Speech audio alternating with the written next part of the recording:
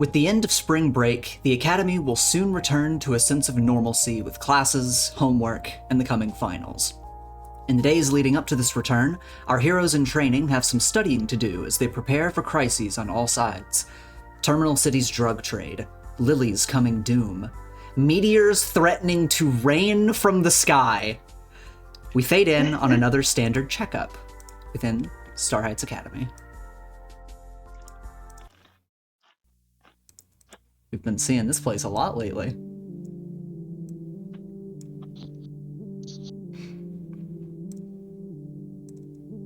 Terry, you return to the conductor to retrieve your secret vial of phantasmata, stowing it away for later. Then, as you've become accustomed to, you enter the med bay for your regular checkup with Catalyst. After the scans and tests are done, you sit up. Your vitals look the same as usual. And after a brief pause, Catalyst looks to you. You haven't been taking your medication. Yeah, we had to go on that trip for Lily. Didn't really want to add in another variable there. He sighs a little bit. Is there a reason that during the course of this week you have not started taking your medication, Terry?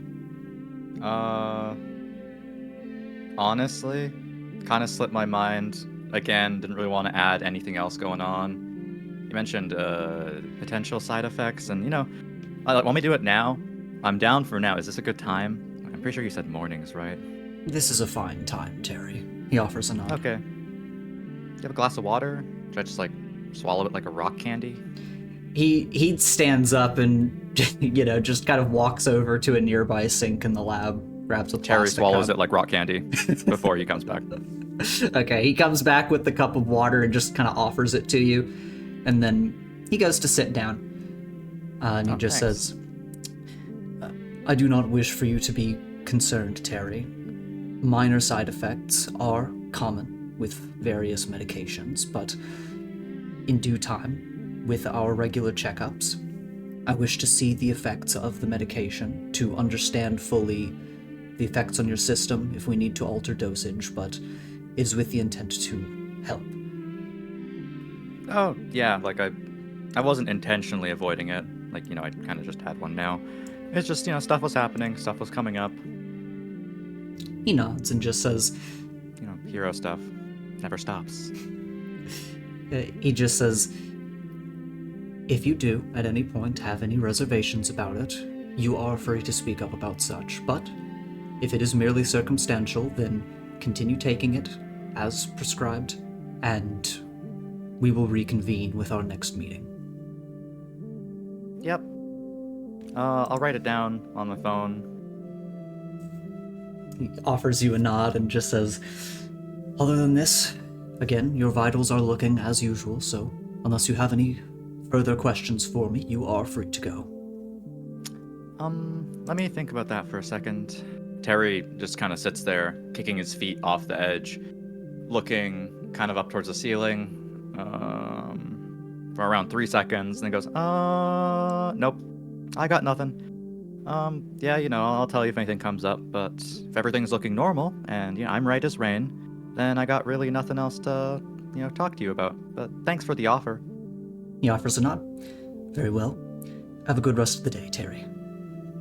Yep. He snaps finger guns. I'll see you around. Yeah, and you hop off the table, go to exit the med bay, and, as you leave Catalyst behind, is anything in particular going through Terry's head, or does he just exit quietly? I wonder if there's a tracker in these medications. That's what goes through his mind. Yeah, that's actually Okay. for real what goes through his mind. All right. How would I get one of those out? Well, after Terry leaves the med bay, we pan across the academy to Headmistress Foresight's office.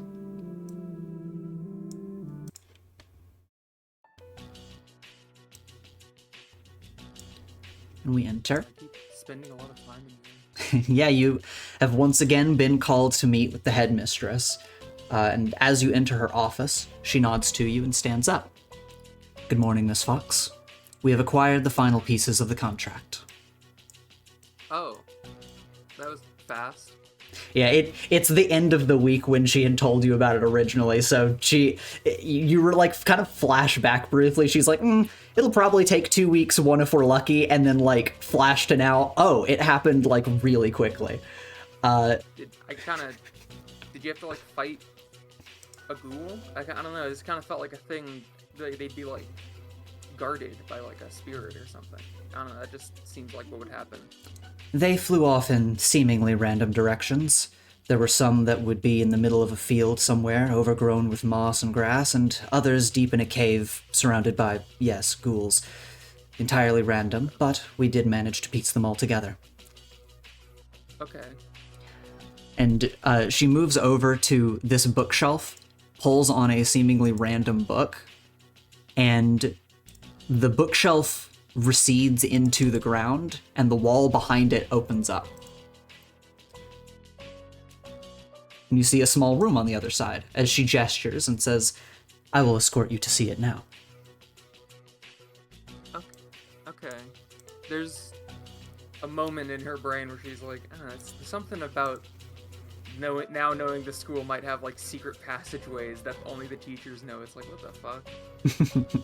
That's stupid. And yeah, you as you step closer, you see that this is a glowing teleportation pad, which is tech that is relatively common in the higher districts of Terminal City. Should I go first? She nods to you, after you.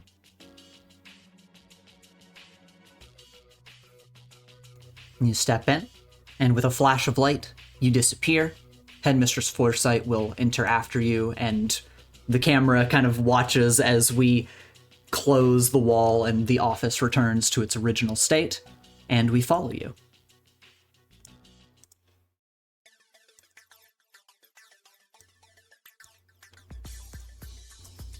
Oh god, the rabbits here.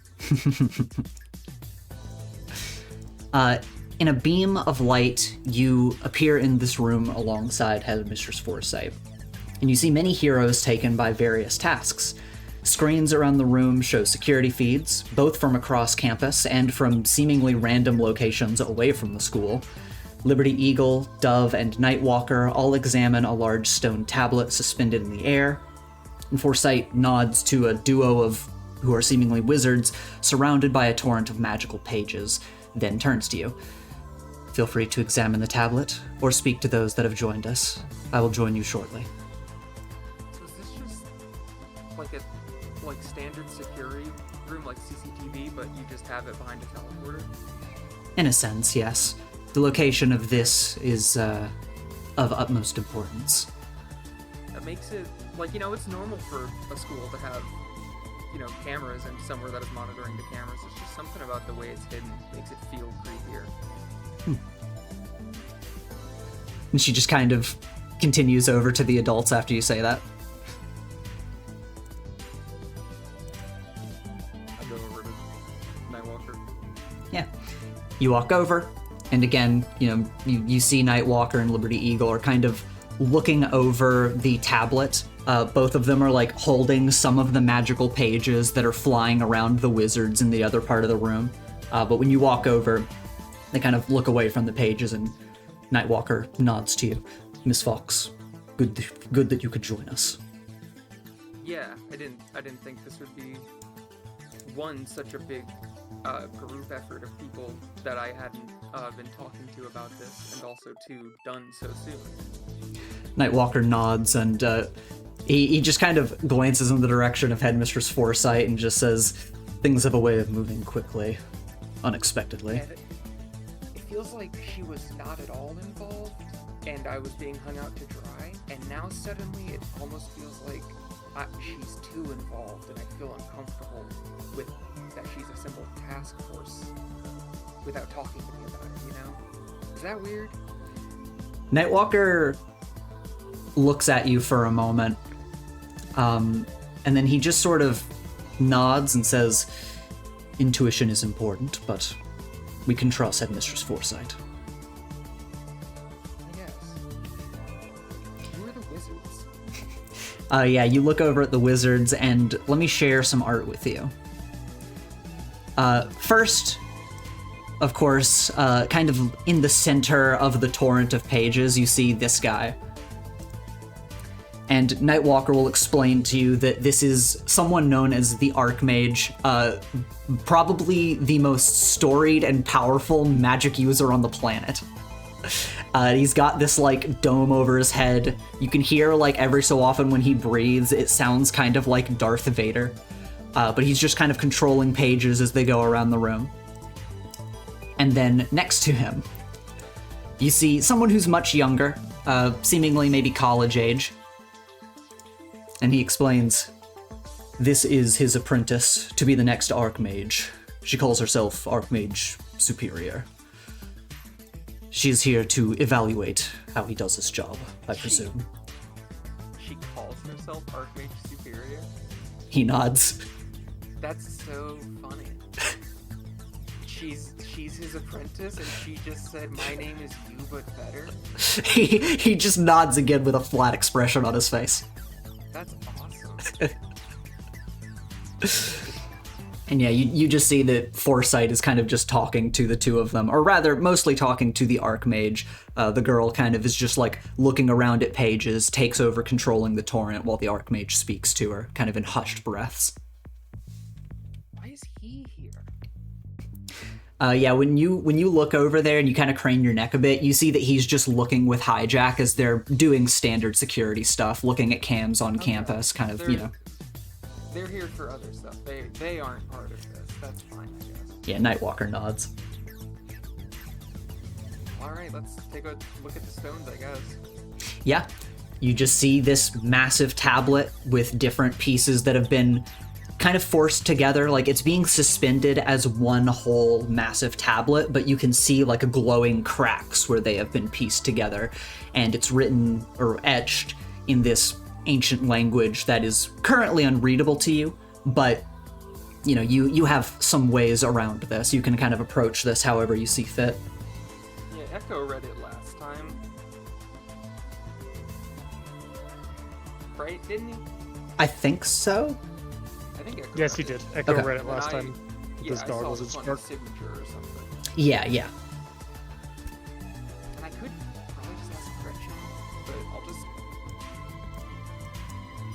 Can we just make Echo come here to read it? I would rather he do it, because I know he won't lie to me. Yeah, I mean, do you say this to Nightwalker? Yeah. Yeah, Nightwalker will nod and say, should I send a message to him or will you? Sure, I'll send a message. Okay, what's the message that you send? I send him a text saying, "Get your ass to Headmistress Foresight's office now." now, and I just start spamming now. How many nows? Until I see, like, this message has been read bubble. Eventually you will see, like, you know, like you'll see that pop up after, like, I don't know, the 4th or 5th now. You just see, like, the typing thing for a second and goes, am I in trouble? Yeah, hurry up. Okay. Question mark.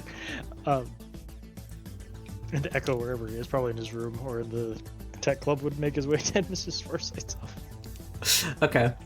I'm like heavily considering if I was considering like panning back to the office and showing Echo walking in there. That would be so funny. No one's there. Gotta tell someone to go show you the fucking teleporter. Yeah. You call to somebody and they're able to go back to Headmistress Foresight's office, and Echo, you see like the bookshelf move and the wall open as a teacher steps out, shows you a teleportation pad, and you are eventually escorted in here. I think it would make most sense if Liberty Dove is the one who escorts you back in here. And you appear in a flash of light, Liberty Dove goes off to the side with Eagle, and you are here. That's so cool. He's like looking around. Well, it's pretty cool, but, you know, have you stopped to consider that they might be, like, breaking us down atom by atom and reconstructing us, so technically we're like a new person, and that the old us died? Are you okay? No, I mean, that's just like a common thing in, like, sci-fi. I haven't asked if that's how it works because I don't want to know. Lily suddenly, like, she teleports in. She's like, wait a second. My doom, it's gone! I'm a new person. So I'm in trouble? No, I lied to you. You need to read these. Oh. Why'd you lie? I don't know, it's fun. What am I reading? Sorry. I step aside to show him the stones. Yeah, you see a massive stone tablet suspended in midair, and you can see the piece that you read before is just one piece of a bunch that have been, held together. Mm-hmm. Oh, these are the... Weren't these hidden? It's like the contract. Yeah, they like exploded and flew around. Some of them were in caves, surrounded by ghouls, I guess. Who found them? I guess fucking headmistress Foresight made a strike team to do it on their own. Was that them? And he points to these people over here. Oh, that's you don't know them? That's Archmage and Archmage Superior. They named themselves that? Yeah. Okay. Echo then pulls down his goggles. I'll see what I can do. You want me just to read them? Yeah, I could have probably made Gretchen do it, but there's a chance she would lie. Mm-hmm. And Echo looks at you, Lily, expectingly. Well, chop chop. There's this word on Earth people use when they want something done. Starts with P, I think. Come on, dude, you're gonna make me lose status in front of my great, however many greats ancestor. I can't be talking to a minion like that. Minion? You hear her voice, and she just says, "Don't give in. The power balance is highly important." I like that is confirmation that every time I've been saying, yeah, I don't trust her, she might lie to me. She's just been silently like, yeah, fair enough. I guess. Alright. First off, stop calling me minion. That's not, nice, because I'm helping you. Secondly, it's just a please. Nightwalker just walks away to go talk with the teachers while you two are examining the tablet and talking like this. Alright, please. Thank you. Alright. He kind of looks up at the tablet as he looks through his goggles and asks Spark for a little bit of help too. Yeah, go for it. Give me that sweet roll. What do you want me to roll? Assess the situation.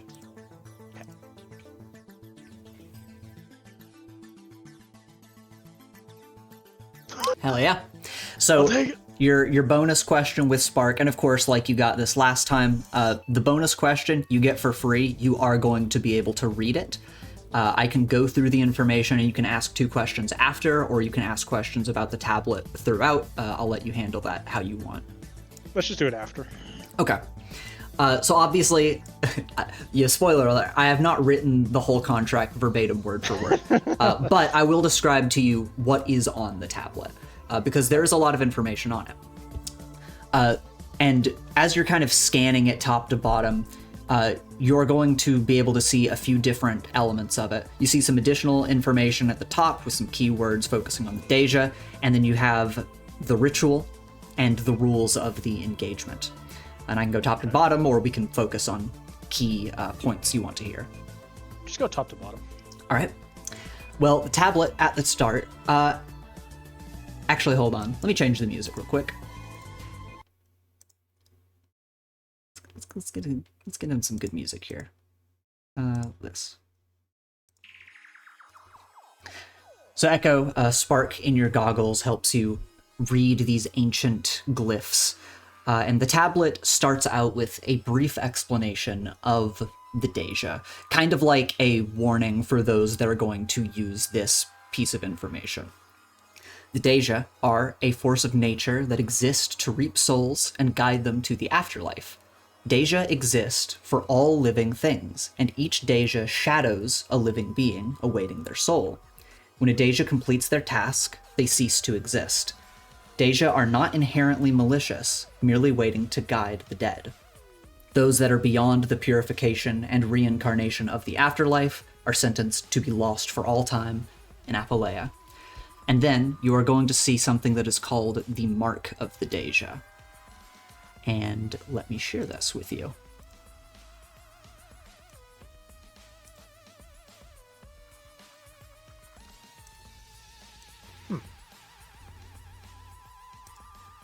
Interesting. As you continue down, you find information about the ritual. The ritual to summon the Dey'ja is as follows. The Wishmaker must use their blood to encircle an offering of death scribed with the mark of the Dey'ja at a place between or a crossroads. This is something that Spark kind of has some difficulty getting a specific translation for, because it could mean a few things. The Wishmaker must also have intense desire in mind. If the desire is true, the Dey'ja that awaits your soul will appear before you. When a wish is made, the mark of the Dey'ja is branded to your soul, binding you for eternity. Then we have the main terms and rules, which can be boiled down to 5 points. You may seek any boon. In exchange, something of equal value must be paid. If no offer is made, the Dey'ja will decide on a suitable payment. What has been taken can never be returned. And finally, the Dey'ja must only collect the agreed-upon payment.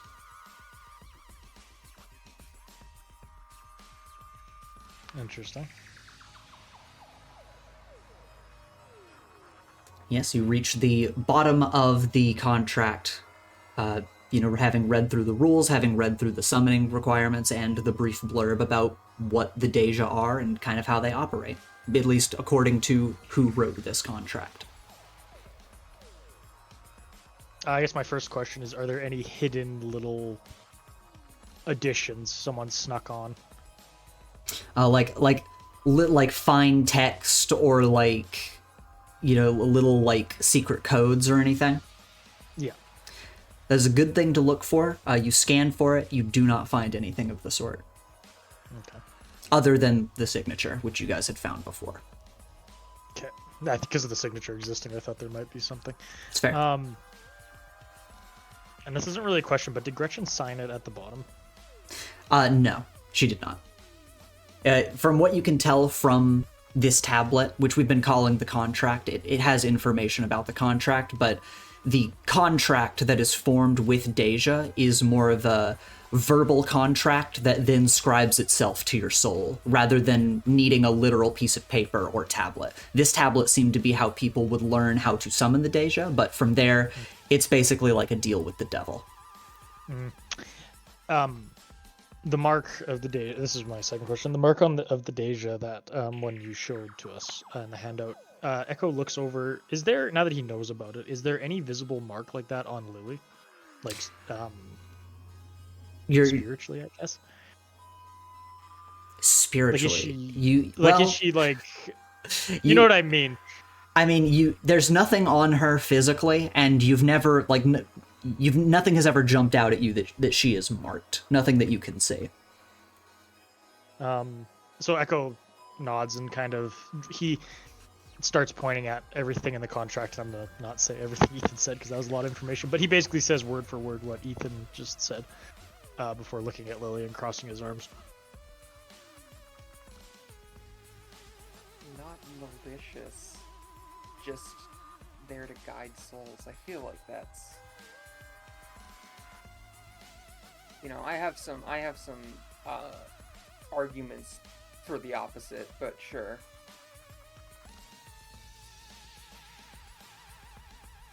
That's all it says. I looked for any hidden text and there wasn't anything. And what is agreed upon? I never agreed upon it.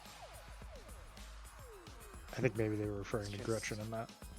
I know, I'm just thinking through it out loud.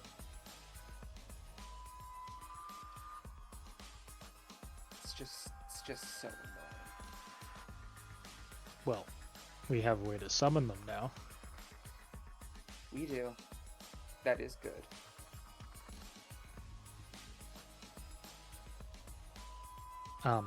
Echo opens his journal and he kind of sketches out the mark of the Dey'ja as he rips out and offers it to Lily. Is this like a language? I think it's just a mark, like a brand, like a ruin type deal.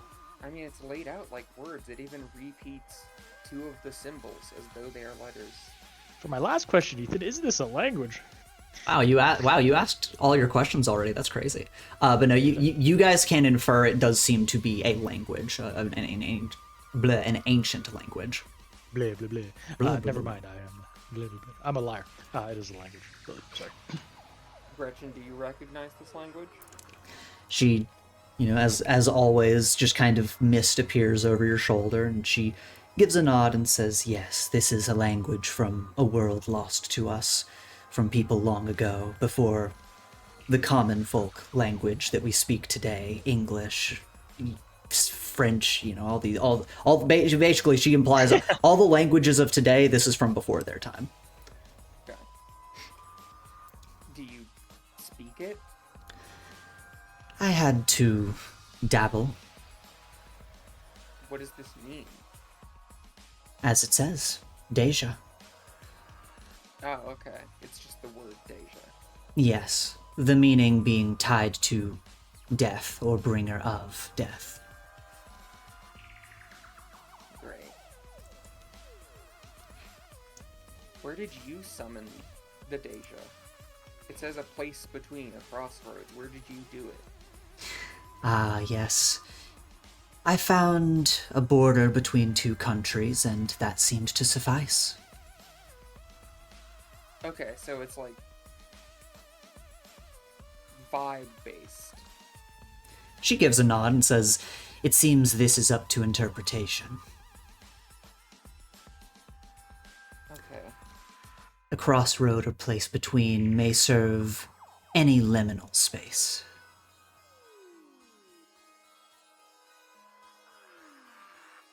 Alright, so is that it? I mean, what's your input? Is the next step literally just to summon them and get this over with? She kind of thinks on this for a moment and says, "I see options in front of you, darling.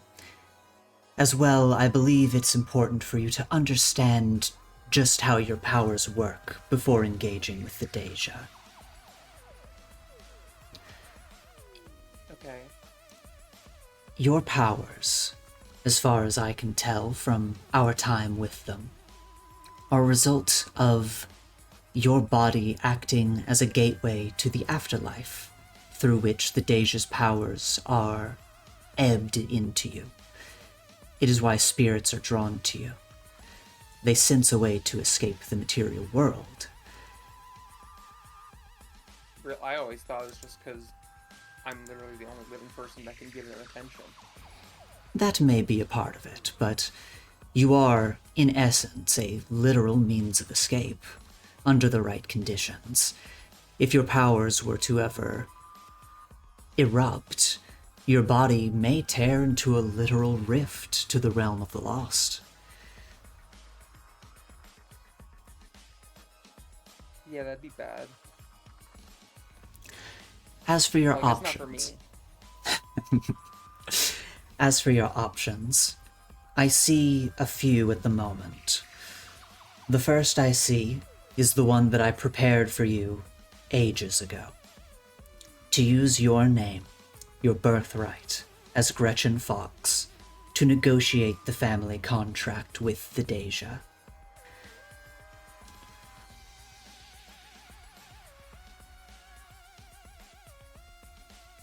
I mean, that sounds easy, but that sounds too easy. It So may... Is Gretchen not being verbal for everybody? Am I just talking to myself right now? No, Yeah, in this moment, as you kind of glance around, you actually notice that the room seems to have come to a stop as she is communicating with you, almost like this conversation's being kind of incepted into your mind. So Echo, you actually kind of noted that Lily said, like, "I'm just verbalizing this out loud, I'm thinking," and this is all happening in like a nanosecond for you. That's so cool. All right, carry on. Sorry.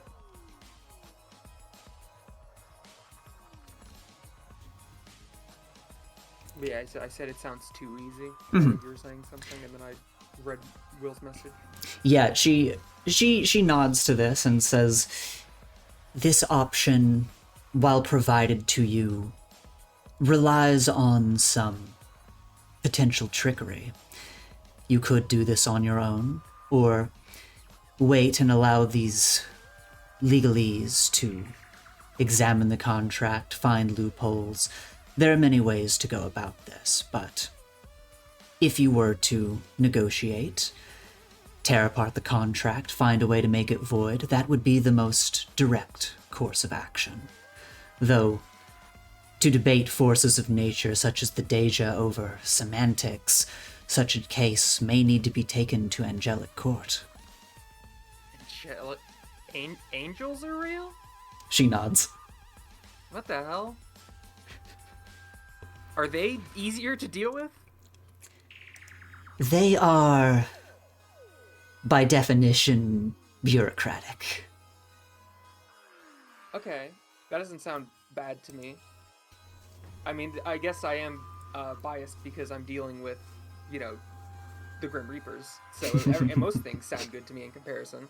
She nods.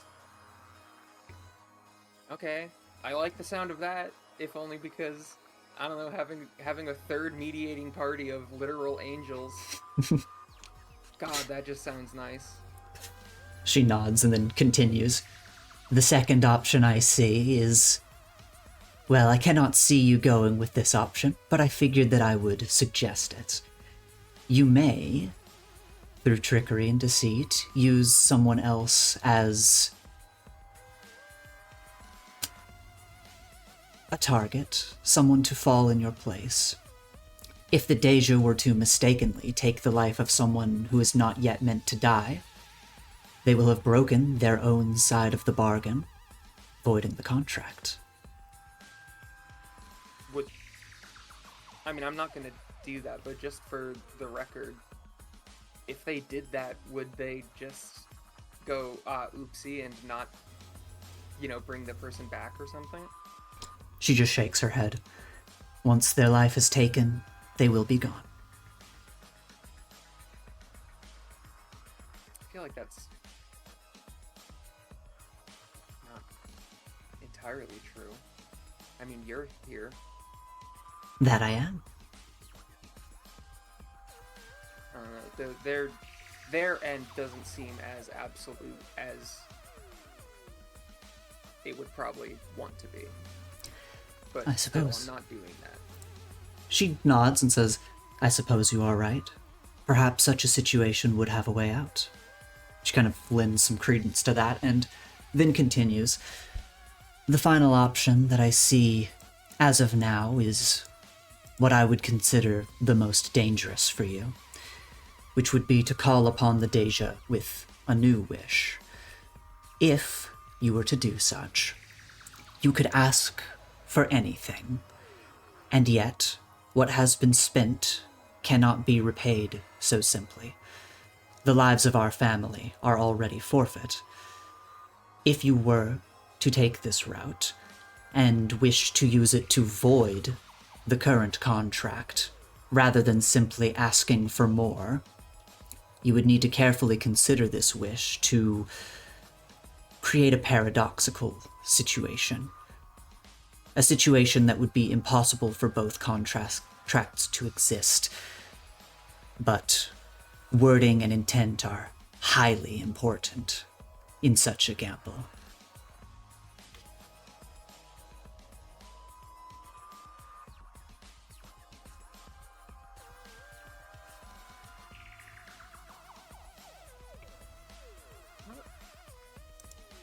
It's said that there's a Dey'ja that shadows every person, or everything, living thing, right? Correct. Then why do swarms of them go after me? That would be our extended family that have been converted into their ranks.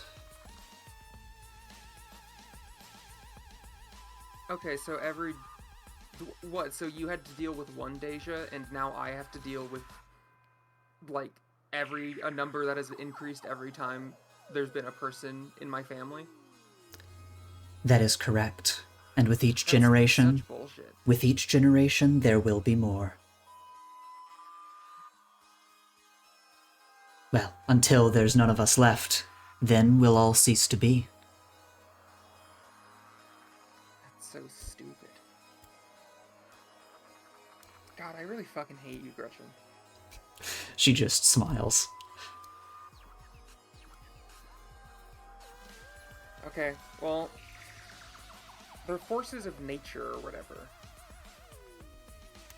Right? That's what you keep saying. Correct. But they can make deals.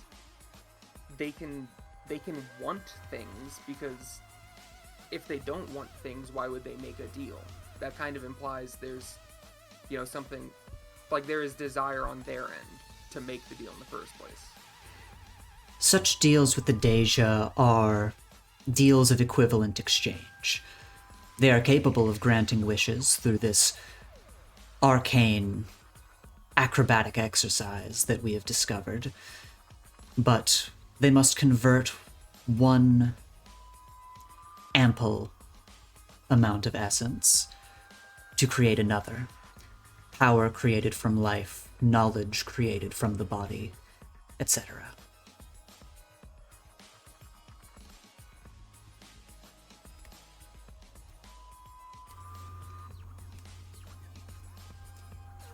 Though And you're saying... she Go on. she does tack on at the end, though I am speaking as a mortal who made a deal with them long ago. I suppose that I do not understand fully their inner workings, but I believe I understand them enough. You say what has already been paid can't be paid back. So even if I get rid of the contract as of right now, the way you're saying it, like, is my lifespan just permanently shortened by some amount because of this? She thinks on this for a moment and says, "Our family was cursed with misfortune that brings our lives to early end. If the contract were to be voided, those chains would no longer bind us."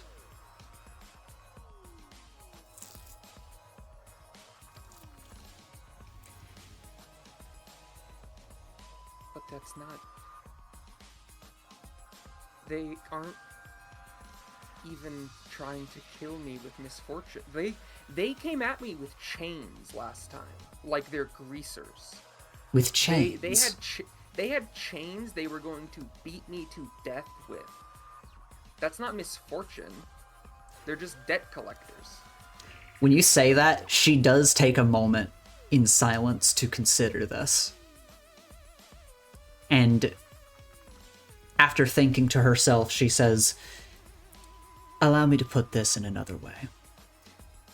If you were to make a wish to live a normal life, and in exchange give your powers for such, that would not be allowed, given the prior contract.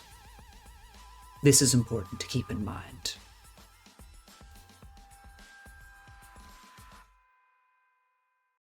Well, all I'm getting to with what I'm saying is, I don't know more than you. I don't know more than fucking Omen Von Doom or whatever his name was. But from my lived experience, there seems to be some discrepancies with what this guy seems to define Dey'ja as being and what they've literally been to me. So, and I still stand thinking they have to want something. I don't think they're entirely like automaton-brained single gold, or at least not emotionlessly single gold. And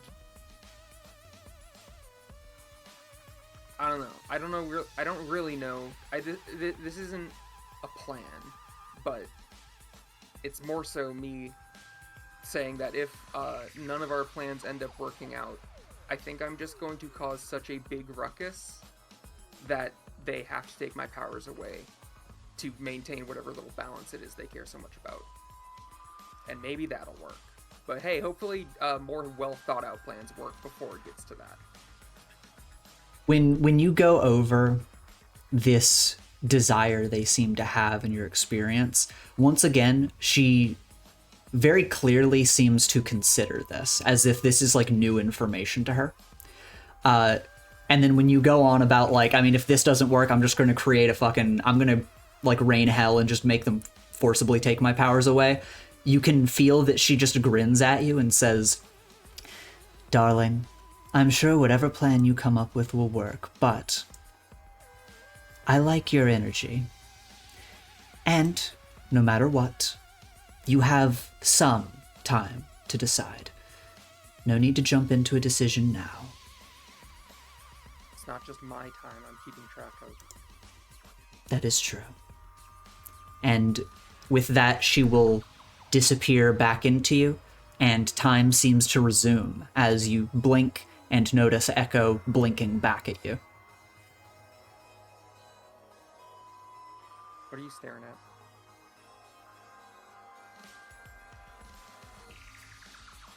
at? Echo has gone brain dead. No, sorry, I didn't realize you were talking to me. Echo kind of blinks twice as he kind of looks at you and goes, everything good? I mean, yeah, I just talked to Gretchen about it. I might have to go to court. Court? Yeah, like Angel Court, I guess. Do any alarm bells go off in Echo's head at all? Did they mention that? When she mentioned what, Angel Court? Angel Court? No, that doesn't ring any bells with you. Okay. Like actual angels? Apparently they're real. Oh. Interesting. So what's the plan then?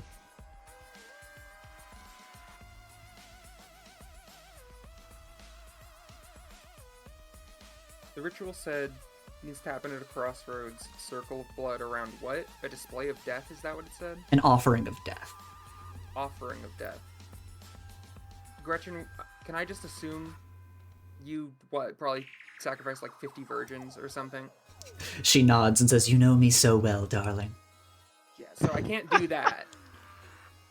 I don't know. If I just go to the deli and buy a bunch of meat, it's like a dead animal. Guess. I'll have to think about that. I'll probably talk to Lawrence. I mean, there's a lot of Or I'll just dead Google it. stuff where I'm from too. I don't really want to utilize an actual heaping pile of corpses if I can avoid it. Not a full pile, just like maybe one or two dead. Gretchen used 50. Does the And measure they were virgins, matter? which I know, believe but means they're more powerful. does the matter? as offerings. Does the measure like matter? Can you ask her that, or could it be just like a one quart? Okay, Gretchen, did you use 50 because you had to, or because you wanted to? I felt it would suffice for the deal I was asking for. Okay, she gave a vague answer, so I'm just gonna have to assume it's a little bit of both. Okay. I'm just gonna transcribe this in my journal and give it to them over there. One moment. And Echo turns and starts transcribing it in his journal. Okay.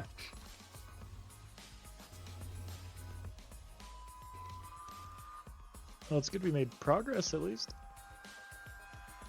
Yeah.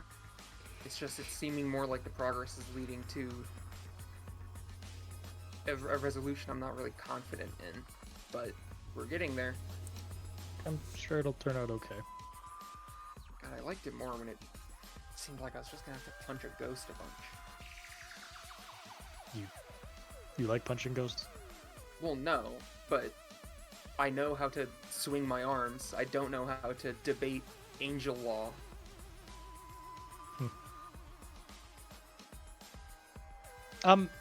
Ethan, question for you. Mhm. As Echo's writing this down, it said, what was the name that came up before said there was a realm name there?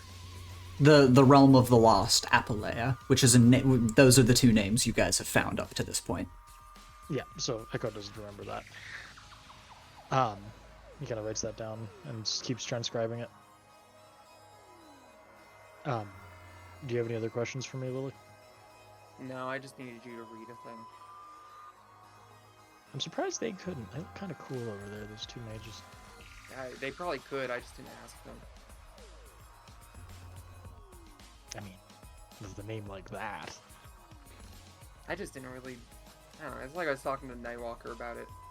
It's like I was annoyed that it felt like the teaching staff here was doing nothing for me, and now it's like they're doing a bunch without talking to me about it until they're like done doing it, and that's also annoying in a new way. So you rather them be more like communicative? Yeah, and I'd rather have a bit more of a say in who headmistress like ropes into it.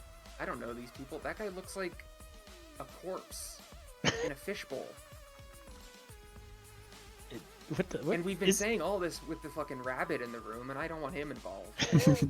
What's wrong with Mr. Thimble? He's kind of cool. He just gives us trash. I mean, some of them are nice. You're falling for it, man. It's a gesture. It's a trick. He's giving you his literal pocket trash. You are a trash can to him. I don't know if it's that, but it's a bit. He's pranking you. If it's bugging you that much, just tell Headmistress Foresight. Not about the trash thing, but the. She can read minds or whatever. She probably knows, and she's done it anyway. Is that how her power works? Think. I'm gonna go give this to them. I'll be right back. Echo rips the note out of his journal and kind of walks over and goes to offer it. Okay. And we'll create some space in the room here. Yeah, you're walking over to them, and you see that they're all kind of talking hushed. And as you are approaching, they go to stop talking when you get close. Echo holds up the page and just kind of walks up and goes, I transcribed it all for you guys here for further clarification, at least how I read it. And he kind of offers it to just the group. You see the Archmage extends a hand and takes it and looks it over, floats the page near another that he has in front of him. And as he kind of looks between multiple pages and yours, he says, "You examined and translated this quite quickly, young man." Help from a friend. He gives a nod and says, "Your work is appreciated." And then you hear the Darth Vader-esque breathing for a second from the tube on his head, or from the dome on his head. Did you already translate it, or? We are working on various potential translations for some of the key terms. It is an old language. It is before many of our times. Well, I'm glad to be of assistance. I'm Echo, by the way, and this is Spark, and he kind of taps his earring. Spark kind of comes out and gives a little wave, and the Archmage narrows his eyes at it and gives a bit of a nod. And then the girl behind him gives a wave and says, "Sup? That's Archmage. I'm Archmage Superior. Thanks for your help, dude." Yeah, I didn't. Sorry, that flabbergasted me. I didn't expect that. Echo also seems a little taken aback. He goes, "Oh, yeah, no problem. Just helping out." Don't mind her. She's just here to examine. She just kind of scoffs and rolls her eyes. Apprentice or? He gives a nod and says, "She is the next in line to be Archmage." And he says this with a lot of renown, as if you know what that means. Yes, Echo nods his head, internally shaking his head as he has no fucking idea. For Headmistress Foresight stands there, and obviously she does not have a face for facial expressions, but impossible to tell what she's thinking right now, as she's just letting you guys talk. Her poker face is impeccable. She's good. She's good. She'd be great at poker. Echo nods. Yeah, if I can be of any other assistance, let me know. I can help. If I can help.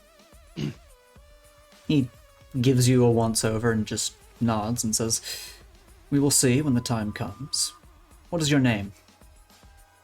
Echo.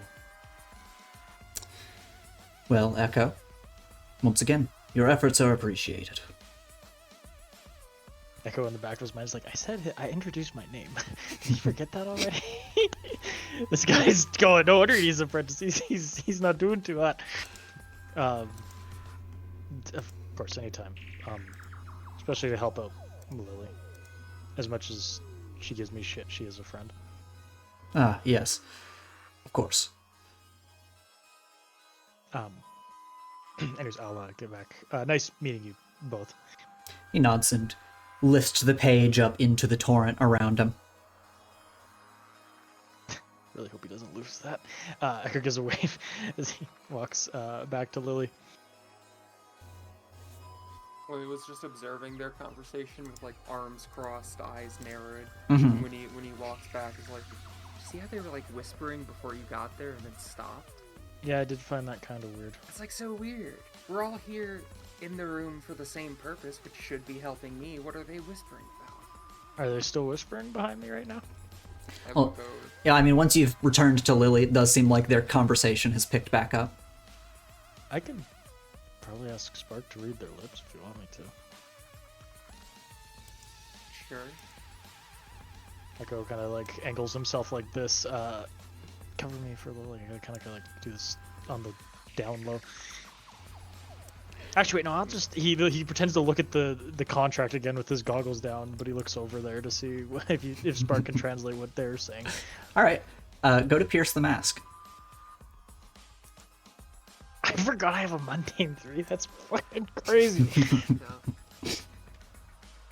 Do they? What do you mean?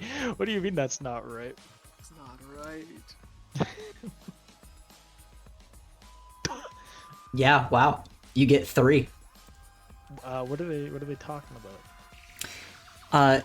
As you are picking up on the lip flaps of at least one of them, you're only able to scan the Archmage because Headmistress Foresight doesn't have, like, you know, lip flaps to see, and the apprentice does not seem to be an active part of the conversation, just listening. But you get bits of information from him where bits and pieces of information you piece together that ultimately kind of form the idea that this completed contract seems very important for the Illuminati to hold on to. Whoa! Hey, pump the brakes. Okay. Second question: do they, like, body, like, language-wise, do they seem like calm? Do they seem worried? No, they seem perfectly calm. Okay. Sorry, that Illuminati bit winded me. Echo kind of looks over and pulls off his goggles, and he's like, You have one more. You have one more question, by the way. Yeah, no, I was thinking about that. Does the Archmage, does he look like in decent health? He is, by all accounts, as you're like scanning his condition, he should be dead. He is being kept. Looks like he is. Yeah, he should be dead. He is being kept alive by a magical life support system. And as you scan him with Spark, you see a few, like, deep, grievous wounds. Like, not like he's actively bleeding, but, like, internal, like, magic thorns in his heart. Jesus. Is that just a hole in his head, too, or is that, like... No, there's, like, a rune inscribed on his forehead. He's fucked up. He is like a walking corpse. That's messed up. Does Echo know what the Illuminati is? Like, did he hear about this in class? No. He doesn't know what the Illuminati is? You might have heard people joke about, you know, the concept of the Illuminati, like, you know, real world Illuminati bullshit, but, like, no. Echo kind of, like, raises up his goggles and he looks to Lily, and in a very, very quiet voice he goes, "What's the Illuminati?" You're fucking with me. What did they actually say? No, that's what they said. What did That the what fact said the Illuminati is a stupid concept and then said something real? There's no way. No. He said that it's a good fact Sorry, Ethan, what did he say again? He said basically along the lines of the completed contract is important for the Illuminati to hold on to. The completed contract is good news for the Illuminati to hold on to.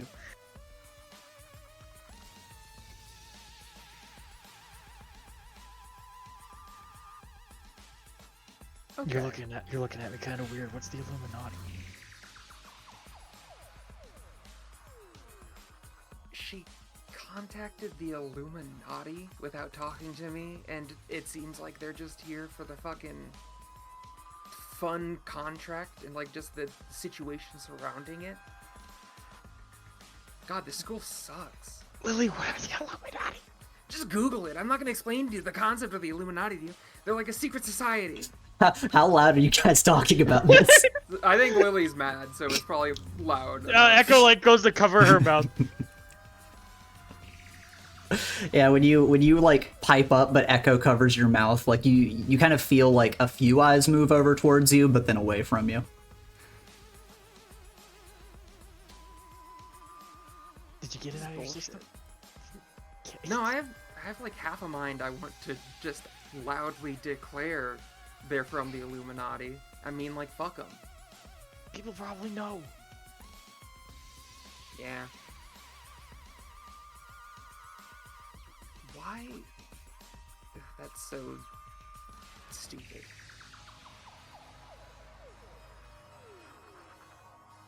Okay, sure. Illuminati's real. I guess I'll just accept that and move on. Really taking this in stride. I mean, I heard like 30 minutes ago I'm gonna have to go to Angel Court. Jesus might be there, but that wouldn't be too far of a leap at this point. Echo's like, who's Jesus? Yeah, I'm learning a lot today. He's part of the Illuminati. Just Google it. Jesus is part of the... Okay. I don't know why he'd be there, but sure. Jeez. Oh, this hurts my head. I guess he kind of holds it.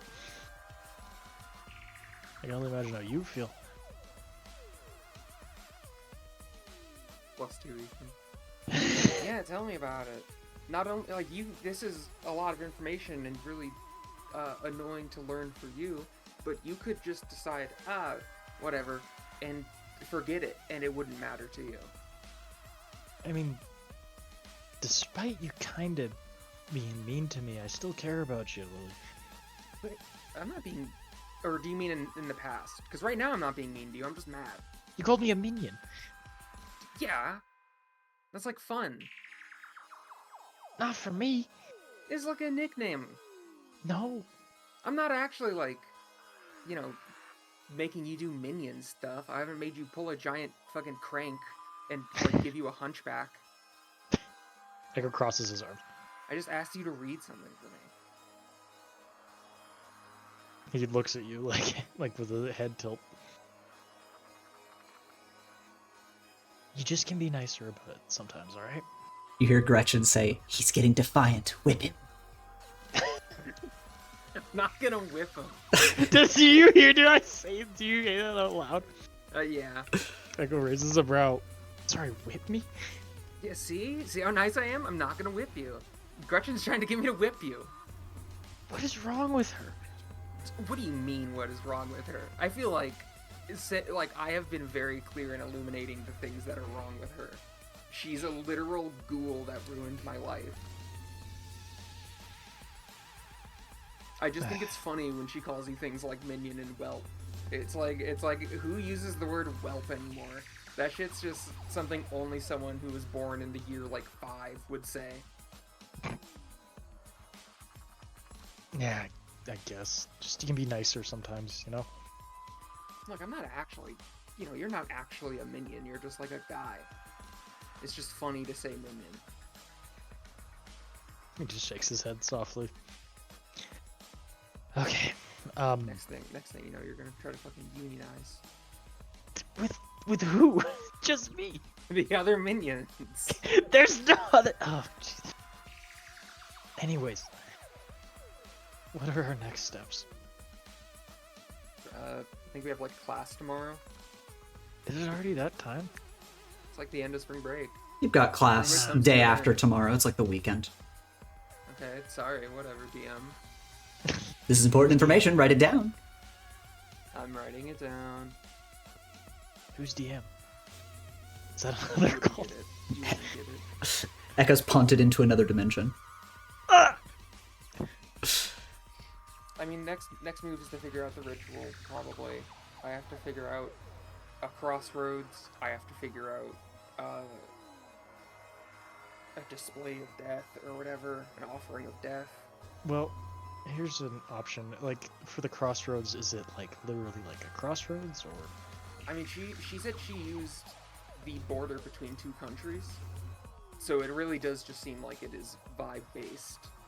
You could use the Sand Realm. Technically, it is a I'm never crossroads. in my life gonna use the Sand Realm for that. Why do you hate it so much again? Because the spirits there are miserable and angry and very numerous. Could they be a symbol of death? I'm not gonna offer them because that also feels kind of bad. He shrugs. Just an idea. I think you're right that I probably could, but I'm not gonna because that would feel not good. And also, they probably wouldn't agree to it. Technically, though, you're doing him a favor.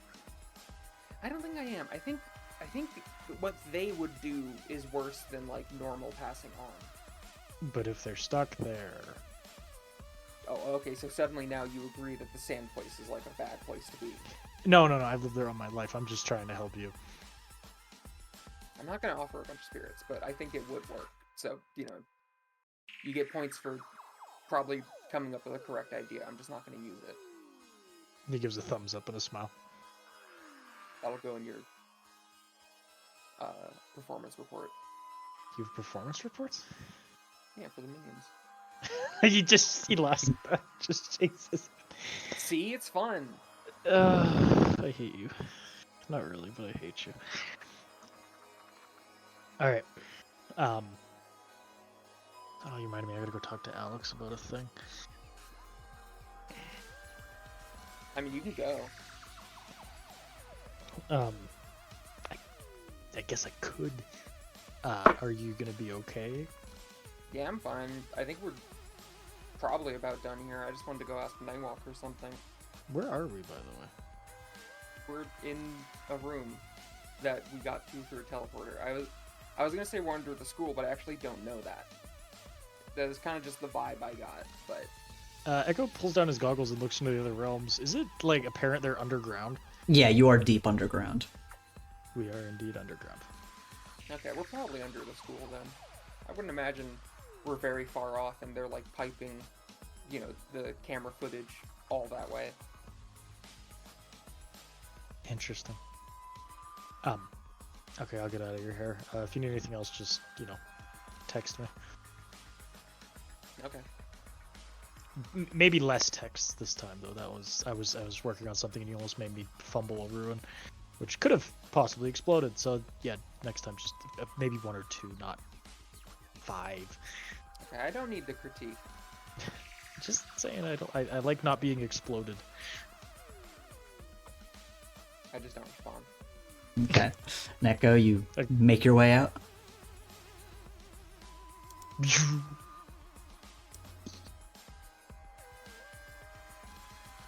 I would go to Nightwalker. Okay. Is Lily correct in assuming that it's kind of done here? Like, she's done her thing, she can more or less leave? Yeah, you are free to do whatever. Yeah. Then she'd go to Nightwalker and try to... Like, hey, can I talk to you for a moment in a part of the room that no one else will hear us? Of course. And when you say this, because he was kind of mid-conversation with the Liberties, they just kind of both nod to you, and Liberty Eagle says, we'll be on our way. And Liberty Dove offers you a wave as they go to step away. Lily looks up to Nightwalker and, like, narrows her eyes, ready, like, really trying to gauge any potential facial expression changes. Do you know The Illuminati. He looks at you. Very clearly, he's not trying to hide it. Glances to the others in the room that were talking about it. Looks to you and offers a nod. He says, I know of them, yes. Okay, do you know they're real? He nods again. Then those two are in it. I saw you look at them, so I'm just gonna assume that's a yes. He nods. So did she... Do you know, did headmistress contact them to help me? Or did they reach out because they wanted to get info on this whole Dey'ja contract magic bullshit? That I am not entirely aware of. As far as I am aware, they were contacted to help with your situation. Alright. Well, hopefully they do. Hopefully I'm not just, I don't know, a resource.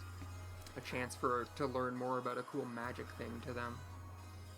Nightwalker looks at you for a moment, glances over at them, in their direction again, and back to you, and says, regardless of the rest of the staff at Star Heights Academy, and the rest of Hero Society, I will make sure that you make it out on the other side of this.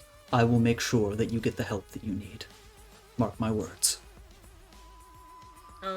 She smiles up at him.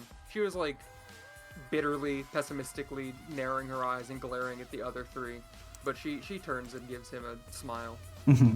You know, I've never once in my life liked a teacher.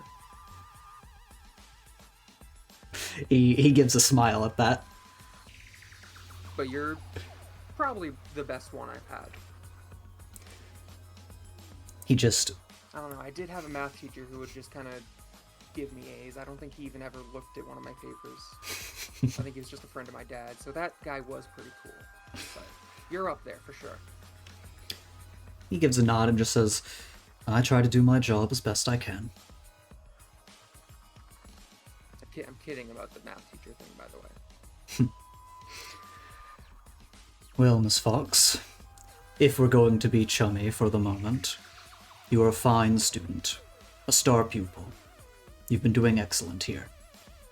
Once we resolve your situation, I want to help you with whatever your next steps will be, whether they are here or elsewhere.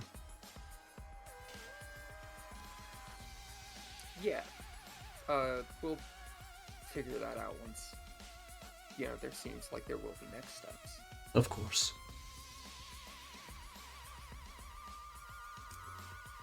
Alright, well, I'm gonna leave. He gives a nod to you and says, if anything else pops up, I will be sure to let you know. And likewise, if anything pops up on your end, send me a message. I will. And then I leave, I go. Alright. Lily is going to exit the security hall, left to consider her encounter with the Dey'ja, a coming climax that will decide her fate. Echo, meanwhile, goes to follow a separate investigation.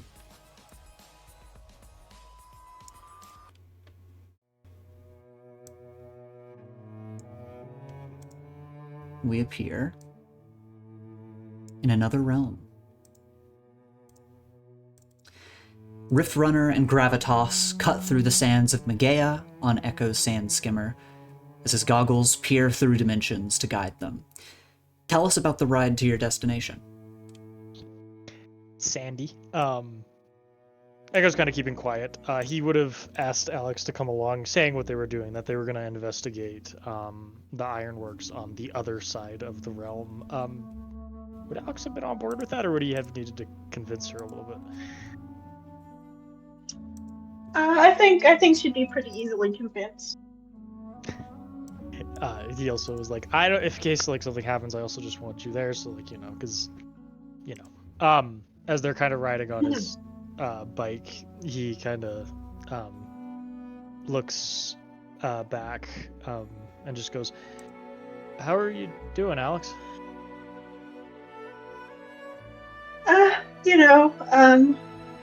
Not too bad. a lot's been happening, but it's hard to worry about anything else with everything going on with Lily and all of that. I mean, yeah, but at least, we're making progress in that regard, and we're making progress in this regard as well, right? Yeah, But we're a good team. we, I'm sure we'll find something today, and I'll keep you safe. we'll keep each other safe, right? And kind of offers her a fist bump. Absolutely. She fist bumps him back. And he almost loses control of his hands as he cracks himself. Both of you Oh, end up let's not do falling, that. breaking your necks. No. Dying in his head. There it is. But how are you doing, personally? Are you do you have anything on your mind?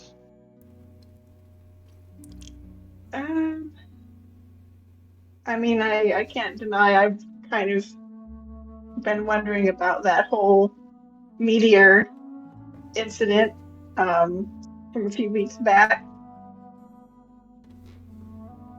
Do you think it has something to do with your powers? I mean, I guess I can't say for sure, but I know that my granddad's powers, Captain Gravity, that had some kind of alien influence. So maybe I don't know what would attract meteors to me all of a sudden after all this time, but it is. I don't want my existence, just on campus, just near our friends, near our classmates, to turn into something that could potentially harm so many people. And I guess I'm just glad I got out of the way just in time last time, but who knows if it could happen again. I do have a piece of it back in my room at the school if you want to look at it. I think I might take you up on that. I keep a lot of weird things. One of that was that I thought it might be pertinent to keep.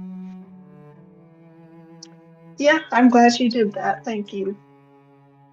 He kind of gives a smile under his mask as he keeps driving through the sandrum. Yeah. And eventually, after some time, you will glide to a stop at the top of a craggy hill, and through your goggles, you see John and Smith's ironworks. He takes his goggles off. Is there anything in Megea that is is Well, overlay it at all? let me show you what you see through your goggles. Okay. Oh. You It's see, just a building. Okay. you see the ironworks, a snowy ironworks at the edge of town, as described. And when you take off your goggles, you see what Gravitas sees, which is an empty wasteland. Seems that nothing parallels the ironworks in this realm. So that means they haven't managed to jump realms yet. That's good. Echo takes off his goggles and shows, puts them over her mask so she can see the ironworks. Looks very Yeah, basic. little, yeah, unsuspecting. I guess that's a bonus for them, right? Mm-hmm. We could get closer. Yeah. It's funny, their materials they make the guns out of is the same my gauntlet uses. I wonder how they came across that. I'm curious how they made it. Let's go take a peek. He kind of goes a little bit. He gets on his bike and starts to go closer towards the building. Yeah. You're able to pull down, and in another realm, looking through your goggles, you're just able to look at the entirety of this building, the people that are moving around working, and I want you to roll to assess the situation to see what all you noticed during this time. Oh boy. Do I roll too? I'm just gonna have Echo roll since he's the one wearing the goggles. Okay, just making sure. You're all good. Look how there's a sandworm! Right, yeah. You've got your questions. Oh boy, this is interesting. So I guess because like Echo's on the other realm, he can literally like walk through walls and see things or drive through them and stuff. Yeah.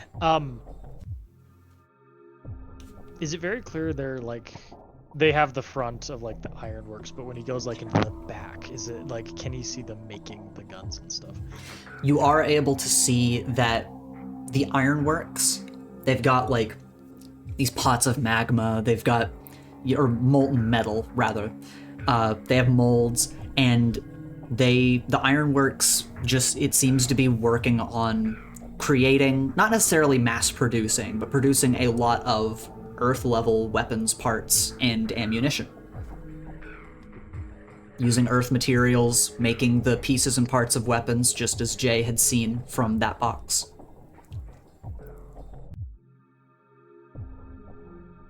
Is there anyone who seems like the head honcho?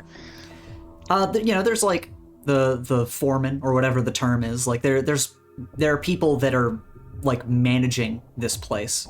But I'll give you an additional bit of information with that. That, I mean, the people that you're seeing here, they're not like wearing gunrunner colors. They're not in costume or anything. It just they look like regular civilians, or at least are in civilian clothes, working on making these parts. Is there any indication of the what did you call them, Ethan? What were they called again? The aliens. What were they called? You had a term for them, I thought. Like what they were called. You remember them being referred to as interlopers. Interlopers, sorry. Yes. Is there any interloper like clear indication of like them being aliens in disguise? Not as far as you're aware. Echo kind of takes off his... Once again, I'll give you a bit of additional information with that. You know, the people, they look like regular civilians. They're just kind of working on these weapons. But as you're looking around at the materials they're using and the parts that they're making, you don't see any signs of extraterrestrial weaponry here, or extraterrestrial materials or anything like that. That's interesting. Echo takes off his goggles and offers them to Alex.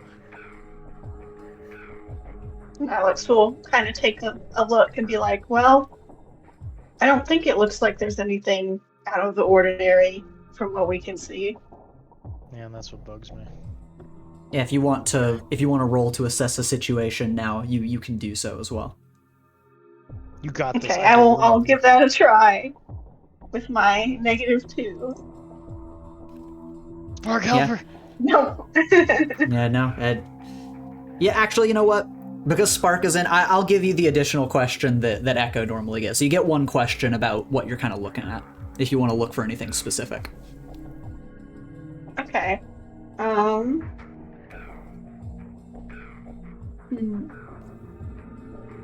mean, does this seem like is this just the normal day-to-day operations of this? Like, is this just like law-abiding weapons making at this factory?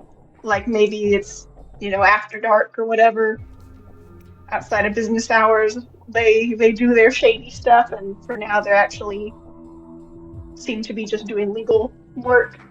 Yeah, I mean, it is during regular hours, so it seems like they're doing normal stuff here.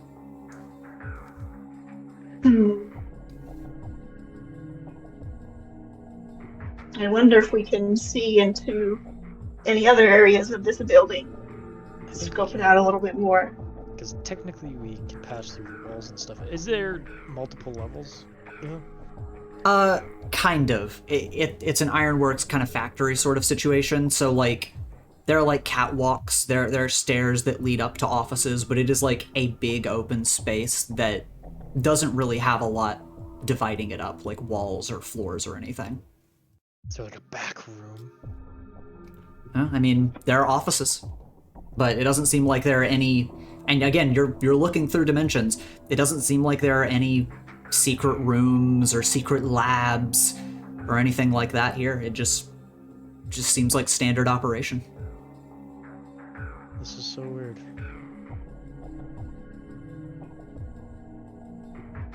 I could go peek in their offices, but I doubt they'd have that just laying around. Yeah, that's true. But there has to be some like big head honcho here, possibly, surely not. There's foremans there, but like, there has to be someone here running the show. And he looks up. Usually there's offices that like overlook the factory, more particular like the big man. Are there any like that up top? Yeah. That there are. Alex, can you lift me up there for a second? Oh, yeah, sure. About yay high, and he kind of gestures.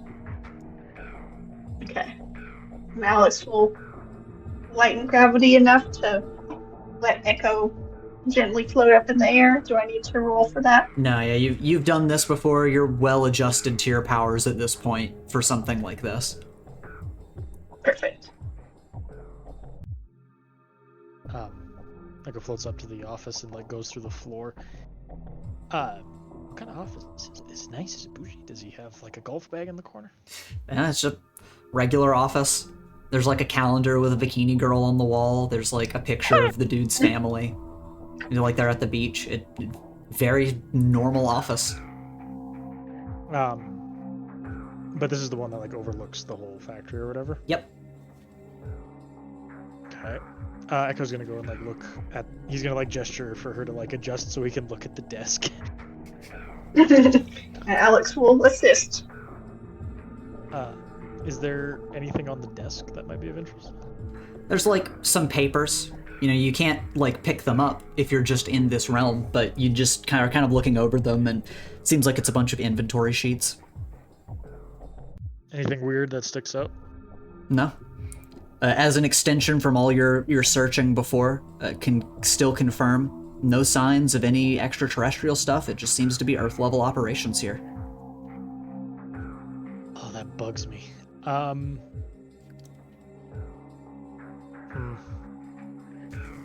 There's nothing here. It's all regular stuff. That's unexpected. Echo crosses his arms. Is this building connected to like the train tracks? Like the train tracks are behind it or something or nearby? There are train tracks nearby, yeah. It seems like there are train tracks close enough that like they could be used for the purpose of this place, but they don't go like into or through it or anything. What do you think, Alex? I mean, it's certainly possible. We know they're using the tracks to get stuff moving, so maybe they are. Hang on, there's a cat trying to get on my keyboard. But yeah. If you were like a bunch of aliens trying to hide your operation, how would you do it? And he's got like crossing his arms in the sky. It would have to be something that people would overlook, they wouldn't suspect. They did wear masks that made him look more human. Maybe the locker room might have something, but even then I don't think they'd be that stupid. I mean, I think that could be worth a look. Is there anything that looks like a locker room, Ethan? There's probably like a place where people, you know, put their things, kind of change into their work jackets, protective gear, stuff like that. Is there any lockers open? Well, no, but I mean, you can stick your head through them, so. Because I totally forgot I could do that. Echo's gonna like stick his head through. You're like, oh, Spark, find an open locker, and it beeps and gives you a simulation of you sticking your head through the locker. It's like, oh, right. Oh, that makes sense. Perfect. He sticks his head through door number 1. What is there? Just some guy's winter jacket. Lunchbox has like a ham and cheese sandwich in it. Door number 2. Boring. You've got like a jacket, but also like a sweater in it. Nothing else in that one. Oh god. It's just basic stuff.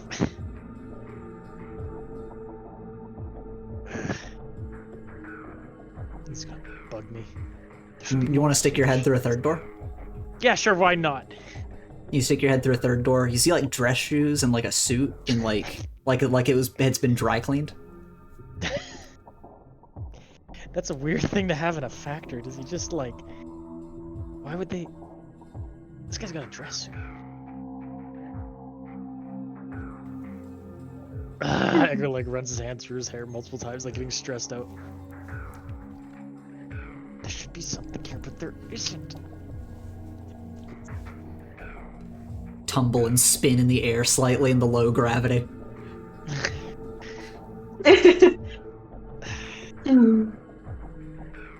Is there like a basement? Oh, you go ahead. Yeah, that's what I was just wondering.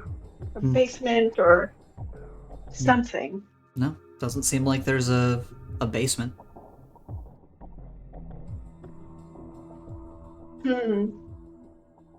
Are there any other suspicious looking or suspiciously non-suspicious looking buildings nearby along these train tracks?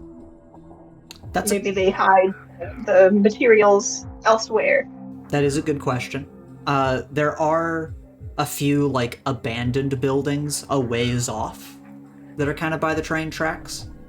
But this area is a little bit sparse at the edge of town as you kind of leave the city and go into the snowy region.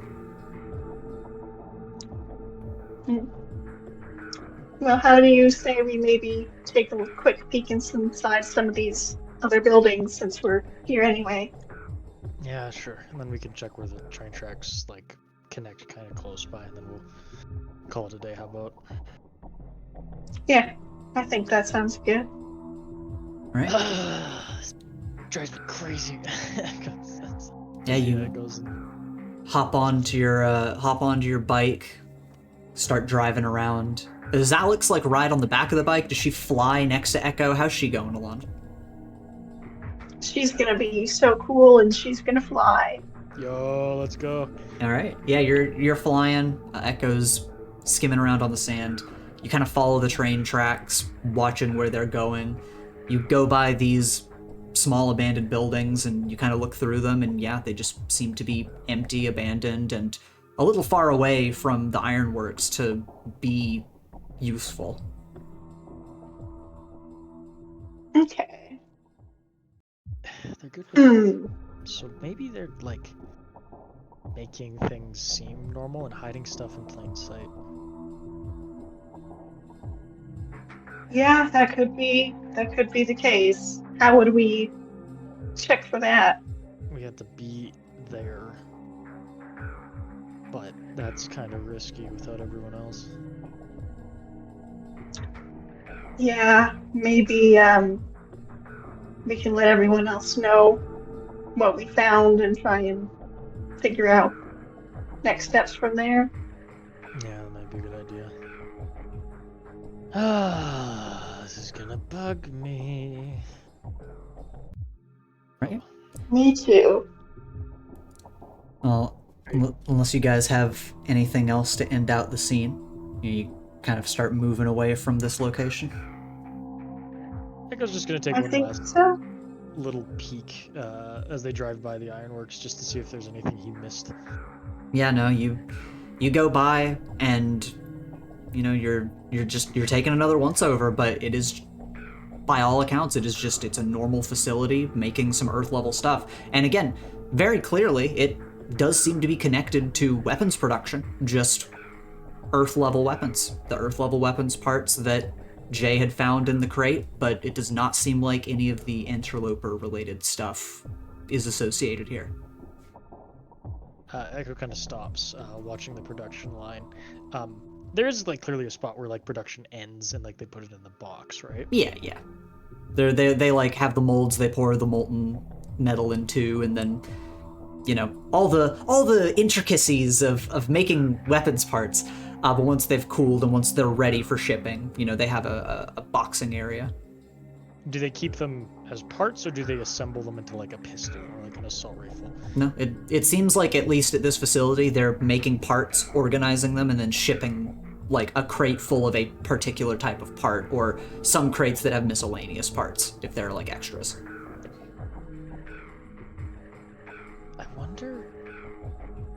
Echo looks down at the metal.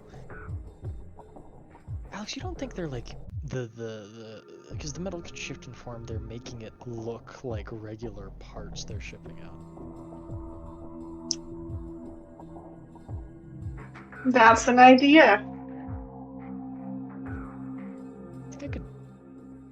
Well, I can just open a portal in a box and take one of the pieces.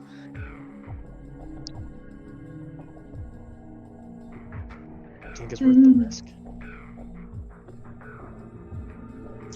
Is there anywhere we could, or you could pop in with minimal chance of being seen to just quickly grab a box and pop back out? I could just open a portal in the box and let some fall into the realm. Let's try that. Okay, let's do that then. Echo's gonna go, I don't know, maybe like a sight or barrel of something. He's gonna look for like something like very mundane. You saw a crate that was full of the miscellaneous parts. He's gonna go to like open a portal in the crate, not outside of the crate, and just like some of the parts fall into like the sand. Okay.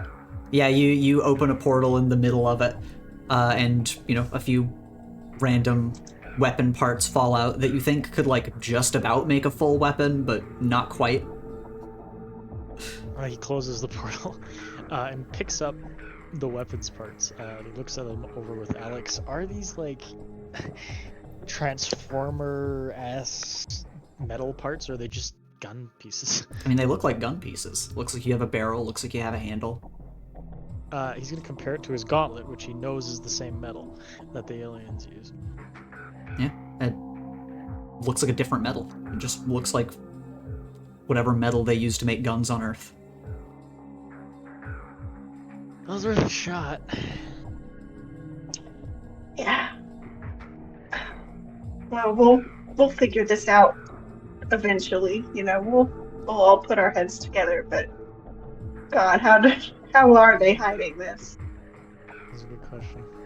Because we don't have the wrong place. It's just there's nothing there. I should put these back, shouldn't I? Yeah, you wouldn't want to steal from them. Just in case. You wouldn't want to steal from one poor guy gets. Echo kind of opens a portal back in the crate and just kind of above it, not above the crate, but where because he puts them back in the crate. We have a scene where you look around, make sure that no one's nearby. A little portal opens up. We see your hand come through, drop, set the pieces back in. You pull it out of the portal closes. Nobody bats an eye. Nobody notices. That's a little sigh as he puts a hand on his chest. Okay, let's head back. Yeah. Thanks for coming, Alex. Yeah, of course. I'm here for you anytime. He goes and gives you a half hug. All right. Well, yeah. I'll race you back to my place. Oh, you're on. All right. This adult. Echo kind of revs the engine of his bike, and he does it. And he goes 1, 2, 3, go, and he just he's gone. Okay. Hey, real quick, Alex, roll to unleash your powers, and Will, roll for your vehicle. What do I roll for my vehicle? It says on your vehicle. I think you have to roll superior to do unleash your powers, directly engage a threat. I think using your vehicle, they all use superior. When you're flying your ship, you can use it to unleash your powers, directly engage a threat, or defend someone using superior. Yeah. So I suppose this would be unleash my powers, right? Or would it be superior? It'd be unleash your powers. I mean, it's still superior because you're using your vehicle. Is the point? Well, I see. Okay.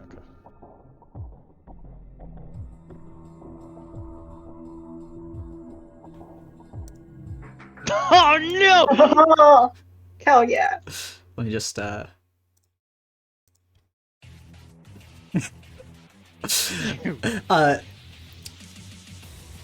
Echo, you blast off. You're jumping along the sand, racing through the realm, and you hear a deafening boom behind you. And Echo, you watch as Alex fucking flies by you at crazy speed, like definitely outmatching the speed of your vehicle. Oh my god. He like kind of watches like the sand flies by him from like that. And he's like, hey, that's cheating! And he goes to like kick it into like high gear, like another gear, and try to catch up with her. Okay, go to roll again. Okay, that's really good. Oh. All right, Alex, you are still blasting through the sand at a very high speed. And Echo, you kick it into like maximum overdrive, you speed up, and you manage to catch up to Alex. And you guys are kind of neck and neck as you're racing along the sand. Give me one more. Let's get a tiebreaker.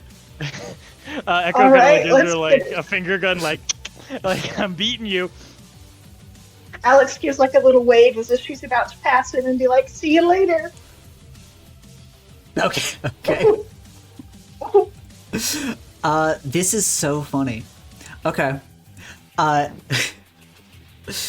Echo, you blast ahead. You start going, crazy fast. You're getting the lead on Alex. Alex, you're like, oh fuck. Like I was just like waving to him, saying I was gonna leave him behind. So another deafening boom resounds as you fly forward. And once again, you do completely outspeed Echo, but the force of your gravitational powers as you fly by Echo creates almost like a ravine underneath you and sends Echo flying into the air on the back of his bike. And he is just tumbling, ready to crash into the ground. What do you want to do? No. Both of you. What do either of you want to do? I need to save him. I'm going to stop focusing on myself and focusing instead on lowering the gravity around Echo so that he can gently land on the sand. You just All go, wow! He's having the time of his life, but he's kind of scared at the same time. All right.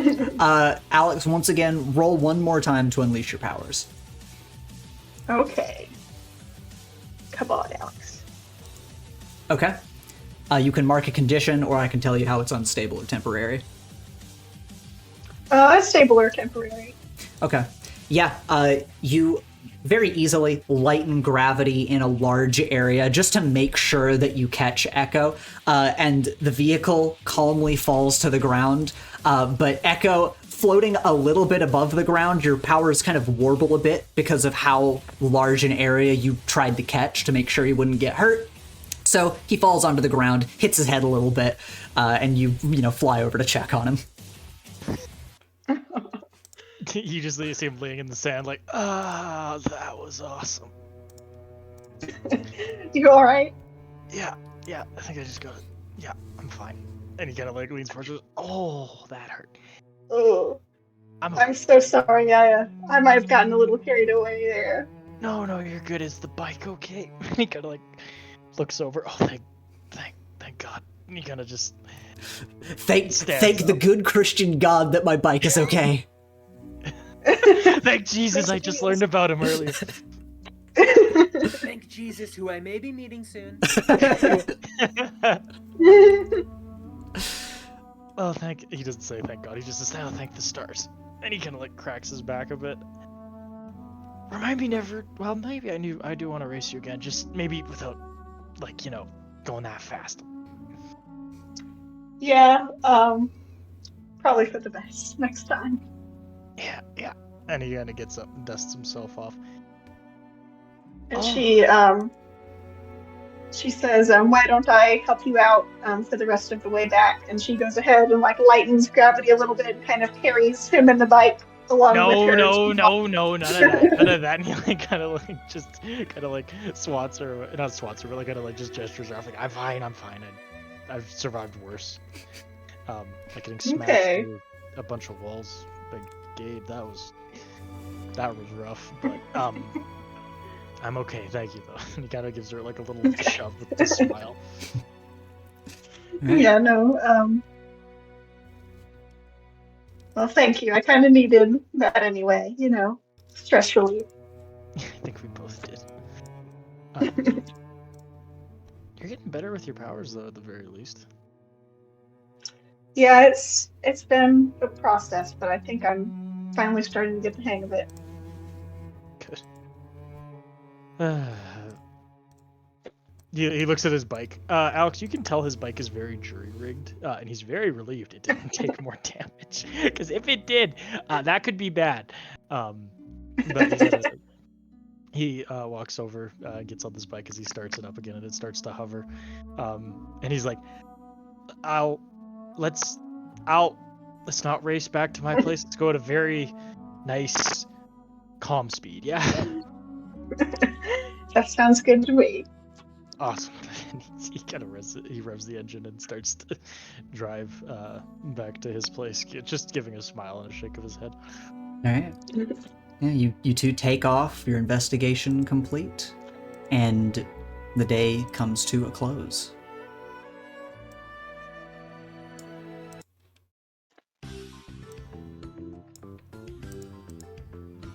And we'll wake up the next morning.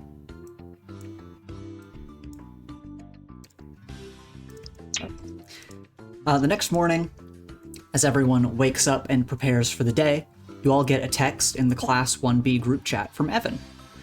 Given everything that's happened recently and how long it's been since the class has actually spent some time together, he's extended an invitation to everyone to come hang out on the beach this afternoon. Nelson responds enthusiastically, planning to bring drinks for everyone, and a few other students suggest snacks. How does everybody respond to this? We'll go down the list, starting with Jay. How does Jay respond to this?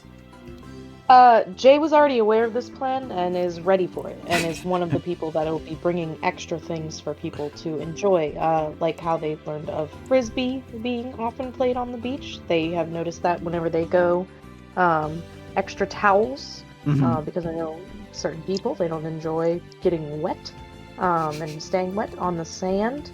And just some extra blankets and things like that to lay out. All right. Echo, how do you respond? So sorry, is an invite to like, it's a beach party, just to be clear, or what is it? Yeah, just class hanging out on the beach this afternoon. You know. Beach hangout. Yeah. It's not like hard, but is it the one they destroyed? we don't need to worry about it. Yeah, it's the beach. Oh. It's a beach on the island. There are a lot of beaches on the island. I could be down for that. He'd be all like, yeah, I'm down. And he is going to bring purple and blue. Okay. Good. Alex. Alex is down for a beach day. Good. Terry, what are your thoughts? Terry gets the text, kind of mulls it over and goes, sunshine is supposed to be good for people. Why not? All right, cool. And Lily.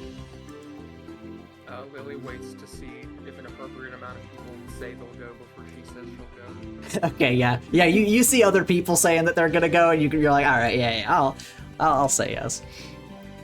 And yeah, it seems like the other students in the class seem pretty excited about it.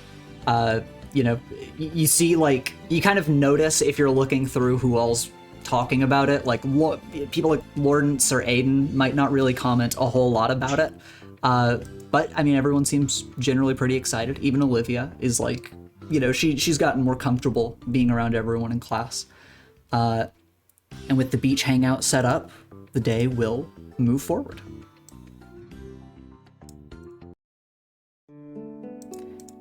And later that morning, before the beach hangout in the afternoon, we're going to gather here in the UFG club room.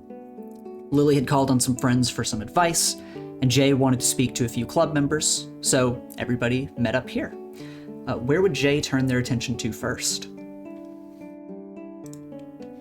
Oh, sorry, mic wasn't down. Probably to Lily. Okay. Lily having something that they want to discuss with everyone. Jay would probably, like, once people are starting to chill out for a second, there's like maybe a pause. I go ahead and sit down in the chair. You come over, and Lily, what are you doing over here? As you've kind of called on some friends to help out with something. Lily is, as Jay is coming over, Lily is on her phone, like trying to Google. She first had to try to remember what is the name of Tiffany's like species again. I just know her last name's Argax. I don't know if she's told me. I don't remember. So she's trying to figure that out first, because that's an important first step to Googling anything about their culture. Mm-hmm. Hey, Jay. Like Tiffany comes to this club, right? Yeah, every once in a while. She's not all the time, like, how me or Aiden, or Maya are, but yeah, they come semi-frequently. What's her... Do you have, like, info on, like, her world or anything? Is she, like, giving you guys, like, books? I'll have to check the little library. But I know she's talked to me a little bit about it. Mainly about the cultural side of it. I just, you know, I don't know, I was thinking I'd look up if there's, like, I don't know, like a customary apology thing to do or something. Ethan, can I, like, approach a bookshelf to see if anyone's donated books about that? It would be Triff to, like, put that information in there. Yeah, there'd be bits of information that Tiffany has offered, maybe in written form, but it's mostly been through word of mouth. Anything that's here that's written has been written down by her for ease of access, but, you know, there are a lot of stories. Tiffany is very open about sharing her culture with the club. Yeah. But I can't imagine there's been context yet for Triff to tell me what a customary apology is on their planet. Weirdly enough, not actually a very uncommon thing to talk about. Really? Yes. Because, yeah. Has she told me that then? Yeah, you have some information on that. You want me to dive into it? Yeah, please. Yeah, so you can share this that's been talked about. Obviously, this was not the topic of conversation when it was happening. This spun off from something else. So Tiffany's culture is based around their pride as warriors. And you were able to find out through her talking about various customs that when one's pride has been wounded, disputes are usually handled through trials by combat or other physical activity. It's generally you kind of took it as like a 1v1 challenge of some kind. You know what's actually funny is I'm having deja vu, and I feel like this actually was naturally brought up at some point. It most likely was. You said that to me, and I was like, wait a minute, I remember this. I remember her saying something like this. Yeah. Okay, well, I think I'd have that moment of, like, looking at the books, and then after just seeing a couple, like, notes written down, I'd be like, oh no, I remember. You'd see there is specifically a pamphlet that she has written that people asked her to write called Trials by Combat for the Gaxian race. Yeah, I grab it and I go, oh man, I remember. It's not good, Lily. Well, actually, you might like this, but honestly, to me, it's not good. Gaxian, that's what it was. I hand you that pamphlet. They have a lot of pride. I don't think she's gonna want you to just grovel and say you're sorry. She's gonna want a real display. Fighting her is the thing that got me here. It's her culture, man. I think you just gotta fight her and then, I mean, honestly, just throw it. Okay, I'm not gonna do that. That would for sure be worse. If I threw it. I guess that's fair. But I mean, this is the solution. She probably has a lot of pride. She wants a rematch. I don't want to fight her again, though. That's not fun.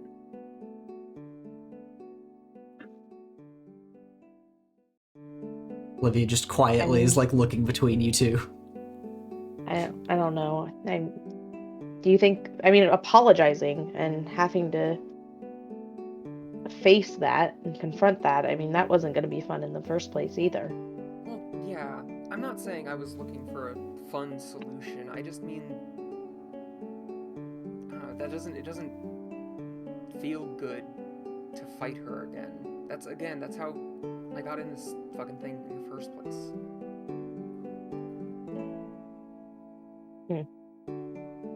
I mean, I get it. But go through the pamphlet. Maybe it's because the way that the trial was set up before, you know, she deemed it not worthy or something.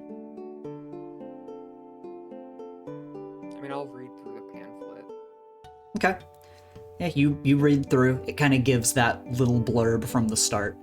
And it details kind of the specifics of the challenge. To begin the challenge, both must acknowledge the other as a warrior by marking their face with traditional blood-red paints. Family will mark each other with blue paint, symbolizing their connection. And then, of course, after the challenge, regardless of the winner, both sides accept the results and honor each other as warriors with a feast, where a beast is split in two with a blade. I really don't want to split a beast. That's so nondescript. That could be literally any animal, even ones that don't typically get eaten. Would a ham be considered a beast, or is that not a beast anymore? I feel like it has to be alive before being split to be a beast, right? I think that if you do it this way, with the paint and the feast prepared, it can be a ham. Because I think Triff will realize that you're kind of meeting her in the middle. Yeah, I mean, like Jay said, Tiffany is pretty prideful, but I mean, you guys are friends. She wants to be your friend too. I'm sure however you approach her, she's just gonna be happy to talk to you.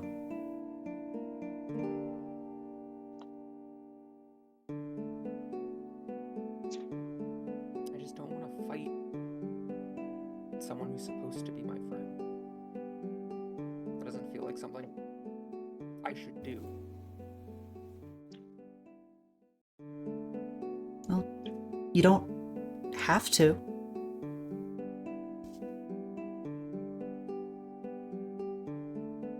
Why can't they just have like a special cake I had to make? The Gaxian apology cake. That was kind of what I was hoping for here. Do you want to make Yeah. a cake? We could make a cake. No, I forgot she gets drunk off sugar. I don't think that would be a good idea anyway. Oh yeah. I completely forgot about that. Maybe it'd be a better idea because of that? No. No, probably not. She'd probably have a really good time. I'm not saying we should do it, but you know, she'd probably be fun, is all I'm saying for her. I don't know if we should encourage that. I'm sorry. No, I'm sorry. That was stupid. I'm sorry. No, it's not. Whoa, it's not stupid. I'm just saying. You know, I don't know. I feel like every time I see her eat or consume something sugary, and I realize I haven't like told an adult that that's something that happens to her, and I'm pretty sure she hasn't told anyone. It's like, is that good? Is that good that we just keep letting her do that?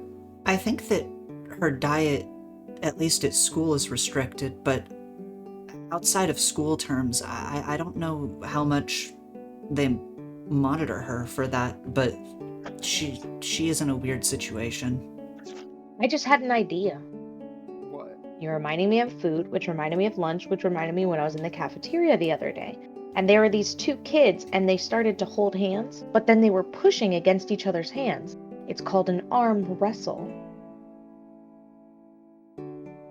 It's a way of determining who is the strongest without you actually having to physically fight them. But I bet if you gave them red paint and also had the beast already ready, but challenged them to an arm wrestling competition, maybe that would count. It's still technically a fight, but then no one has to get hurt. I guess that's true. Yeah, that'd probably work better.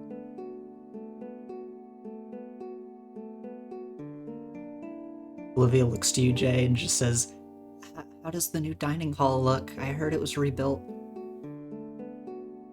Oh, it looks pretty good. I didn't really pay attention. I kind of mainly just go there to hang out.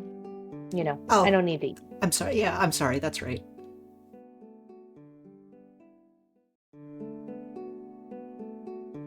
I kind of just like hanging out, and sometimes I just watch other tables. Yeah, I feel that.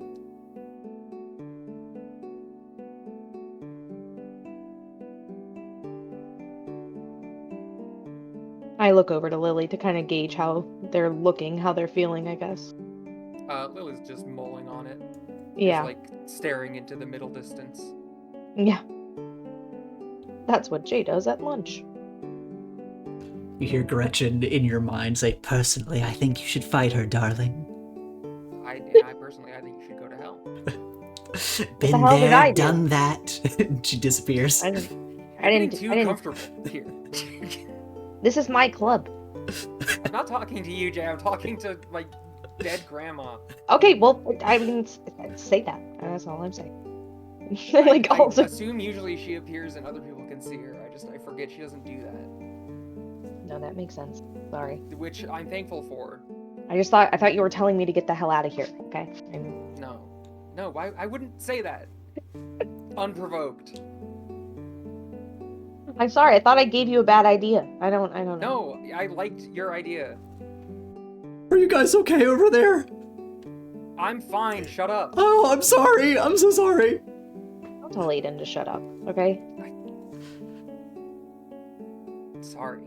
Thank you. It's okay. How's it going over there, Aiden? I'm How are good. those? How's it looking on those watercolors? Oh, look. He kind of holds up, and you've got him on like a material that he's able to paint on, and it's mostly been watered down. Yeah. I like to imagine we have one of those boards where you can just paint with water in here. You know what I'm talking about?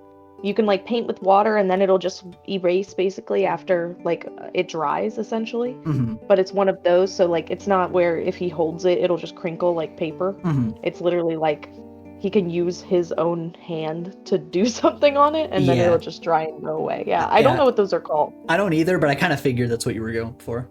Okay, good. That's exactly what I meant.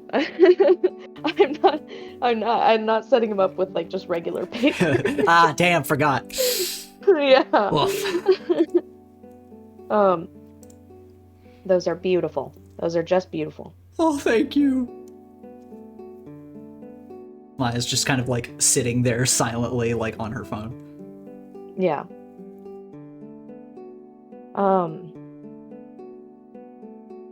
Did you want to join us for a club activity today, though, Lily? What's the activity? We're gonna play a memory game. That's it? Yeah. It's mainly for kind of look at Lily, mainly for Aiden, just to help jog his memory a little bit, but also fun for everybody. Okay.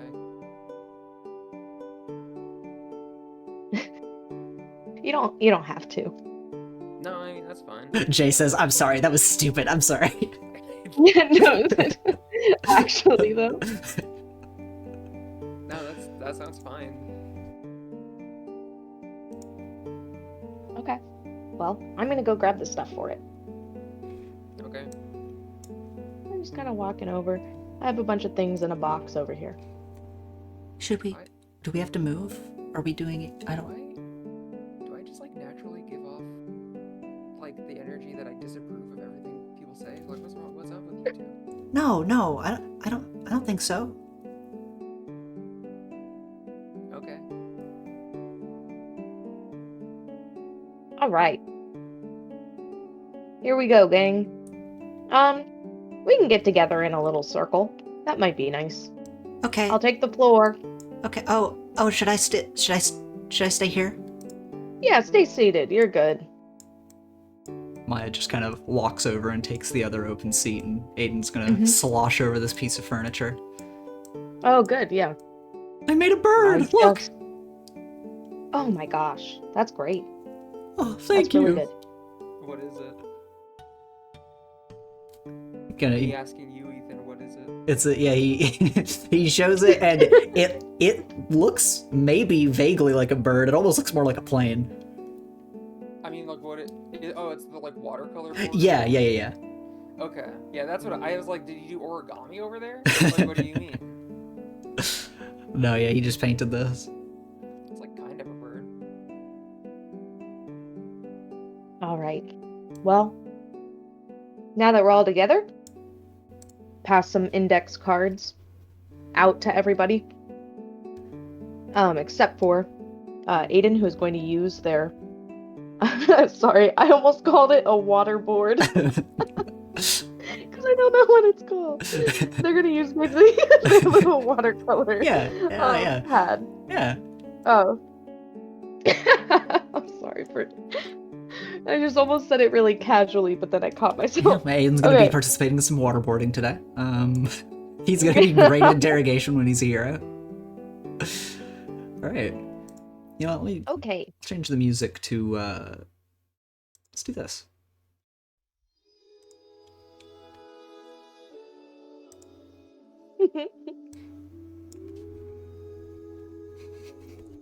They call him the what? Call me the drink. Aiden's the... Jay speaks up and Aiden's the drink. I am the cup. I don't give a fuck. I don't give a fuck. Anyway. Okay. Anyway, so what we're going to do is that we're going to go around the circle, and one of us is going to ask a question to start. So I will start, and then we'll go around the circle, and we'll take a little bit just to draw something up, and then flip the card and just talk about our drawing a little bit.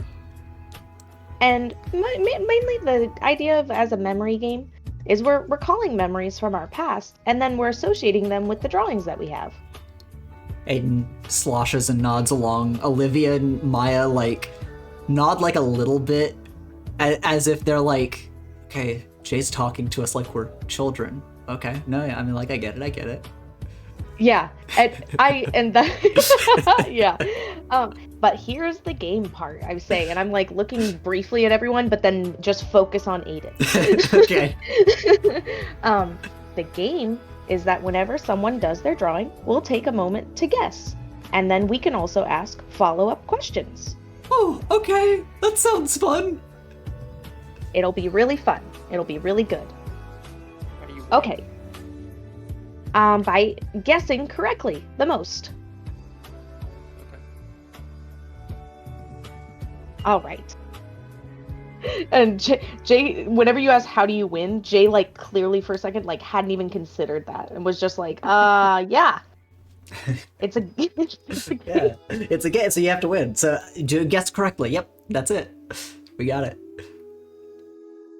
So, I want to say surrounding Jay is like index cards, but also like markers and crayons and pens and like random like jars of glitter, like as if Jay has slowly been just compiling craft materials in this club and is now just like surrounded by them. So if it just assume like if you need to color or something, you could just take something from Jay. Olivia is gonna take some crayons and glitter, and Maya just takes a pen. Yeah, that makes sense, yeah. All right. My question is, what is your favorite song from when you were a kid? Take your time. We're just gonna draw them out, and I'll reveal mine first. Everybody ready to do some drawings?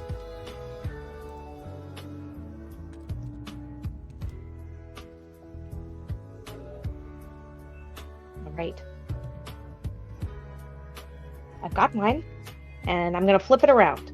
And there is a picture of what seems to be some sort of like rodent, like a squirrel, basically. Actually, also, I'd like to make a note, the concept that Jay's drawing is basically like pointillism. Like as if their hand just went left to right and then straight down the page, just like doing dots to create this, and did it in like the couple of minutes that we were doing things. But it reminds you of whenever like people make images out of like dots and dashes. Yeah. You know what I mean? Yeah, Yeah, I like get a you. printer. Yeah, exactly like that kind of. But I'm using pens. It's like a quick, silly sketch, but it's definitely like dashes and dots and stuff like that. But it looks like a rodent that is wearing like a funky t-shirt and bow and is holding a microphone on stage.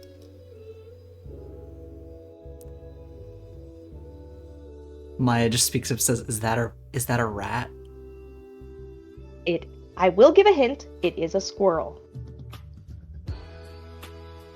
It's a squirrel. It looks like a rat. He drew the tail kind of thin, but I mean, Squirrels, yeah, they do have bushier tails. Maybe this one just got out of a lake. Oh. Is that relevant to the song? No, not at all, actually. I'm sorry.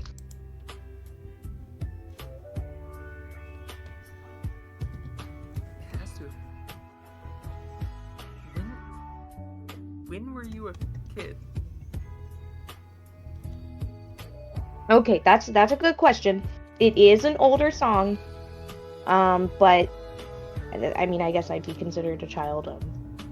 I mean, if not now, then when? I mean, Sorry, I didn't mean to get existential with my. I just wanted to know a time frame. no, that's perfectly fine. We can get existential. That's what the friendship club is all about. Is well, we all have things that are going on, and we can share them. And I also want to add, I am looking at Aiden. We can share them. We can share them anytime. Anything that comes to our mind that we remember, we can share it. That's because we're all good friends. Is that just to Aiden or to all of us? We were just. Oh, no, to everyone. I mean it for everyone. Oh, okay. I don't know a lot of song names.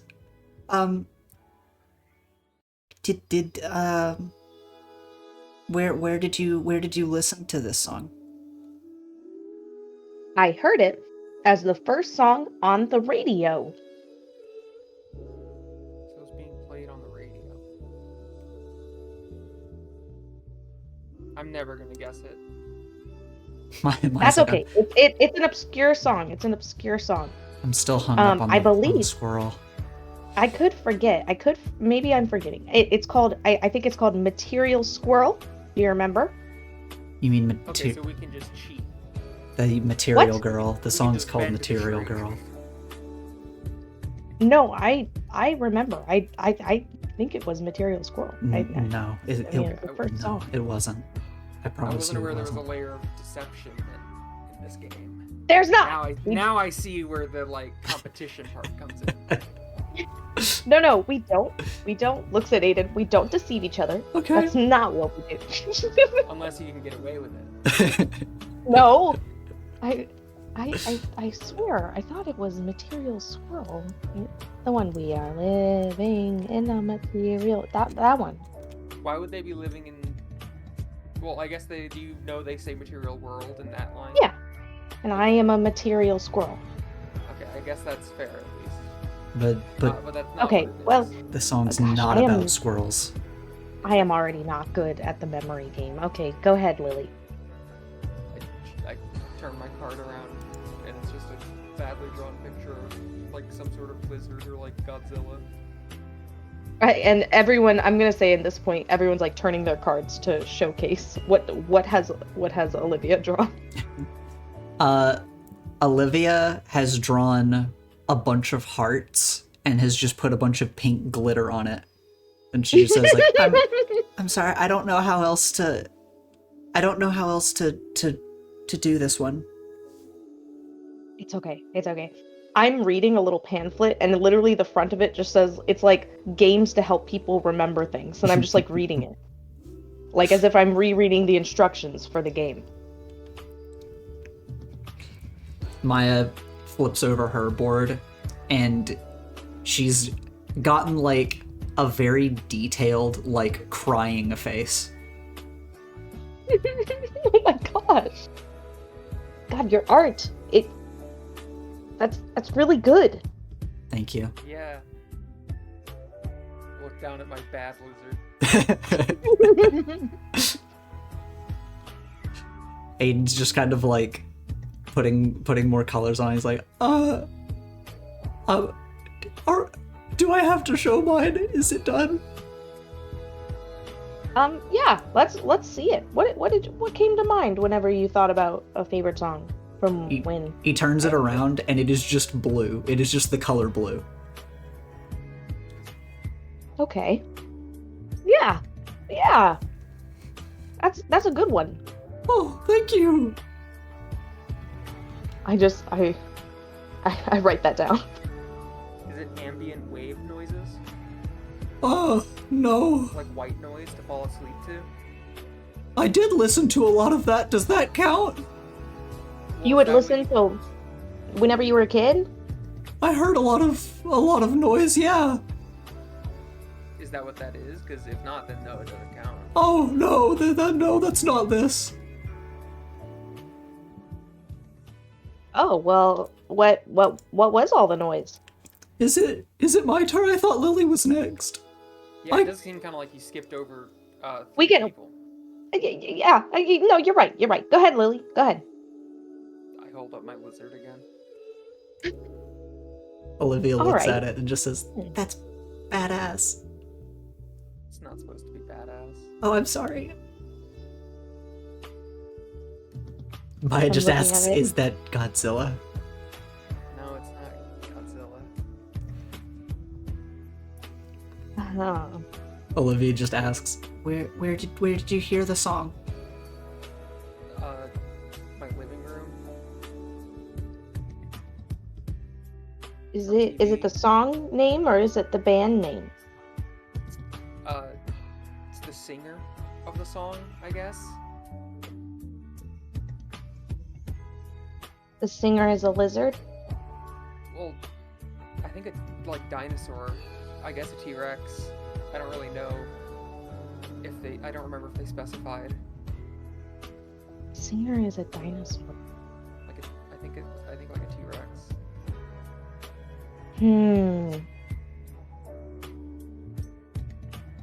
A song that a T-Rex sings.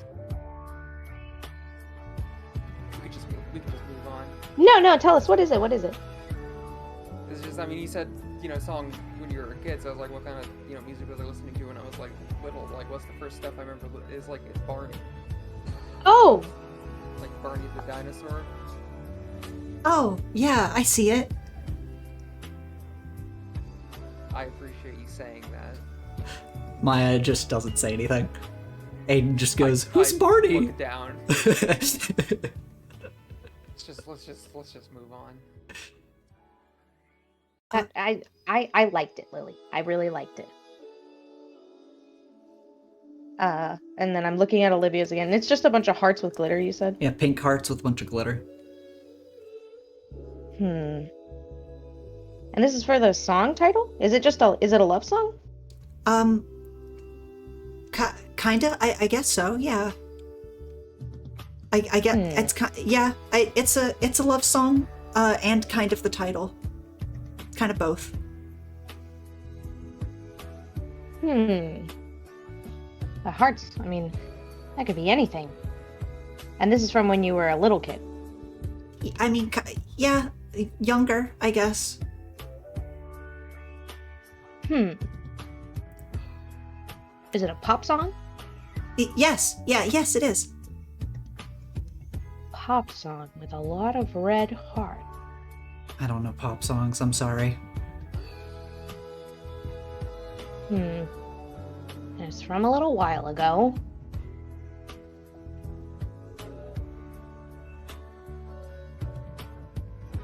You listen to pop, don't you, Lily? Yeah. I mean, like, there's a lot of pop songs that are love songs. That's like almost 90% of them, I would say. I'm sorry. I could have been more specific. No, you're fine. Is it just the way you are?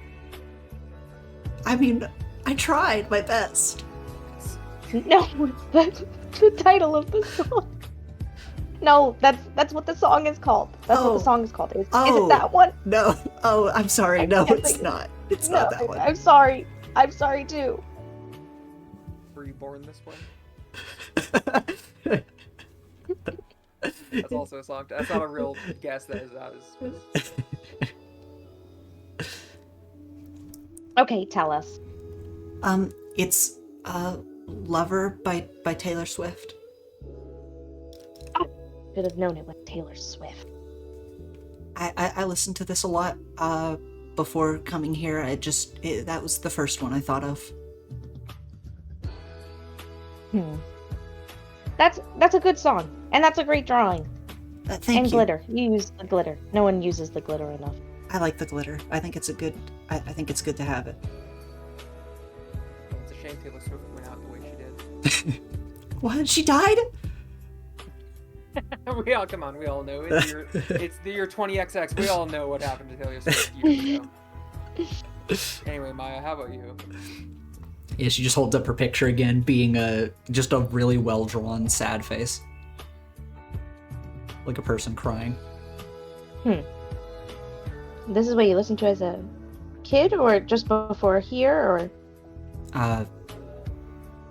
I mean, I guess just before here, but I heard it pretty early on.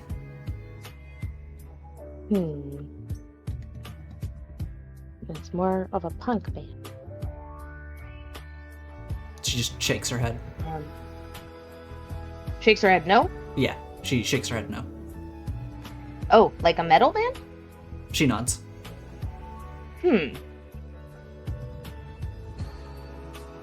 What, like Fall Out Boy? No. Bullet for My Valentine. No.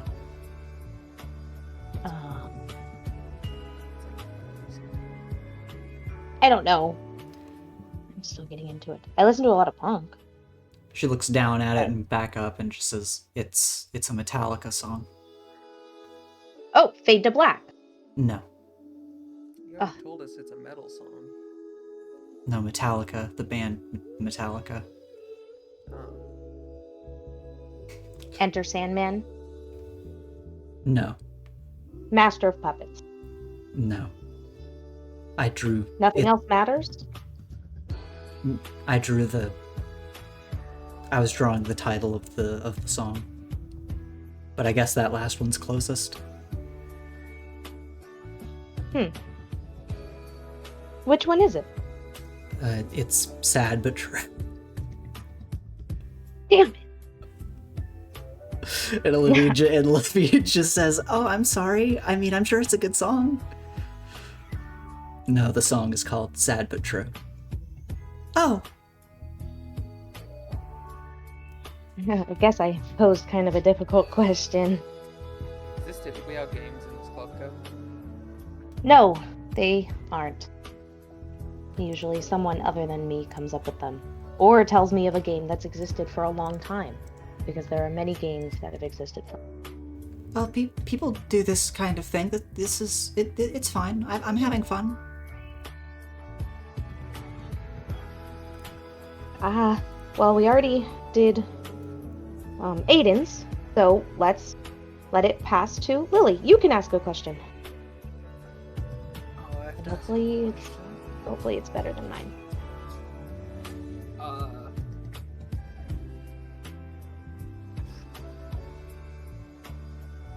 Who's your guys' best friend in the whole world? Huh? That's like the question that you're gonna draw on the thing. Oh. Okay. Yeah. He goes Not to draw. exactly about memory, but yeah, I'm already like starting to print my drawing Okay. onto the paper. Okay, No, it's well- good. It's good. I enjoy it. I like what's happening, and it's probably better. It's fine. Maya's like, should I just... Like, should I go? Like, is this... I don't know. I don't know what's Huh? going on. I mean, I guess I can. I don't even think Jay-Z can keep score. No, I have a score. I have a score. I have a Who's in the score lead? right here. Well, no one guessed correctly last round. Nobody even tried to guess mine. I tried to guess yours. I thought you said that it was just an ambient sound. Well, That's what I tried to guess. and Lily then Lily it said that wasn't. didn't count. If I had Well, known because I asked if that's what it was, and you said no. Yeah, well, yeah, that's not what it was. Okay, so that's Wait. why it doesn't count. Don't say it like I decided it doesn't count. No, I'm sorry. That's not what I meant. I thought you said it was just white noise. No. Is it an No, actual that was my song? guess. Wait, It's And it was no, just it's, blue. No, it's okay. We don't have to do is it that. Mr. Blue Sky? No, I think that's close. I'm sorry. You guys started saying a bunch of titles. I didn't know the title of my song. I just heard people talking about it. Is it the ocean? Did you hear people talking about the ocean? What do you mean? No, it was music. It was. What did the music sound like, Aiden? It sounded really sad. Do you know how to hum it? Can you hum it? Not really. Were there lyrics? Yeah, I don't really remember them well, but they said something about the color blue, and so I put the color blue on my board. It's not the song that goes like "I'm blue, abadi abadai," right? No, no.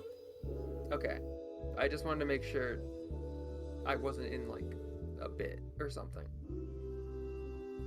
What do you? I don't know what that means.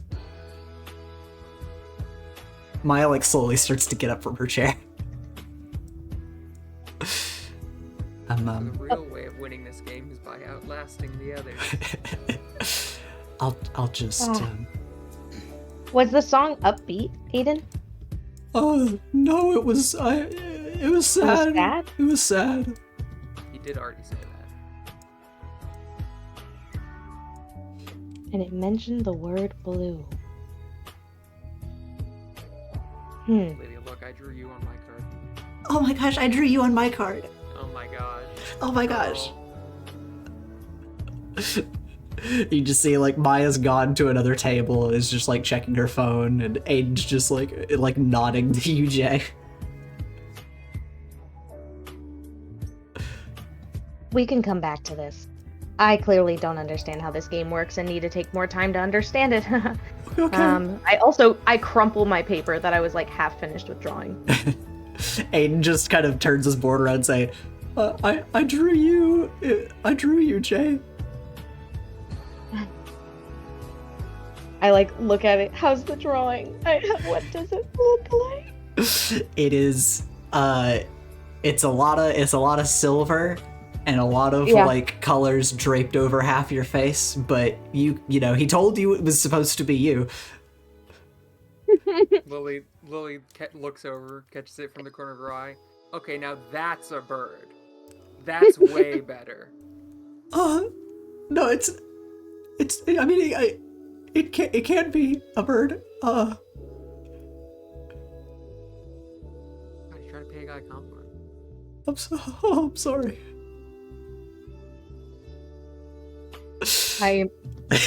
First of all, I snap a photo of this with my eyes. Okay.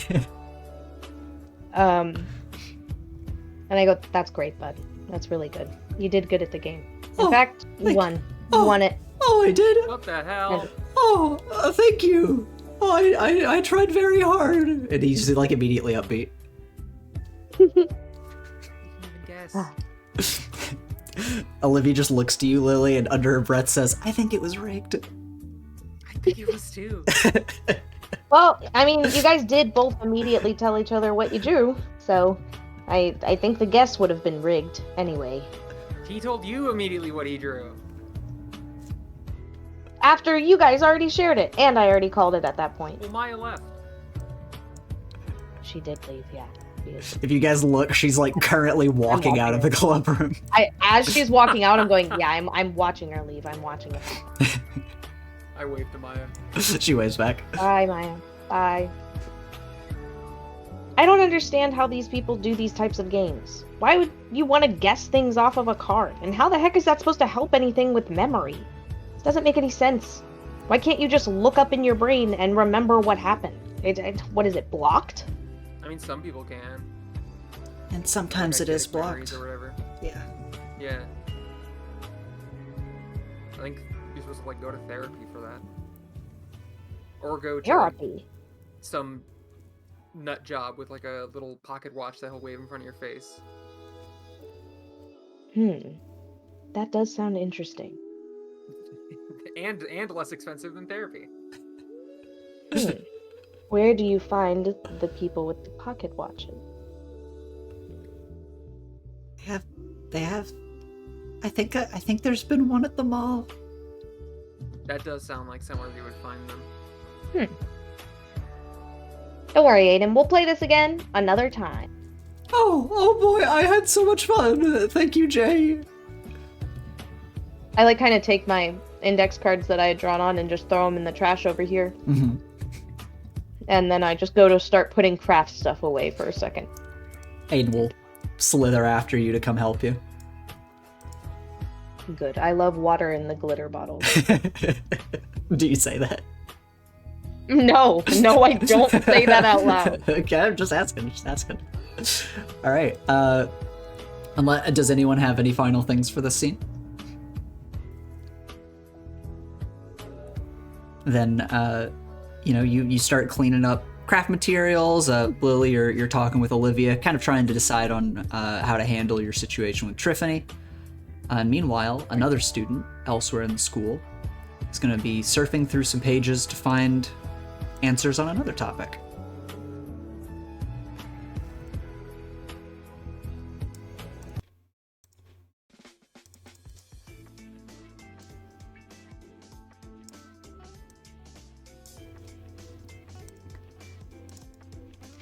Alex, deep in the school's physical record system, you and Nelson pour through pages and attempt to learn more about your grandfather. His history as a hero, bizarre occurrences. What is Alex looking to learn?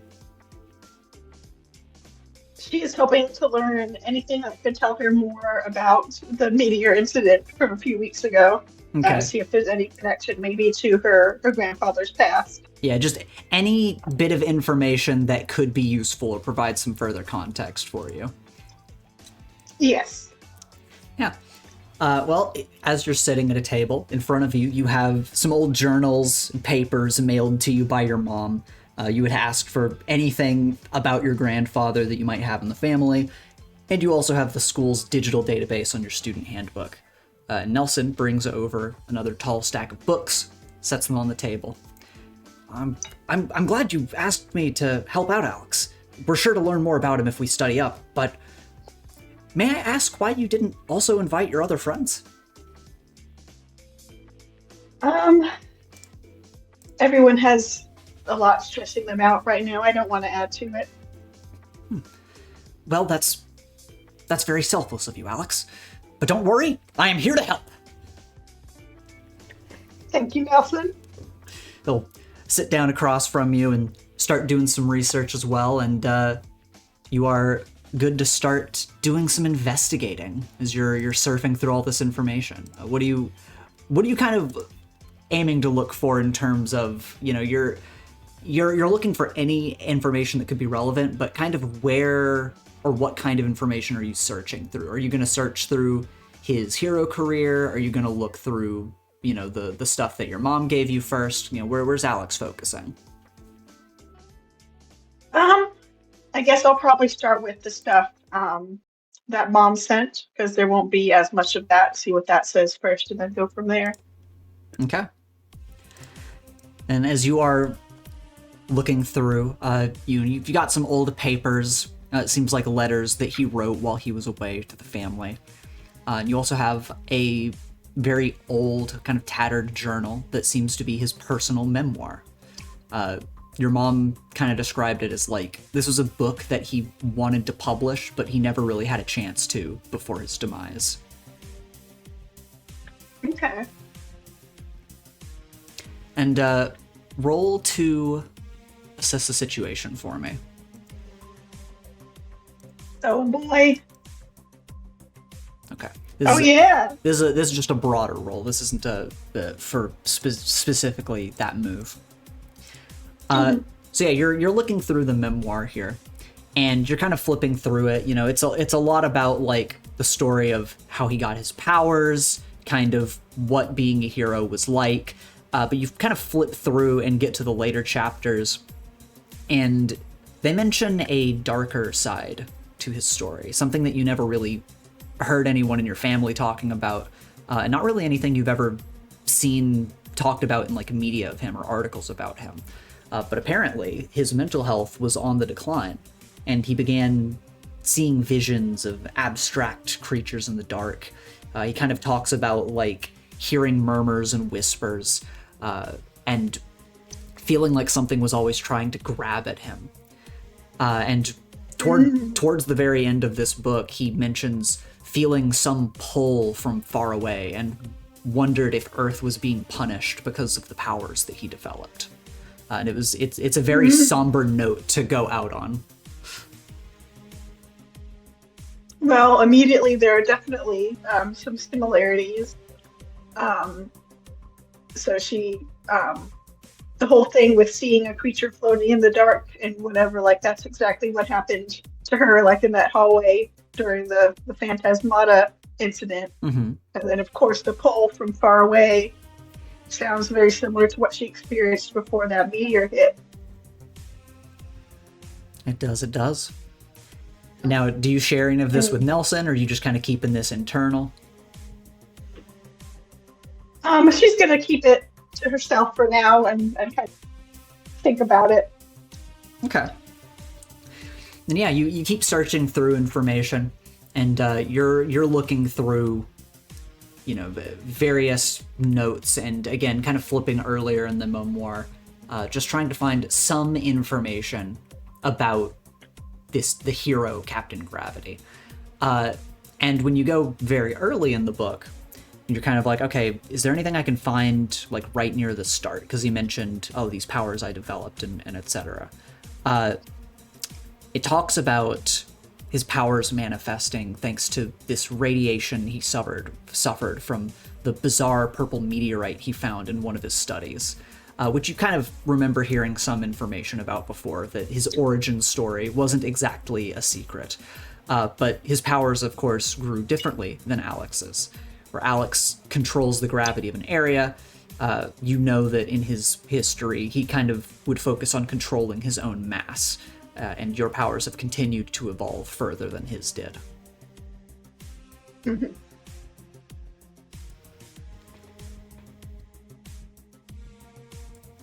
Yeah, you keep flipping through the memoir, but those are kind of the things that jump out to you, other than like, his long prose talking about his life.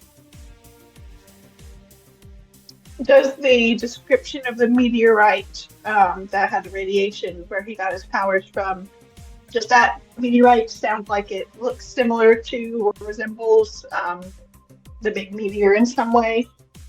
Yeah, you think about that, and when the meteor crashed into you, it seemed larger than life, and then there was a massive crater and some debris left, but you didn't get to see like a meteor that was left in the hole.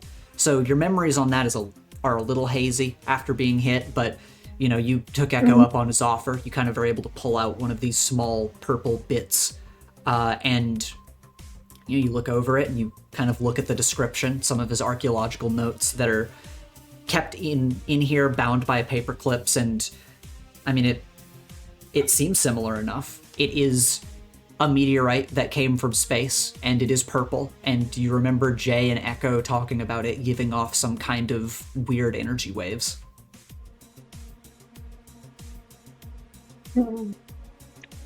Okay.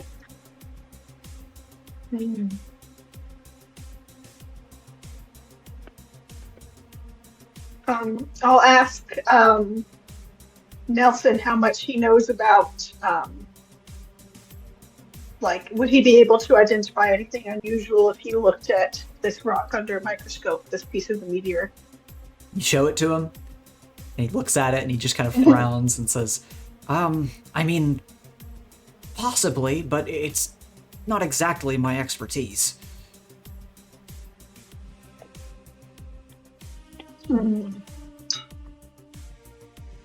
What are you expecting to see if you look at it under a microscope? I can't really say for sure, just anything that stands out. I guess it is difficult when you don't know where to look or what to look for. Yeah. As for what I've been finding, I'm mostly just reading through his heroic efforts, but... well, I suppose there is something similar. Captain Gravity was one of the heroes to go to whenever Earth was threatened by stellar bodies, I suppose, meteors, falling satellites, etc. But I mean, based on what I'm finding, I had never really noticed it before, but in his later years, he did have to fight off more meteors than early on, if that helps. I think that actually does help a little.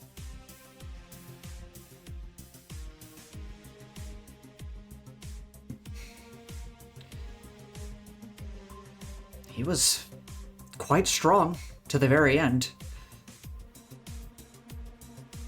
Yeah. Nelson kind of thinks on this for a moment. And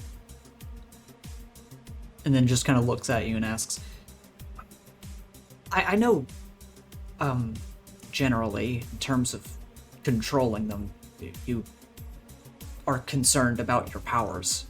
I don't know how to ask about this without just saying it, but your grandfather, how he went out, is that something that you're concerned about?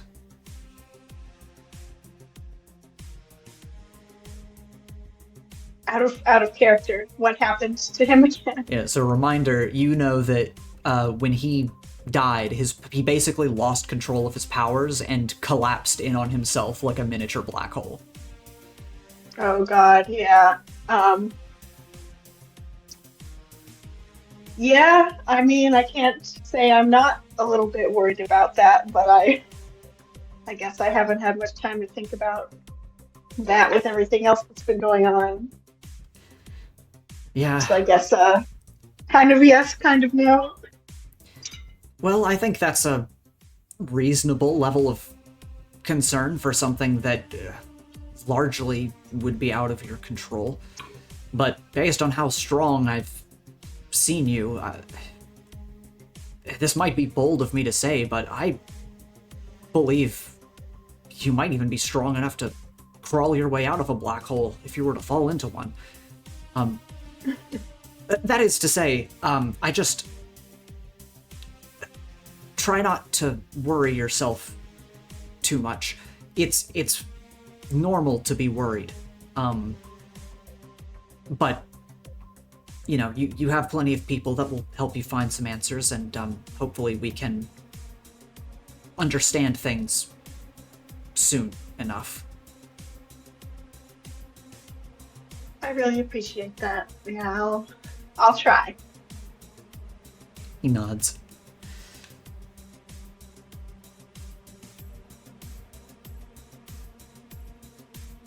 And Well, I don't want to take up too much of your time. I think I've about found all I really need, but I do appreciate you being willing to help me out. oh, of course. And meanwhile, at the very same time, there is another version of me preparing on the beach with Evan, getting some drinks and snacks together. So I cannot stress enough that no use of my time helping my friends is a waste of my time. I love to hear that. Now, that said, if you are done researching, perhaps you can join me and Evan in setting things up on the beach? Yeah, I wouldn't mind that. Wonderful. He'll close one of the books and kind of stand up, and he creates a duplicate of himself that splits off pretty naturally. And that Nelson says, "I'll put everything away while you two head out." Ah, thanks! He high fives himself. Thank you. You two start walking down the aisles of the library, heading to exit. And he looks to you again and just says, "Captain Gravity really was a startlingly powerful hero. I forget, did you plan on ever taking up that mantle?"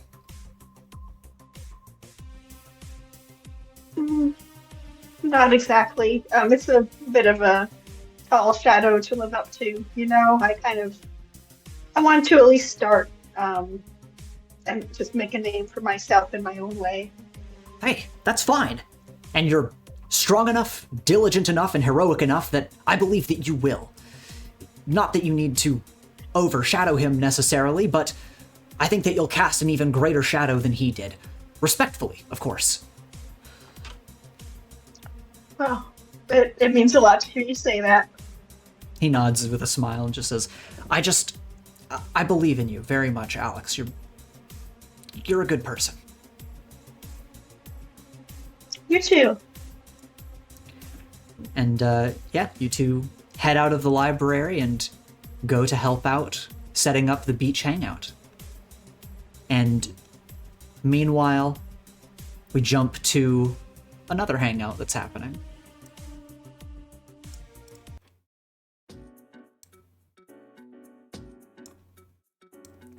And we arrive here. Terry has asked Echo to hang out and chat and mentioned wanting to see Ellis and check in on him after everything that happened. So you both step through a portal to Megea, entering Echo's home. Echo waves to Ellis with a smile.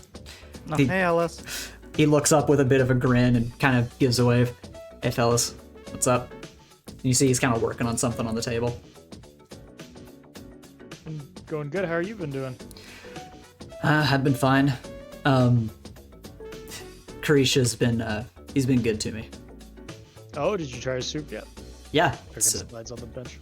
it's pretty good. I mean, some of it was. They made one without the grubs or whatever they were in it, but I don't know. I don't want to make them make a whole grubless stew every time they give me some.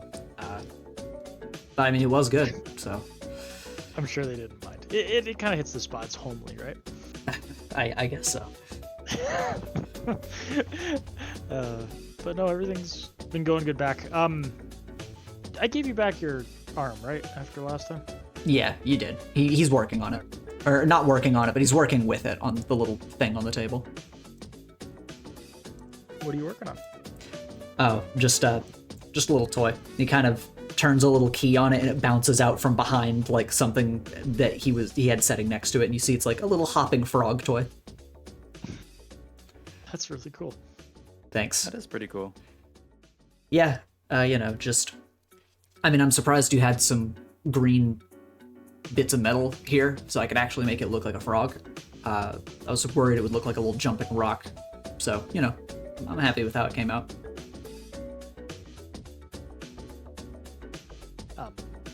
We just came to check on you, see how you were doing. I'm glad Carisha's being helpful for you, but we've, well, actually, I'll let Terry explain what's been going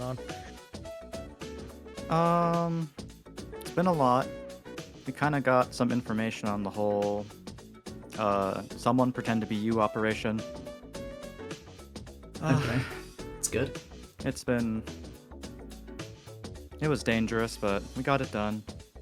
But, actually, I was hoping to talk to you about something, talk to you, Echo, about something.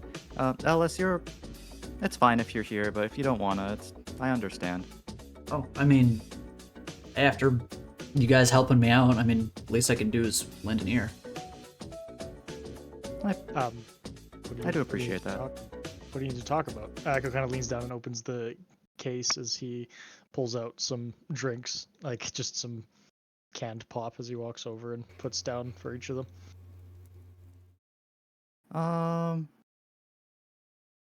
It's not so much about something concrete, it's more or less I just want your perspective on events. Both present and future, I suppose. Okay. Ethan, before I continue, how is Terry feeling, physically? It's the first time he's taken medication Catalyst made him, and it's might affect things. Yeah, you took some, and I mean, medication isn't like magical instant, but I mean, in the very least, you feel a little more clear-headed than usual. Okay, well, let's structure this out so I don't get lost in my own thoughts. First thing on the table, not literally, because I don't want to put anything on your table, Echo. Do you trust me? Yes. Honestly, I can't. I was expecting like a bit more deliberation, but it is very much like you just to immediately say yes. Terry, can I be honest with you for a second? I would hope everyone. Well, let me rephrase. I would like it if everyone was honest with me all the time. As much as I know about your past and your history and stuff, I still trust you. I think you're doing like things for the betterment of people and yourself. Like I don't not trust you. You're my friend, and friends trust each other, right? Terry is staring at Echo with like a level of intensity that is alarming, but at the same time there is no signs of aggression. He's just can I roll Pierce the Mask real quick? Yeah. Sure. Okay. I never do. What is your mundane at? Really good, Will. It's really good. It's fantastic. Okay. You get to ask one question. Okay. Give me a second. Where even is this? Is There's- Echo telling the truth? Like Yes. from what? From what? Yeah. Okay. So yeah. Yes, he Okay, is cool. telling the truth because he does trust Terry and he is friends with Terry. He cares about him.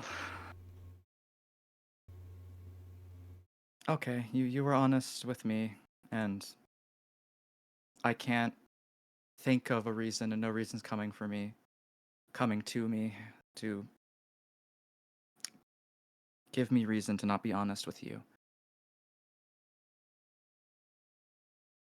I know for a fact I have been genuinely unstable, and I've just been getting worse. I've been spiraling in a way that I don't think is stoppable at this point, and I don't really see a way to stop it. But at the same time, I don't want to live out of control of my own life. So I'll pose you a question in relation to my situation. But I'll ask. I'm gonna give you a hypothetical, Echo, and I need you to like give me your perspective, because I can't really trust myself as much as I'd like. Would you be all right with that? Echoes kind of like has this like soft look on his face, like he feels bad for Terry, but he just nods. Yeah, of course. What's up?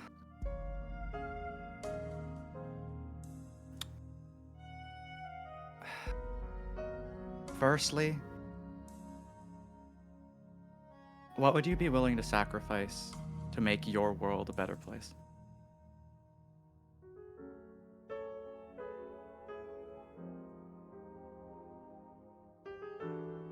It's a bit of a loaded question, Terry. Yeah, I found that most important questions are. Not asking for a correct answer, Echo. I just want to know what you. I want to know what you'd do. What I'd do? If you had a solution, but it was risky. Would I If be you had to willing sacrifice take to that? solve your all. If you had something that could solve all your problems, seemingly, but there's risk to it, what would you be willing to sacrifice to fix yourself?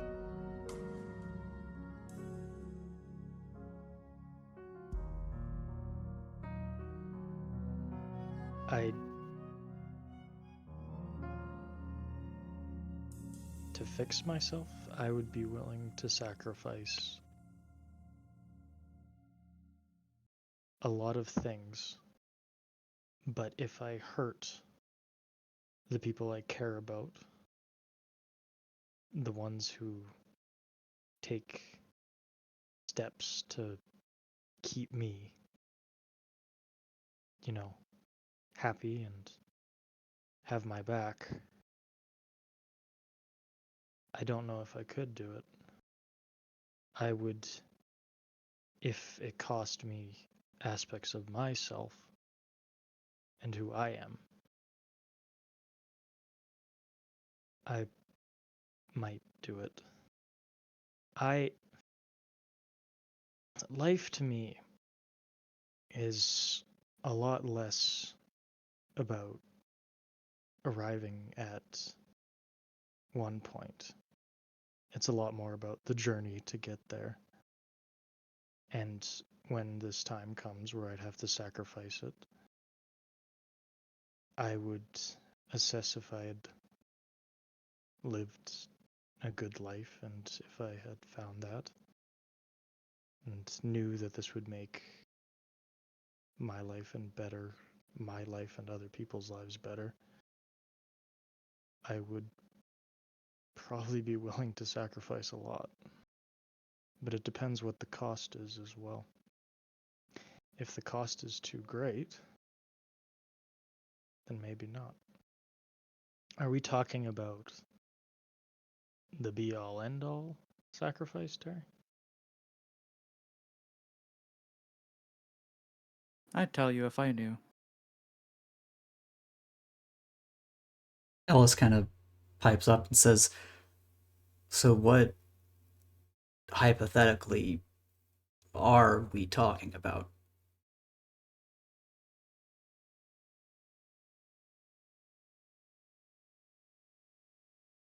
Terry would just be looking down at the table, like he's still as a statue. He's not looking at either of them. There's a long pause. There's dead silence where it's obvious it is incredibly obvious to both of them that he is like carefully planning what he's about to say.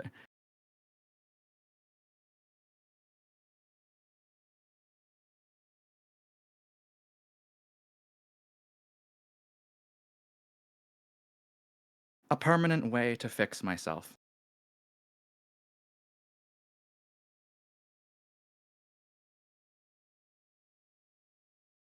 I don't Follow. What do you mean, Terry? I'm always afraid. The fact I'm not right now is actually, I'm not actually even certain that this is a better state of being. I'm not sure of anything, actually. There are enemies all around me, apparently. People who can take things from me without me knowing. Things that I have no control over. And things that won't stop interfering with my life until I deal with them.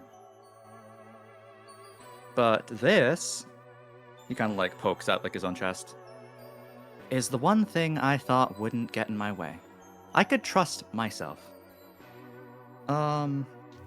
But as I've learned just from being at Star Heights, from our many escapades, I can't trust myself anymore. My power is, by all means, slowly breaking me down mentally and physically. I don't know what side effects the medication I've been given will have. Further, I have no idea what to do if I keep going on this course. And in all honesty, I'm about to lose it. And I'm scared, but I'm not scared of Maul, or aliens, or invisible people, or people who are at the school who think it's okay to hurt people just because they're different. I'm scared of me. Because I am so close. I am so close to just thinking, what if I make everyone else scared instead of me? That I can control. That I can maybe do something with. But this state of being I'm in right now, where everyone else who seems to have objectives that include ruining my life, they seem to have some sort of control, some sort of aim. And I can't see it. I can't see it. I can't see it, and it's driving me crazy. So I have to fix myself. Because if I don't, they'll win. And this whole broken world will keep on rolling without me in it. And I can't stand the thought of that. I hate that. I am more full of hate towards the idea that this will happen to someone else like me in 5 years from now than I'm scared of anything. So yeah, I think I'm getting to the point now where I'm getting more angry than I am scared, and I'm really afraid of what'll happen. What'll happen when that happens. So if you say that when it comes down to it, that I can just protect the ones I love, the ones I care about, then I ask in return for you giving me that view of yourself, that when the time comes when I make this decision, that you don't try to stop me. Because I think I know what I'm going to do now. What I have to do. Yeah, so thanks, Echo. I appreciate it. Thanks for taking the time to talk to me. I really needed to get this off my chest. I don't really want to worry either of you. But, you know, I don't really have anyone to talk about this with, and Echo. Funnily enough, you seem like the most grounded person out of everyone who's willing to be around me. So I appreciate that. After this, Ellis, you know, is frowning, and he kind of looks to you, Echo. Terry, Oh yeah, what is it? Yeah, what's up? what are you thinking of doing? Fixing myself. That was the whole concept, How? Oh, that's a bit more complicated. Again, that's where like the risks and me not knowing exactly how everything's gonna pan out comes in. It's a work in progress, is how I'll describe it. Let me rephrase. What is your current plan?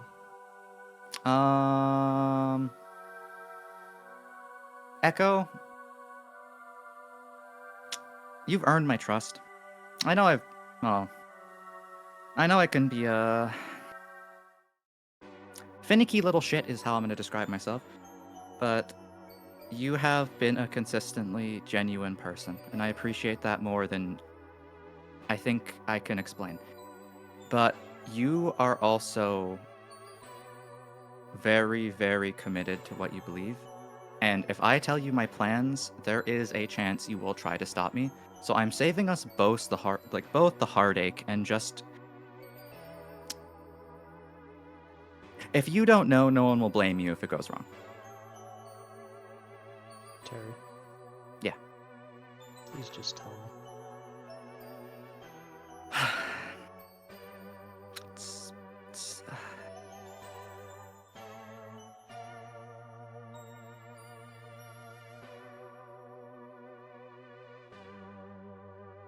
Okay, I'll tell you if you promise not to tell anyone outside of this room currently. And you stick to that promise. Because, Echo, if you break this promise, if you break the trust I am going to give you, that I have given to, on one hand, countable amount of people right now, if you go behind my back and you stab me with what little trust I have left, I will never forgive you.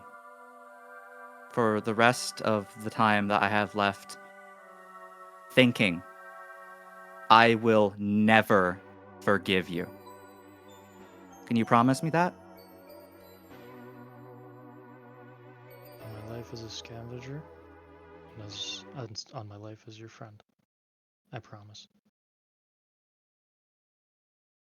Huh. Terry's like whole body like kind of like it was stiff. It was like a fucking granite tabletop. It like all the pressure just like he's like oh god, you have no idea how long I've wanted to talk with people about this. Ellis, same deal. You betray me. Blah blah blah blah blah. Enough being all serious. You guys promised you would you wouldn't betray me.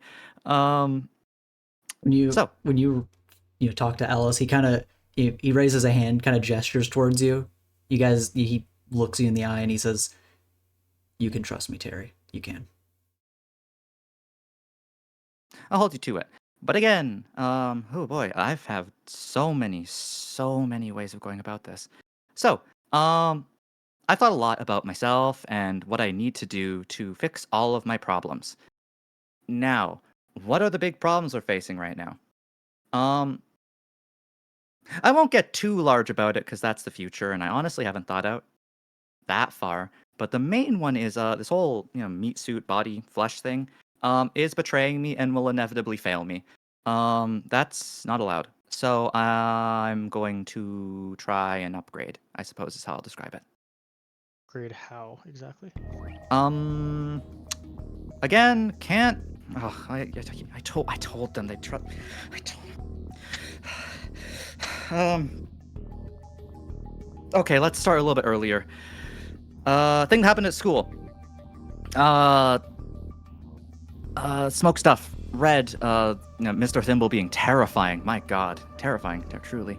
The things creatures will do when they've lost all, like, restraint. It's crazy. You don't expect to see that out of people.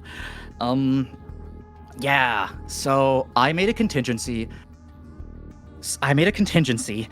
Just in case someone betrayed me, because I was doing something with the knowledge of 3 other people, and we threw a bunch of stuff in a bucket, and I had a plan. I had a plan to escape this because I couldn't trust it anymore because it was falling apart. And it worked out. Turns out one of my friends was possessed by a demon. One of the few people I actually, liked enough to have around and talked. Something was in him. It wasn't him. He wasn't like everyone else. He wasn't who he thought he was. Everything was going. Yeah, sorry. I'll keep going. That went really wrong. And what happened at the school? Surprise! Kind of my fault. And it kills me. It's killing me. But I can wait. That can wait till later. Phantasmata is mine. It's mine, it's mine, it's mine. It's always going to be mine because I planned just in case someone stabbed me in the back, and now the only one left is mine. And I'm pretty sure if I do some stuff, mix some stuff up and mix it, I can get past this. I can be something more, something that's not scared all the time, something that's not going to drop dead randomly at like 19 of heart failure. Something that has a future, something that can do things for this world to make it better. And I'm not sure if it'll work, but I'm pretty sure there's like a solid, maybe 50% chance it goes right. The other 50s, I'll probably die horribly. But again, if I have to choose between keeping on and on and on every day, tomorrow, future, 5 years, maybe not even 5, like this, or take a 50-50. I'm taking the 50-50. I'm not stopping. No one's gonna stop me. Yeah, so that's basically how it's gonna go. You want to use it to make you possibly better?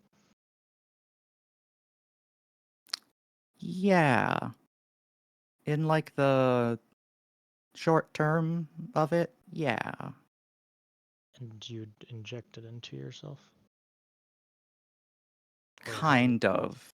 There's a few more steps than that, but I hope you guys don't mind me keeping the whole process a secret, because the last time I let someone in on that process, they were possessed by a demon, and I trust both of you. But there's still a chance there's someone like in this room invisible, or like, I don't know, something like that. And despite the fact I know that's right now, that's kind of probably just paranoia. You fool me once, shame on you. Fool me twice, shame on me. I'd rather not leave it even possible. But that's the non-super detailed plan. And I wanted, take other people's take on it because I thought it was important. I said I'm trying to, this is the Terry's year. I'm trying to improve and be healthier and, talk and be honest and smile and laugh like I'm supposed to and be happy. So yeah, thanks for coming. This was a cool talk. I kind of glad I did it. Whew. What a trip. We can go back now. Echo, do you have like snacks you want to bring to the beach? Personally, I don't really think I'm gonna go swimming. It gets too cold. Honestly, I probably would just get sunburn. I might just like hang out by the beach, enjoy the wind.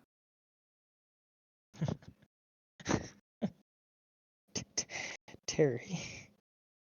Yep. Why? You say you want to get better, but Yeah. you risk it all on a 50-50 chance? Those are pretty good odds. again, like I'm kind of guesstimating. No one's done this before, so I'm not even sure 50-50 is accurate. I just kind of threw it in there because, most choices that are important are 50-50s. Have you seen the videos of people on that stuff? What it did to them? I was one have of a those deeper people. understanding of Phantasmata than I think anyone currently alive. You don't know what it'll do to you. It'll do something. I have an idea. Again, like Echo. Again, I didn't want to worry you. That's why I didn't want to tell you. Remember at the start of this, I said I didn't want to tell you because then you wouldn't know, and then it wouldn't be your fault for not telling other people. Now you're sitting on this information, and that I'm- hurts you, and that makes me sad. But I'm alas, I'm not going to tell anyone else. I'm just I trust you on that. But now you're gonna be upset because you know. Because if you do care, then the idea of me being in peril logically should lead you to have some sort of distress. So again, that's the main reason why I didn't want to get into the nitty gritty. But again, you asked, and I'm trying to be honest.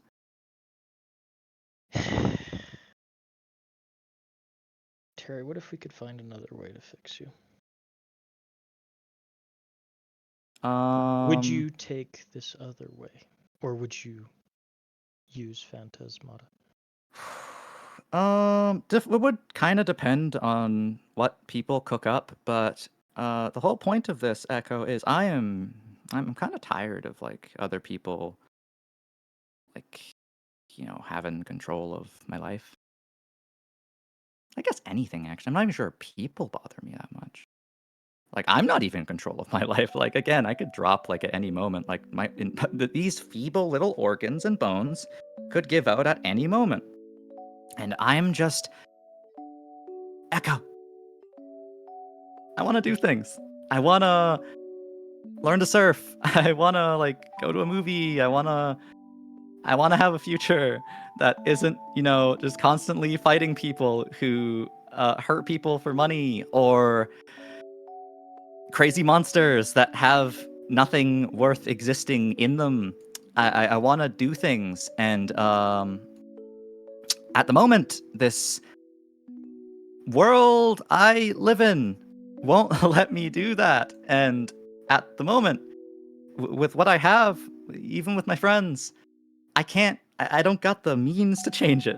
So this isn't just about fixing me. That's step one. This is a process. It's a whole big plan. I'm gonna fix myself, and then I'm gonna fix everything else.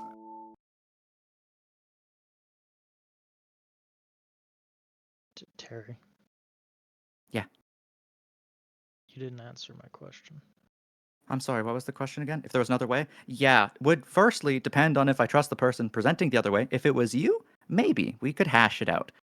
Pros and cons lists, that sort of stuff. But at the same time, as I said earlier, Phantasmata's mine. I made it. Every variable's under my control.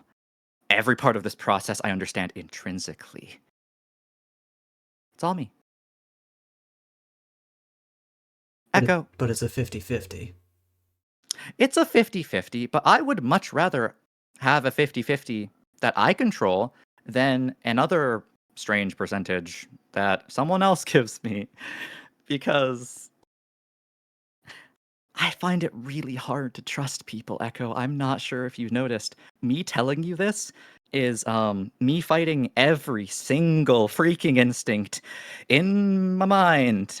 And it's not good. It's making me it's not doing good things. So good old Terry. Terry's not having a good time. Terry's not having a good time, Echo. Terry's having Terry, I'm not doing good. let's just let this sit. Thank you for telling us. Let's just let this sit. Yeah, beach time. Let's go see the sun and a bunch of people who are having a good time, and I can be on Flappy Bird and like have an apple juice and Echo, I won't do anything that will hurt myself or the people I care about intentionally. But I can't keep going like this. It's gonna break me, and I don't know what I'll do after that. I actually don't know what I'll do. That's what scares me the most is I don't know what I'll do. So I have to do this because I can control this right now. Okay.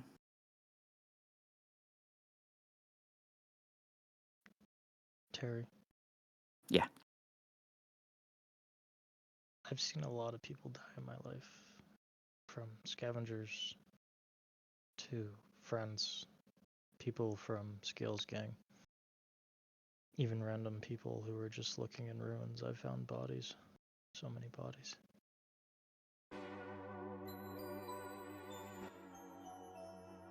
I need you, before you take this 50-50, this gamble, I want you to explore other options with me and see if we can't find another fix, one that's better odds. I want you to trust me, and he kind of scoots over, as your friend. Okay? Because I hate seeing you on this bridge of collapse, this one kick and you're gonna fall over, but I need you to work with me to find a solution that's not a shot in the dark or a coin flip. Can we try? And just try to find a different solution before you do whatever you're planning.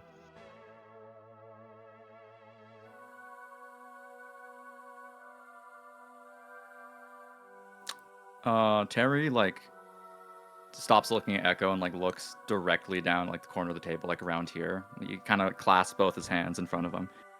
Takes a deep breath.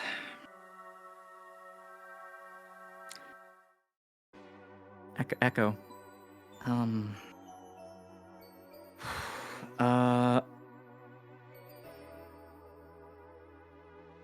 Sure. I'll give you time. I'll give you a chance. I'll let you take a swing at things. No. It's not just me, it's us. We're gonna work together. Who's us? Me and you. I'm not gonna be the only one doing this. You said it yourself, you want to have a say in it. If I start doing things, it'll be all on me. I want it to be us together as friends. Okay? Terry, I'm in your corner. I want you to be happy. I want you to go surfing. I want you to live that life you want. Like I said, life's not just about getting to the end, it's about that journey. You've hardly had that journey. I want you to have that. Because there could be so many amazing things there for you. And I want to help you get over this. And I want to help you get there. And not be scared every Griffin day.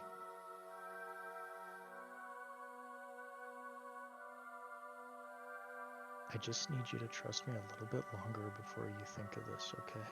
And let's work as a team to make you better.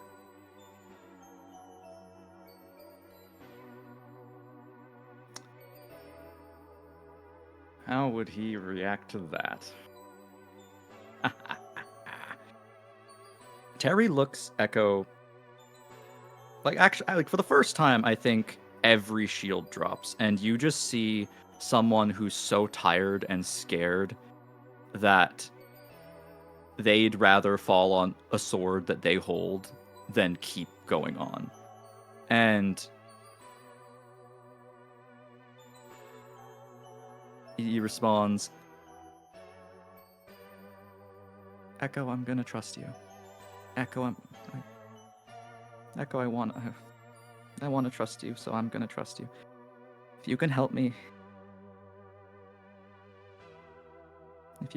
I'll try. But if I'm gonna trust you, I need you to trust me, okay?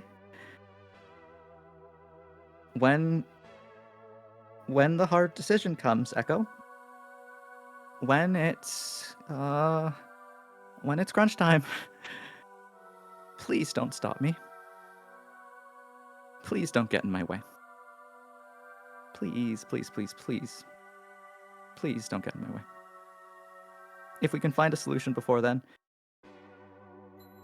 awesome. But if I'm gonna trust you to help me, then I need to know that when it gets there, when I have to play the cards I have, that you won't be in my way. Please.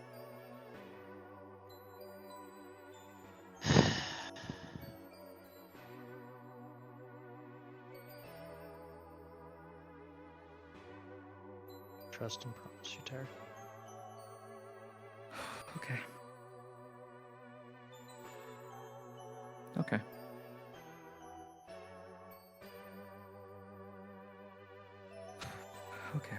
Okay. That's. We'll try and find something. We'll have to start from the ground up. Let's. I don't know what'll let's help, not- but we have to try somewhere. Let's not worry about it right now. Okay, let's just let that sit, and we can worry about it later. Okay. Yeah, I'll try my best, Echo, but I can't promise you that I won't be thinking about this for, well, forever. Echo like puts a hand on his shoulder and just kind of. He flinches. And then eases. Okay. I'll let you help. Welcome to Team Terry. We're gonna fix me, and then we're gonna make the world a better place. We're gonna make the world a better place, and we're gonna do something good. Okay, Echo. You too, Ellis. I'm not forgetting about you. I still remember this isn't just about me. Big things are coming. I still have to. This is a step one. Once I'm good, I'm gonna make everything else good. We just have to get there. I know, man. Terry, just so I understand, do you want to control your powers more or want them gone? Ooh, that's a good one. I would never want to take my hands off the wheel, Echo. At the moment, I need control. I need complete control without an ounce of doubt that it's mine. Because without that, I can't keep going. I have to be able to trust myself. I have to be in control of at least me, because if I don't have that, I can't control everything else. I have to have everything locked down here. He points at himself, his own chest. It needs to be perfect. Okay?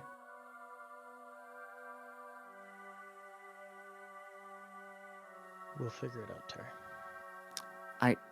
You know what? I actually think I believe that. Which is new. Whew, it's a new feeling. Thanks, Echo. What's the time? Ellis, you have a clock built in somewhere? I think Echo? it's time for you two to go enjoy yourselves for a bit. Yeah, beach day. Let's go. Summer, surf, sun. Again, apple juice, maybe a nice little seat under a tree. But yeah, let's go see people. Hang out. Don't worry. I'll be thinking about this and like workshopping it, and I'll come to you, and we can help me. We can help me. Okay, but first let's just deep breaths in and out. Okay, his hands are shaking, by the way. Like he's full body shaking. Let's go to the beach and have a good time. Okay, Terry. Let's go to the beach. Echo kind of just goes and just kind of like gives his shoulder a little squeeze. As he looks to Ellis for a split second, and just kind of opens a portal. So you're around Ellis. Do you want us to bring you anything back? Like, I don't know, like blue, purple, anything? Like Some blue would be nice. some blue? Okay, gotcha. Echo, remember that in case I forget it. I'll write it down, but just in case, we don't want our dear friend Ellis here to be without his blue for too long. Tally ho! And Echo, no, fucking Terry is just gonna go to like leave. Like he is fleeing. Like he is running out of here. Yeah, Terry exits through the portal, which goes to Echo's room and just goes to exit. I mean, he's out of here. And Echoes, you kind of have the portal open. Ellis just says, "Hey, Echo." He looks at him.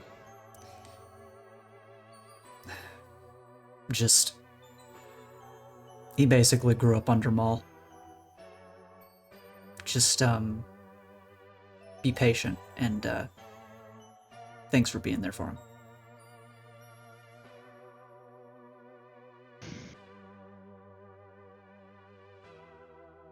That's all we can do for our friends, right? He gives a shrug. Have I fun. lost a lot of people. I lost a lot of people in my life, but I don't want there to be many more. And kind of gives a little nod. I'll find your blue for you. Don't worry about it. Like, actually, it's fine.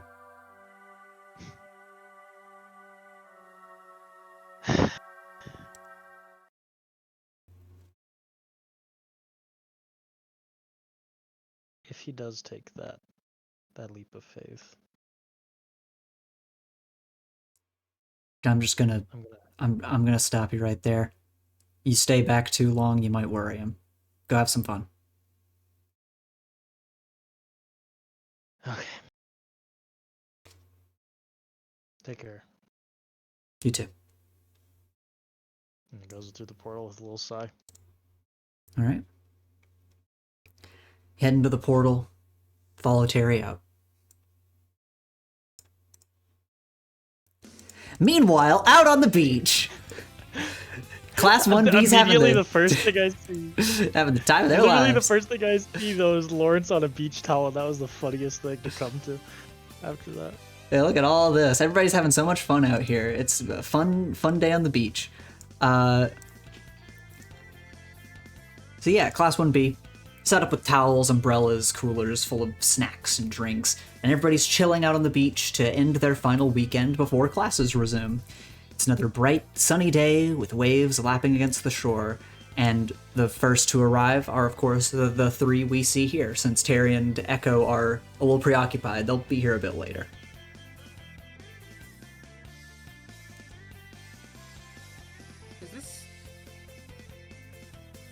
Is this music from Sonic Heroes?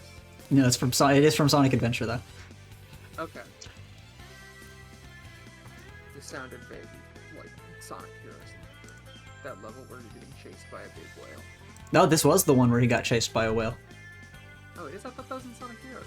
Nope, Sonic Adventure 1. Huh? Well, I'll be. Well, I'll be. I've never played those games, ever. I love Sonic the Hedgehog. We all know it, folks. We all know I it. don't know why I know it. Anyway. Any hoozle. Yippee. Yay! Yay! It's beach day. Beach day, let's go. The beach episode. Yeah, Alex, you're At like, long last. since you were helping out Nelson and Evan, you're like bringing out a cooler along with your friends and kind of setting it here at home base, and you guys look out in the water as you see Robert and another Nelson like swimming laps in the water. Everybody's doing their own thing. Yeah. I'm gonna go to the water. Okay. And where's Lily headed to?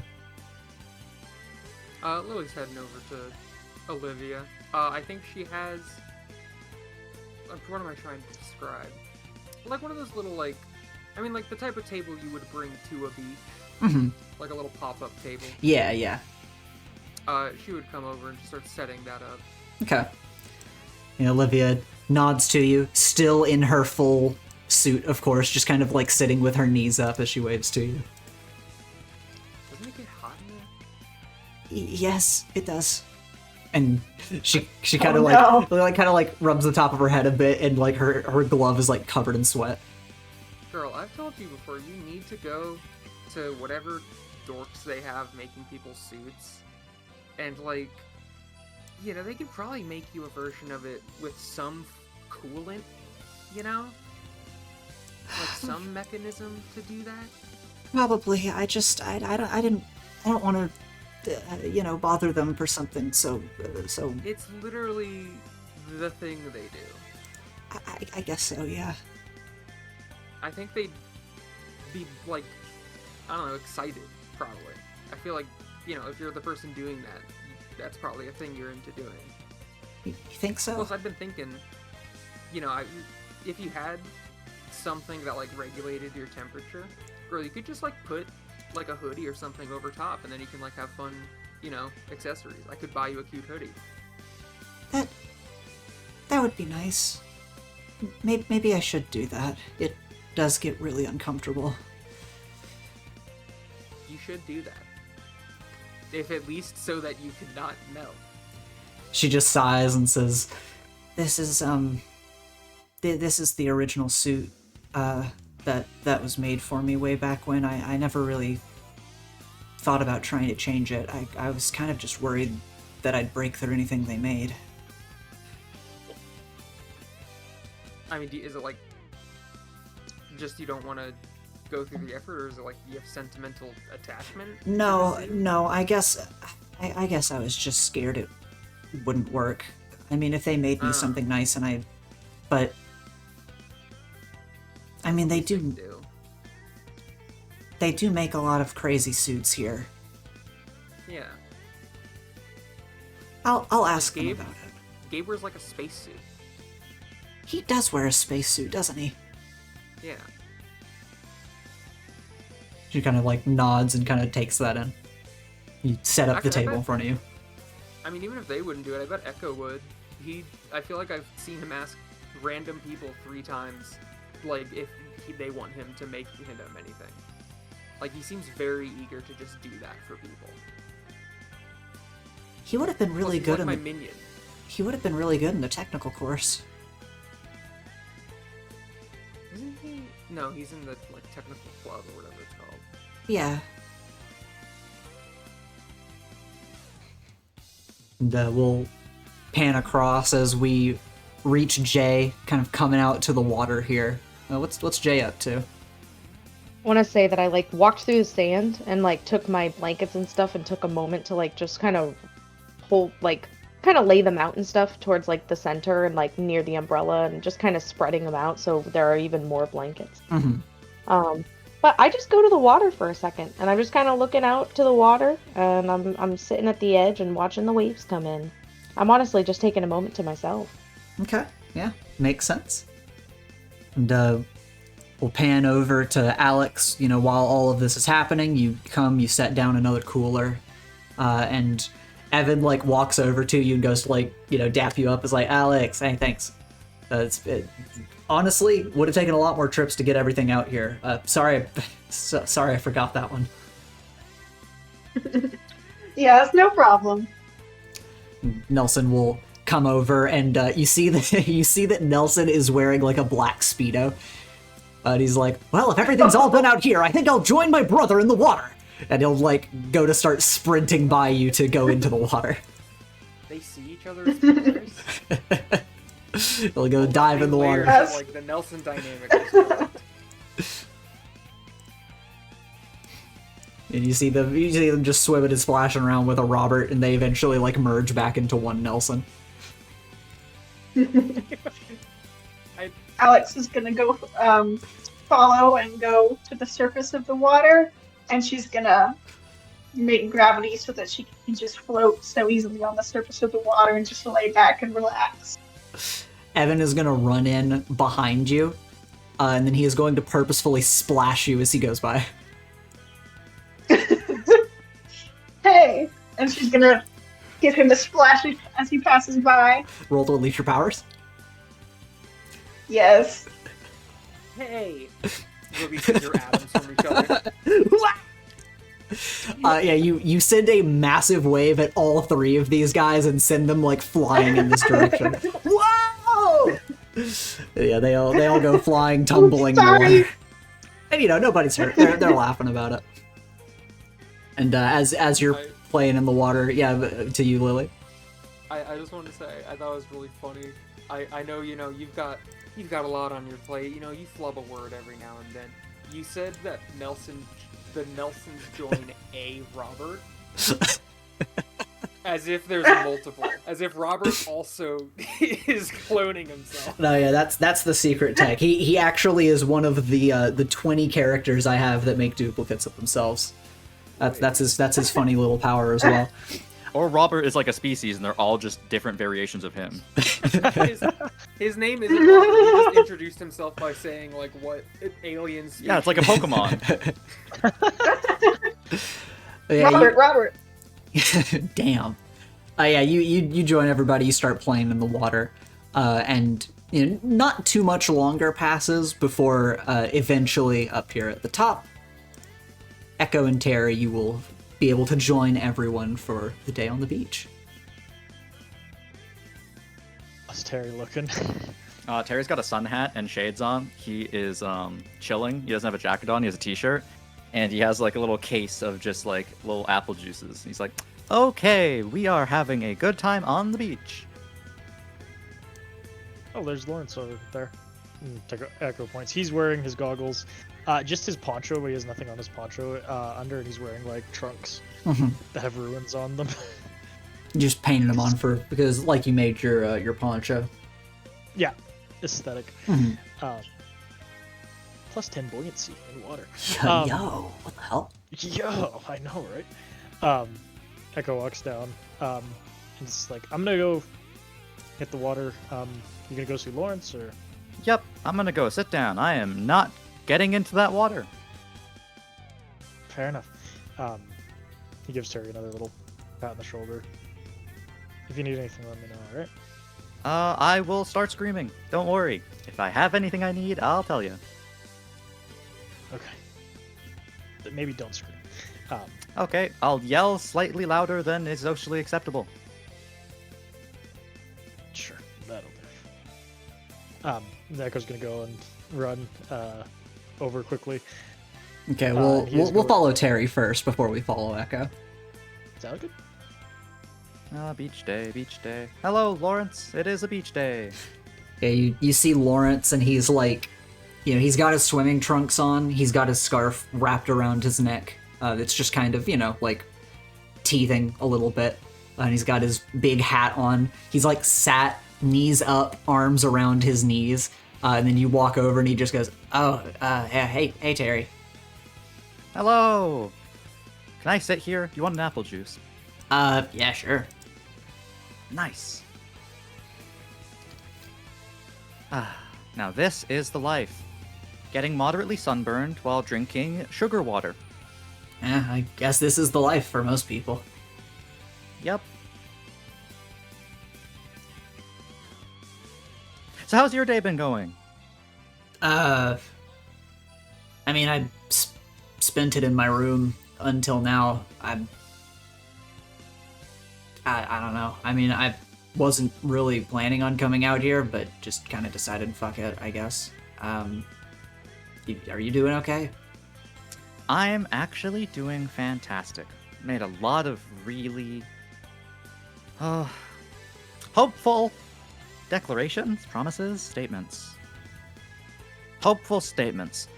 Things are going pretty good for me. I have a plan, have a backup plan. Things are going pretty great. Yeah. Oh, that's good. You're a smart guy. I'm sure your plans are good. Yeah, like 50% of the time.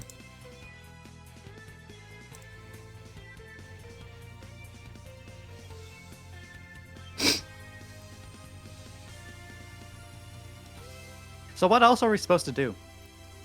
Oh, I don't know. I mean, people are playing in the water and shit. I don't know. Again, I'm not really sure why I came. I'm just kind of gonna sit here and chill, I guess.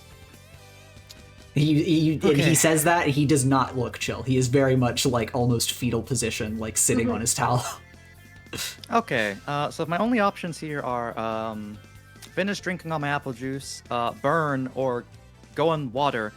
I refuse all three. Tell me a story. Oh, like any story? Anything. Preferably something interesting. Shit, do I have good stories? Hopefully. And I can tell you No this... pressure, though. No, it's fine. I can tell you about these fireworks I made. Oh, that sounds awesome. Yeah, tell me about that. And we'll pan away from Lawrence as he starts telling the story. Why is he? Who trusted him with pyrotechnics? Who gave him fucking explosive It material? wasn't me. It wasn't me. Who I was swear. it? Which one of these motherfucking teachers gave this? Yeah, you take the gunpowder. Throw rocks at them. For preface, he starts talking about like when he was younger, like making fireworks and shit. But yeah, Echo, you come over in this direction. What's Echo up to? He is not going to do anything. He is just going to take off his poncho, run. He's going to drop his poncho on Jay with a little bit of a chuckle and jump in the water. Okay.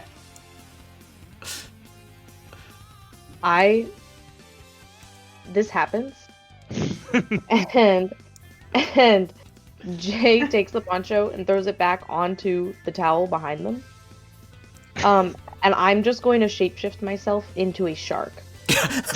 That's so Oh my terrifying. god. Echo's busy looking at. He looks. He kind of looks at Alex and gives a wave as he looks back to Jay, who is.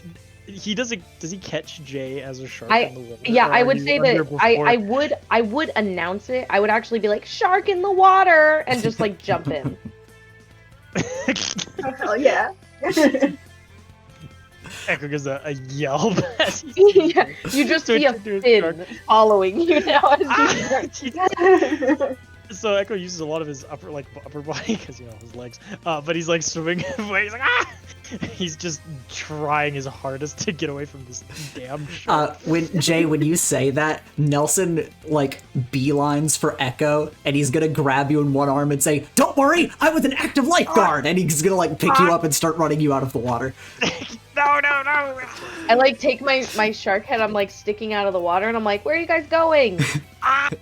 And Nelson just runs Echo over and sets him on the towel. Are you okay? I'm fine.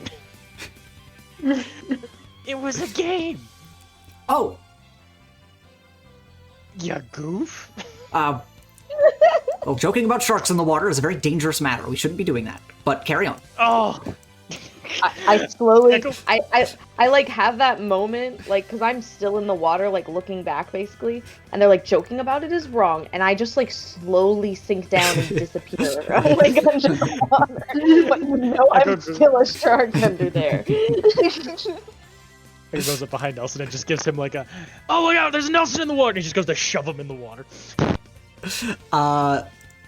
Would you be able to shove Nelson over? Roll to directly engage a threat. Love I'm that. waiting for him to like suplex Echo like upside down into the water. Don't speak it into existence. Come on, Will. You're gonna roll like a 14. Here's a question: does Nelson underestimate Echo? That's an awesome question. Is he estimating him right now at all? I think right now, no. Yeah, he's not. He's underestimating you by assuming you're not gonna do anything. So I'll say yes, he underestimates you. I get superior. Oh, let's go. My God. You didn't give it to him. Yeah, you shove him in the water, and like you're at the shore, so it's shallow. So you just shove him over, and he falls face first in the sand. No. And he sits up and is like, "Oh, my glasses! Where are my glasses?" Oh no. Nelson, I am so sorry. Echo like pulls down his goggles. Can you see where the glasses are? Yeah, you do scan for them, and you do find them. They're right here. He like jumps down into the water and picks them up and like looks at him. You pick them up, and they are damaged. Oh. I can fix these. Echo, horse playing around is very dangerous. Why would you do that? I trusted you. Just trying to have fun, Nelson. I'm sorry. Hopefully I have a few backup pairs of glasses. Otherwise I would be very cross with you right now. How many do you have? I have one for every day of the week. I need to get one to replace this one. I can fix this one for you if you want. Well, if you're sure, but they need to be the right prescription. I can fix it. Don't worry. He puts it in his hand. He just gives it a pat. I mean, I'll go grab one of my other pairs of glasses. He's gonna like walk over here under the umbrella, and then like from the umbrella, another Nelson is going to start stumbling around, trying to make his way back to the dorms. Do clone glasses only work for clones? Yeah, do they have their own prescription? I mean, yeah, he's not wearing the glasses because they're like, you know, kind of busted. He'll make his way. Did it bust all of the clone's glasses?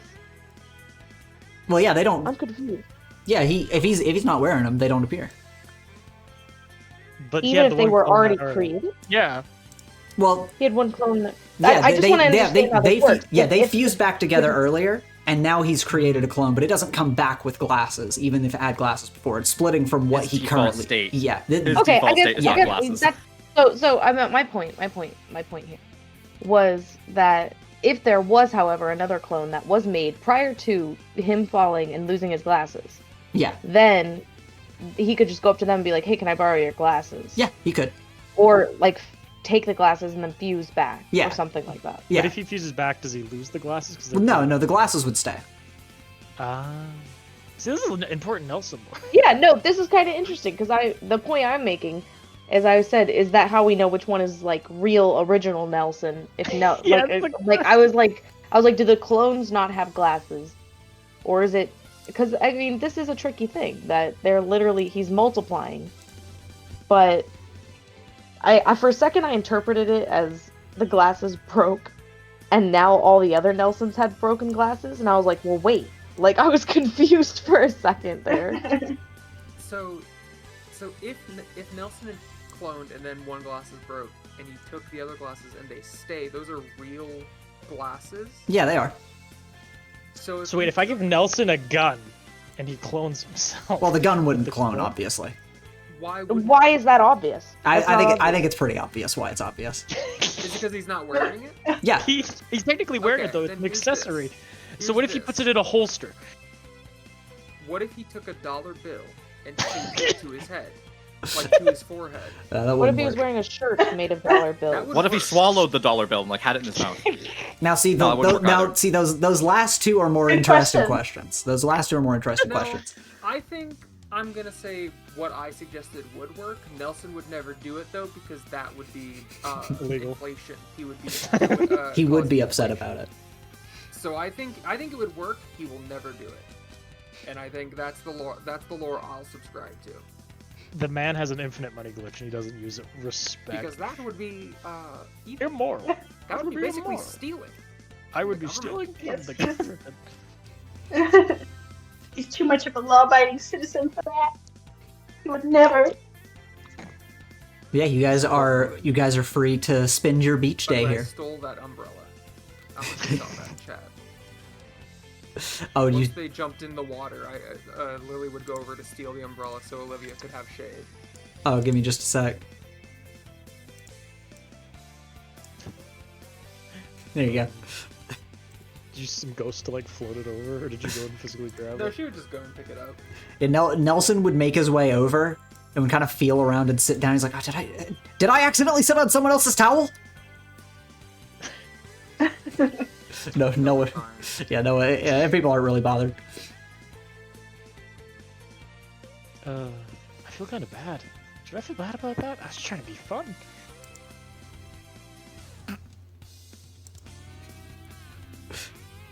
You killed the mood. Yeah, vibes done, man. Robert just swims by and says, "Not cool, Echo." Yeah, go just... He just climbs up on shore. He grins at you and croaks as he walks by. Minus 1,000 aura. I'm just gonna dunk my head slowly. Echo slowly dunks his head and just slowly sinks till his eyes are above the water.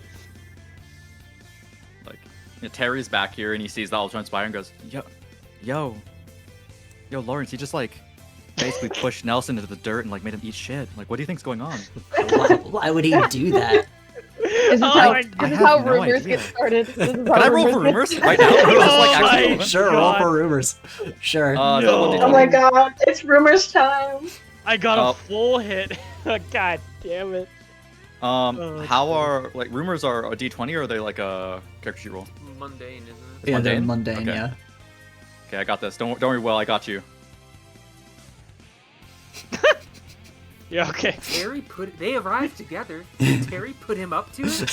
That's yeah. You hear people. They're having a bad influence. That's what the rumors are. Is that people think that you put Echo up to it because you're such a little prankster. You're such a little prankster, and you've put Echo up to things. Alex, you're playing with people in the ocean. Is there anything specific you're asking about, or are you just getting the vibe of like, what are people talking about? Yeah, just looking for the vibes. Yeah, you're looking for vibes. You've been spending a lot of time with Nelson and Evan today, and it's really a lot of like just them talking about like, I mean, I feel like our class is pretty close, but I feel like there's been some like weird energy between some of the students. So like, just kind of general talks of like, is there some like friction happening in the class? Isn't there? Like, that's kind of why today was set up, among many other reasons. And Jay, the rumor about you've been hearing this all up until now for a little while. Oh god. But it's been persisting for a little while, and you kind of just hear it in your periphery of people being like, man, Jay's been around for a while. Like, are Joey and Joe gonna come back? Is Jay here forever? Holy I missed shit. the earlier stuff. I love this so much because I love that everyone's like, yeah, silly beach day, your rumor, you were silly on the beach, you know what I mean? Why And then hasn't you Jay like, died? yeah, exactly. And mine is literally like, man, when's that guy gonna die and Joey's gonna come back? I Honestly. know. To specify, they're not like, man, I can't wait for Jay not to be around, but people are just, they're curious. Like, oh, Jay has been around for, like, is Jay here forever? Like, are Joey and Joe coming back? People are curious. I'm letting everyone down. I'm letting everyone You're down. letting everyone down. I'm just a shark in the water. I'm a predator. Yeah, Lily, after you've brought over the umbrella, you've set up a little table. Olivia seems like she's a little more relaxed underneath the umbrella. What do you want to be up to? Lily, once she sets up the umbrella, kind of crouches next to Olivia and like looks between her and Tiffany standing, in front of them. Mm-hmm. I assume just looking out to the water. Yeah, she's just kind of like, she'll crouch and like kind of feel the water a little bit and then just stand up and take in the breeze. Okay, you're sure this is like a good idea? You're sure the arm wrestling thing's a good idea? I mean, I think it's the thought that counts. I think whatever you did would... I think she would take it well. What if it's not intense enough and like that's an insult? Oh, I mean, I guess that could be a concern. Could? I mean, I guess so. Girl, I was hoping you would like, make me feel better about this. I'm sorry. I mean, you brought up a good point. I'm sorry. I do that a lot. You really do. Alright, whatever, I already set up the table.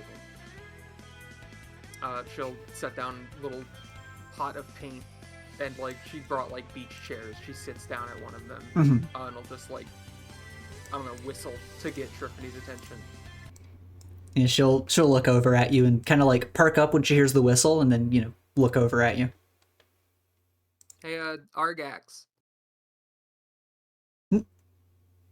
She like points at herself, like kind of confused why you called her by her last name, and she like points to herself. I do that sometimes. I've done that before. Yeah, yes, you, Tiffany, yes.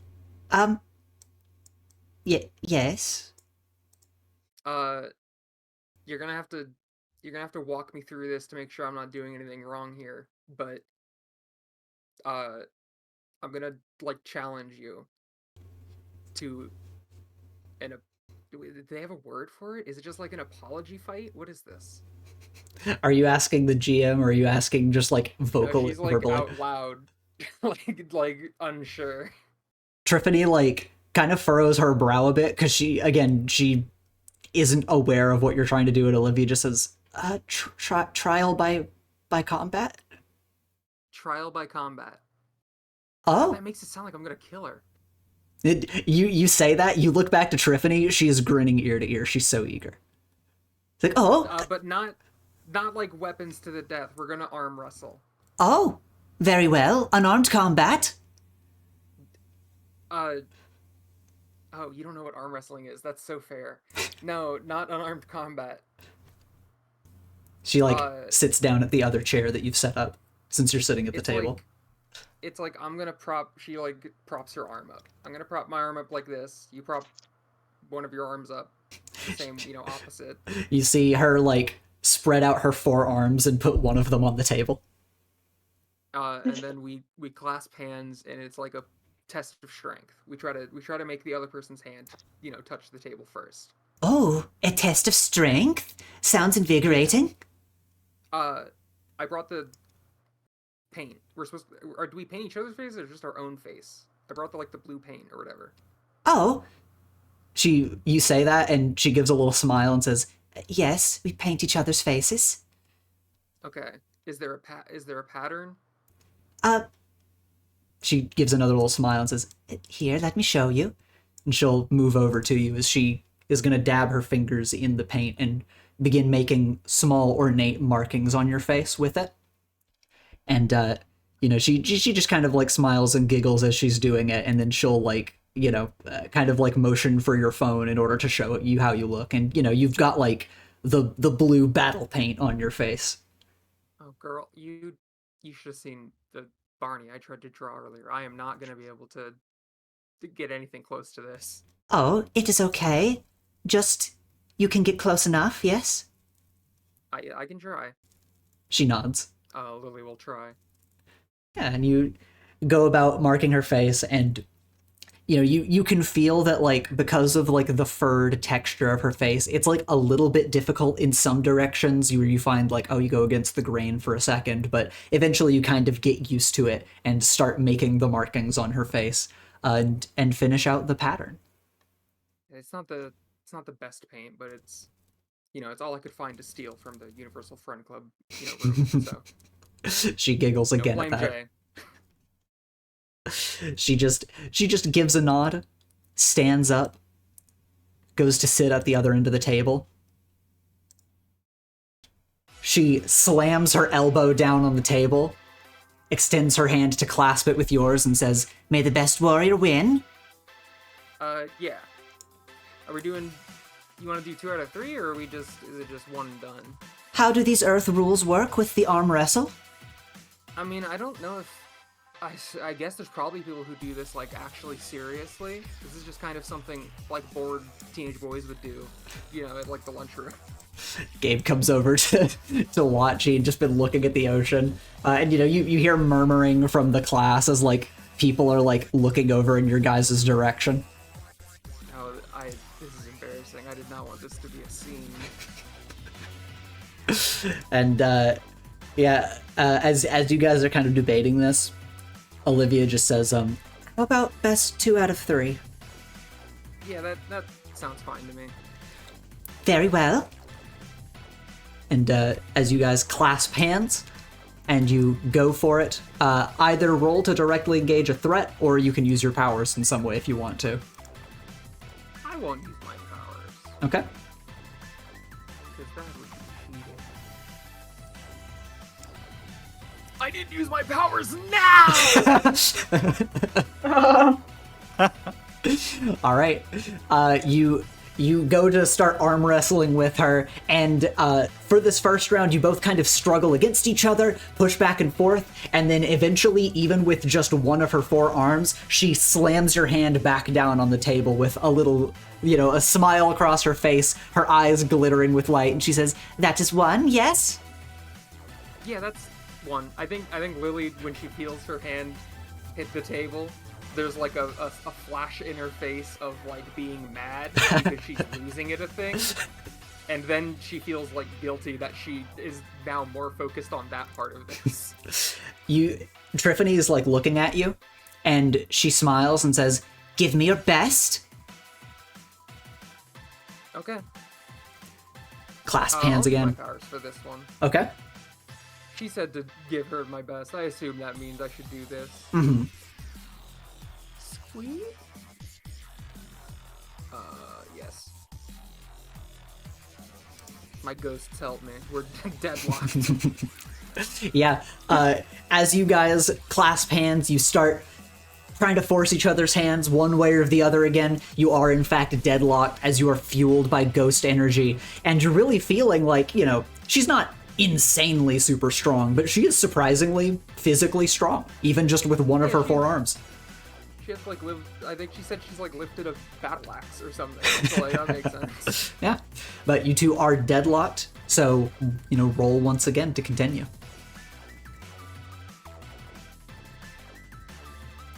Yeah, this time, describe, like, do you pull in any more spirits? Is there technique in your, you know, how you're moving your body around? What's Lily doing in this? I think it's like the spirits are like stacked up. I'm trying to think of how to even word it.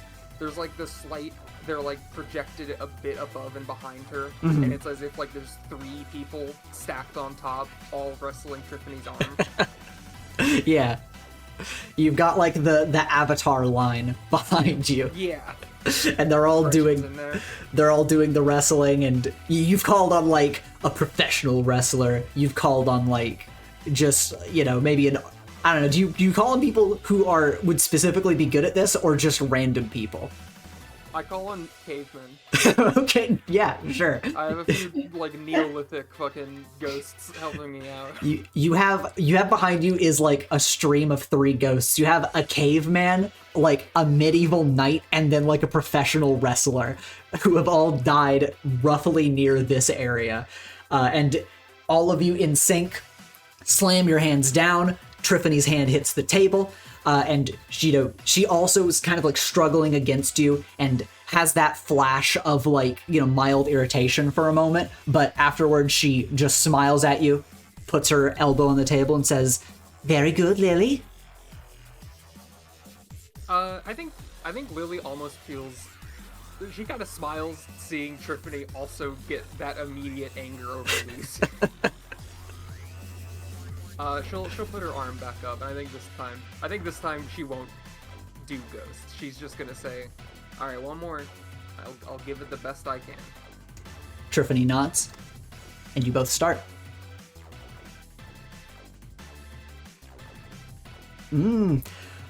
This time, once again, the spirits have moved out of you. You know, they're backing away because you have willed it to be, and you struggle against her.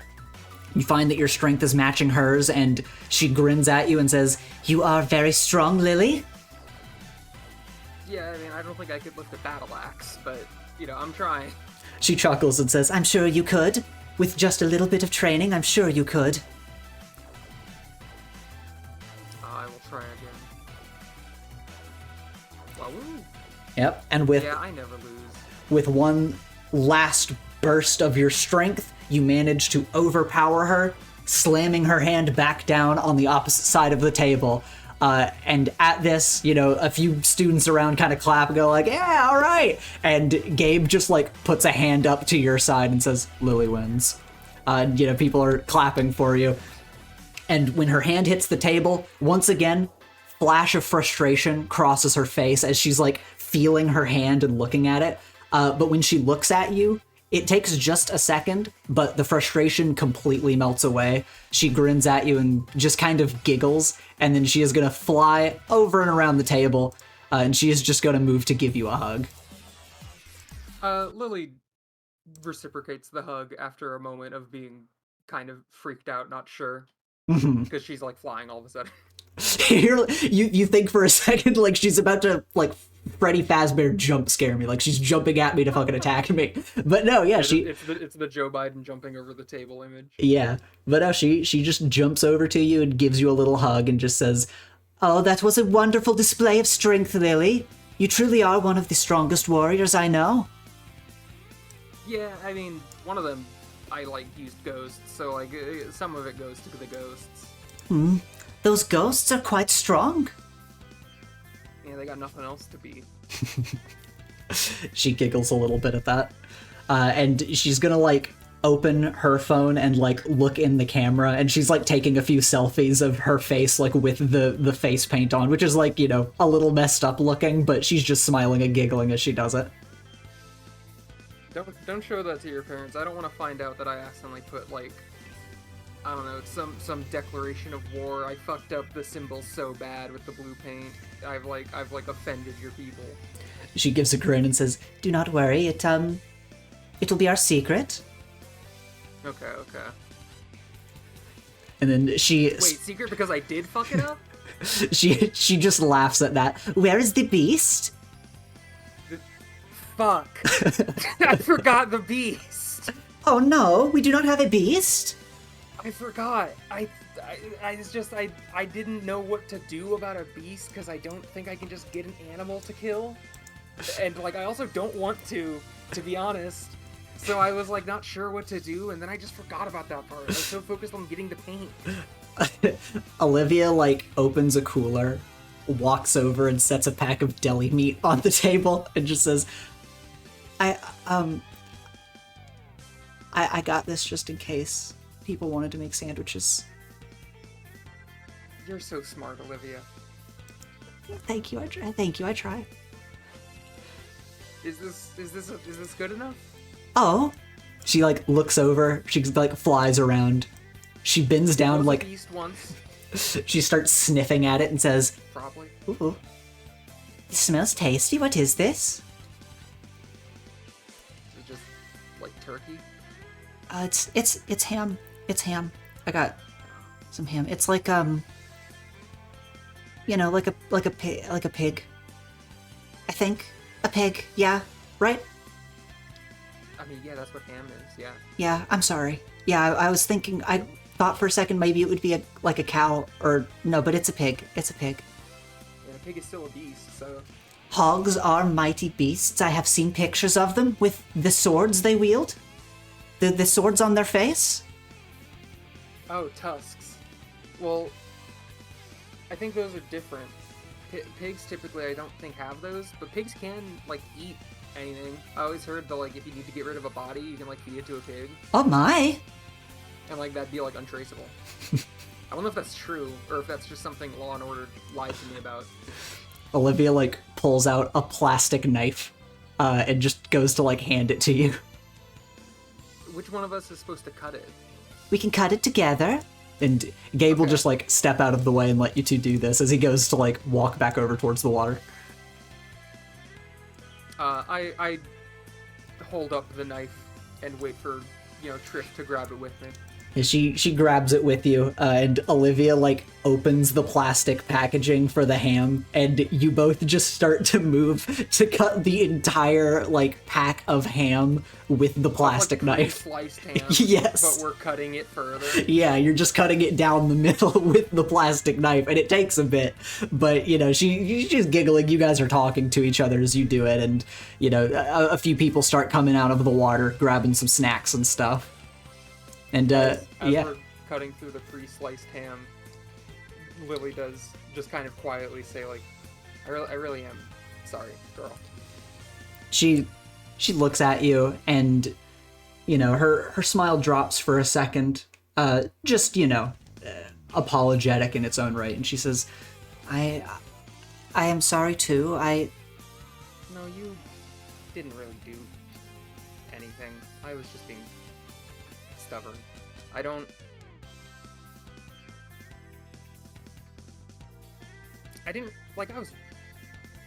don't get this part of the sentence wrong. I was popular at my old school, but I don't think I really had friends. Now that I have you two, I think I'm realizing I just kind of had people that followed me, and I didn't think much of them.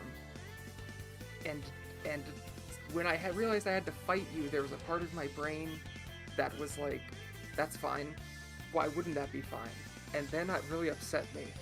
So I just didn't want it to be me fighting you. I wanted to just kind of detach from that. And I think I just kind of got overboard with it. Olivia just, kind of, her shoulders slump a little bit, and Tiffany, gives you a little sad smile and says, there were a lot of feelings after that, but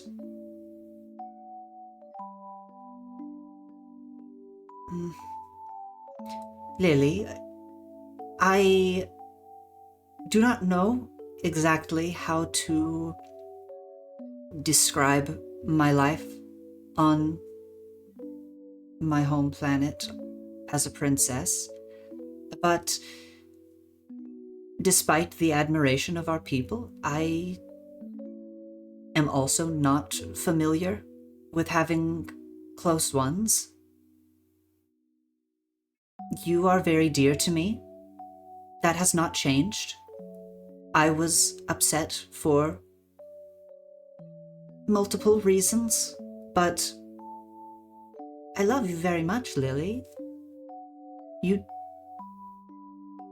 two have made me very glad I decided to come to Earth. And it makes it hard to consider leaving.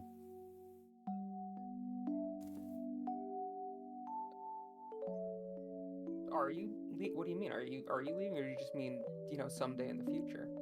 Someday in the future, yes, I will need to go and guide my people on our universal conquest.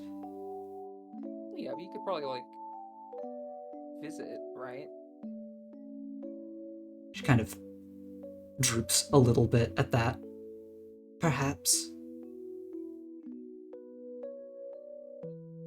Do you not have, siblings? Do you want to do that? I do. I want to do that. It's difficult. I am heir to our kingdom. It is customary for me to take charge, and it is what must be done, I suppose. Okay. I understand that, but that isn't really the same as wanting to do it. Understanding that, it's what is typically done doesn't really matter to the question of if you want to. And if you want to, that's fine. I'm not saying, I'm not passing judgment saying one way or the other. No. I am merely confused. I am not quite sure what I want. But I have enjoyed it here, and I have learned much here. I had heard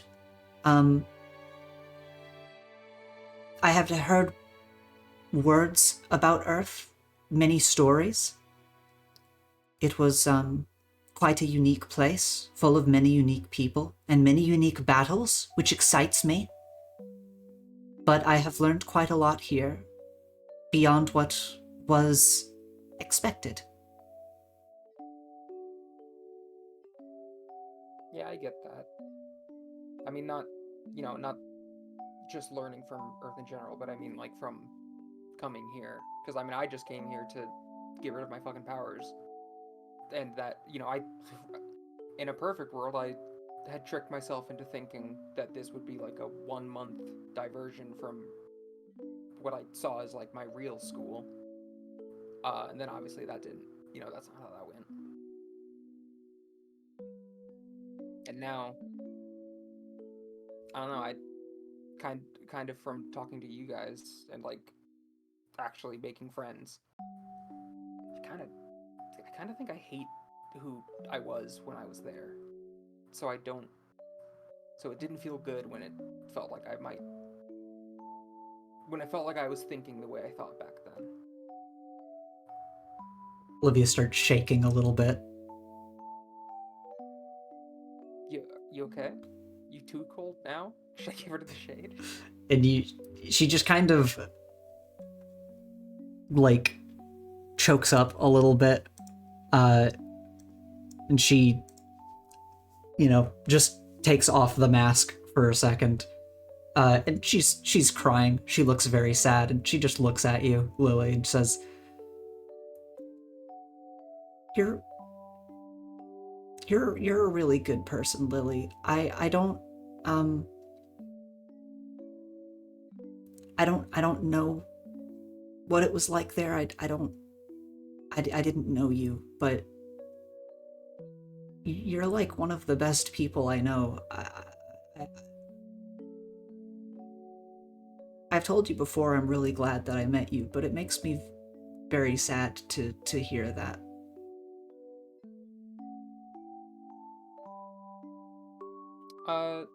Lily, I think visibly can't really hold eye contact. Is like looking at the table, feeling kind of bad.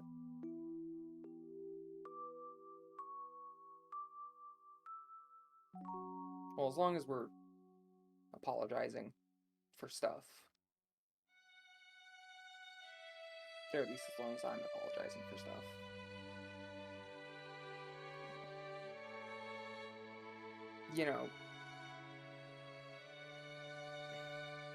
I'm glad I met you too, Olivia, and I'm very glad you're my friend. I just feel it would be kind of wrong to not, at some point, when I talked to you that first day, Olivia, I used my powers to know who was going to do worse at the standing jump. And that's why I talked to you. And I have truly felt pretty bad about it, because that's kind of a shitty way to meet my best friend. Oh. I don't know, I just feel like since I'm getting stuff off my chest, I feel like I should get that too, because I just kind of want to apologize for that too. That was not a great way to use my powers, for one, and two, not a great, just thing to do. But she kind of thinks on that for a second and looks to you and says, but you were really nice to me. I mean, yeah. Because you're easy to be nice to. I don't know how much credit do I really deserve when it was kind of a bad start to begin with. I mean, I can't and don't really want to be upset, because you've only ever been so good to me. Before this, and she wiggles her fingers a little bit, I was a normal person in normal school, and I've never been very good at attracting people. People were quick to pick on me and ignore me, put me down. And then this happened. And I thought I was gonna die, but I didn't know if it would be because of this or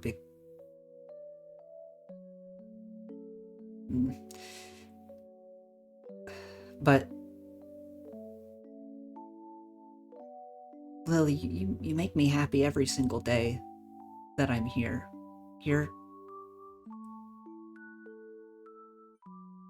I don't think you have anything you need to be sorry for.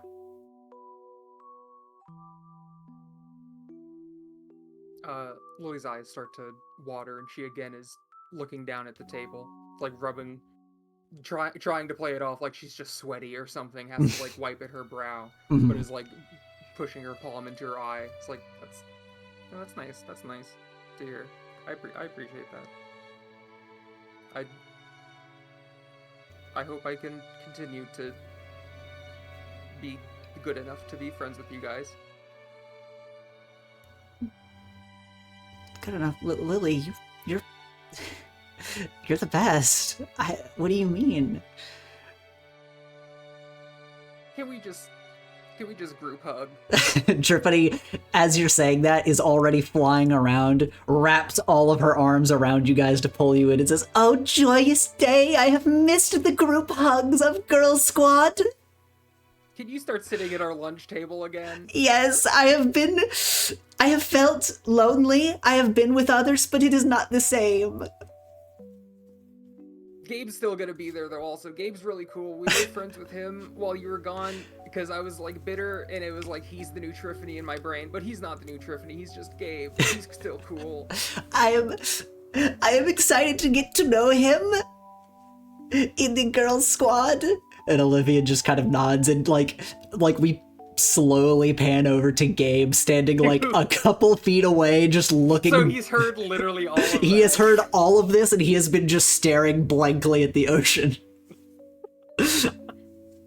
And he just mutters under his breath, "That was really heartfelt."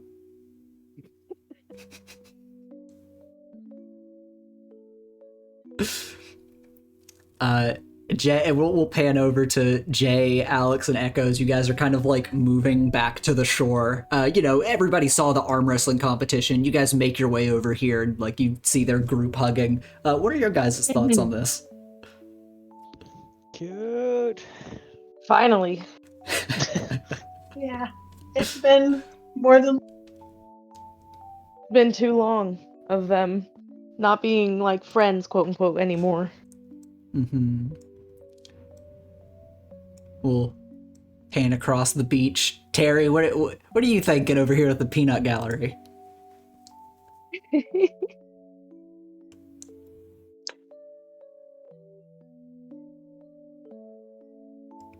Uh-oh. Terry?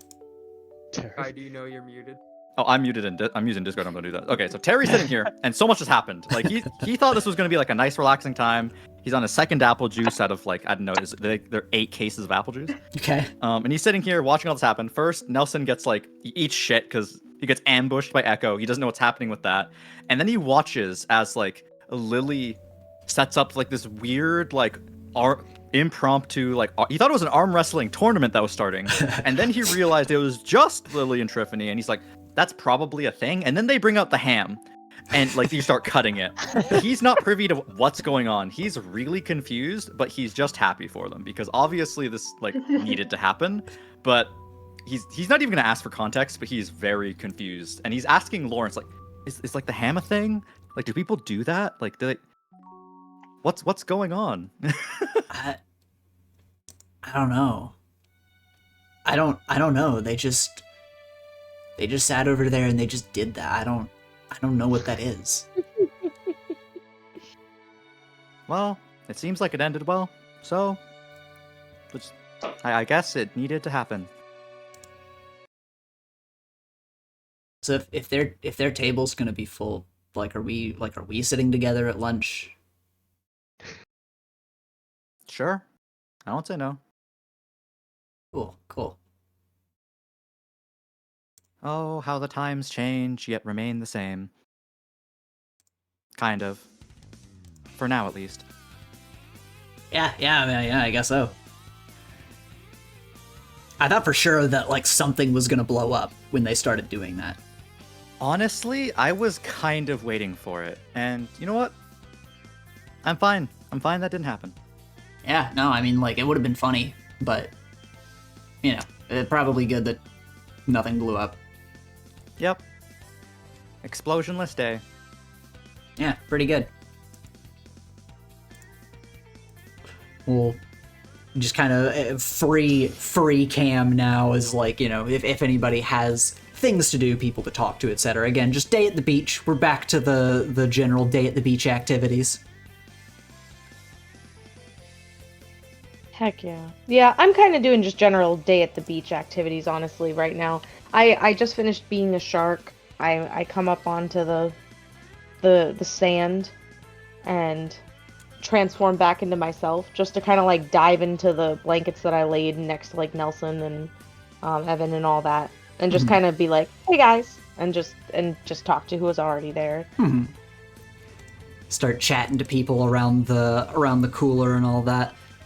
Lily, after your group hug with Tiffany and Olivia, anything you suggest, or are you just kind of like up to beach time fun? I think Lily's just riding the high of navigating a social situation. So she is now just wanting to arm wrestle for fun. Anybody in particular you invite over? I mean, probably Tiffany, but I don't know if Gabe wants to. He seemed into it when he got to ref, so... Yeah, you eventually wave Gabe over, and you're able to have a few rounds and do like a little actual arm wrestling tournament between. It could be just people at this table. It could be, you know, as many people that want to come over. It's kind of up to you. Obviously, we won't go through every single round of an arm wrestling competition. What? I mean, unless everybody wanted to, but you know, that's up to you guys. You know, that's A all I'm saying. sports event? A sports Okay, event on guys, the beach. lock in. Fuck, no!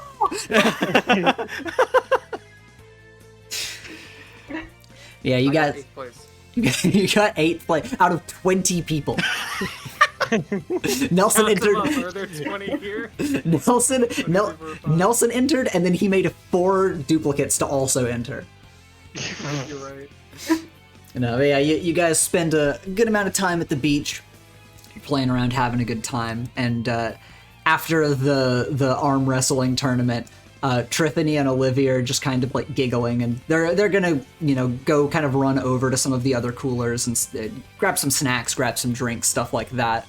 And you kind of have like just a moment to sit here with Gabe, who's just kind of, you know, standing next to the table for a moment. I'm just gonna warn you, Gabe. You know how our lunch table's been pretty quiet because I'm really the only one out of us that like actively talks most of the time. Yeah, Tiffany talks more than me, I kind of figured. so you know, prepare for that. But I would still want you to sit at the table. You know, I hope that doesn't like scare you off. He like looks at you for a second, and he just gives a shrug and he says, "The conversation is nice." Lily puts a hand on his shoulder and says, "Welcome to the girl squad." He gives you a little smile at that. And then, you know, like Evan's gonna like call out to him, and you know, he's gonna be like, "I'll be right back." Don't give him a concussion. He chuckles at that as he goes over. And you know, you kind of look over as everyone gathers around one of the coolers and are talking amongst themselves. And all at once, the world kind of comes to a stop for you. What the show?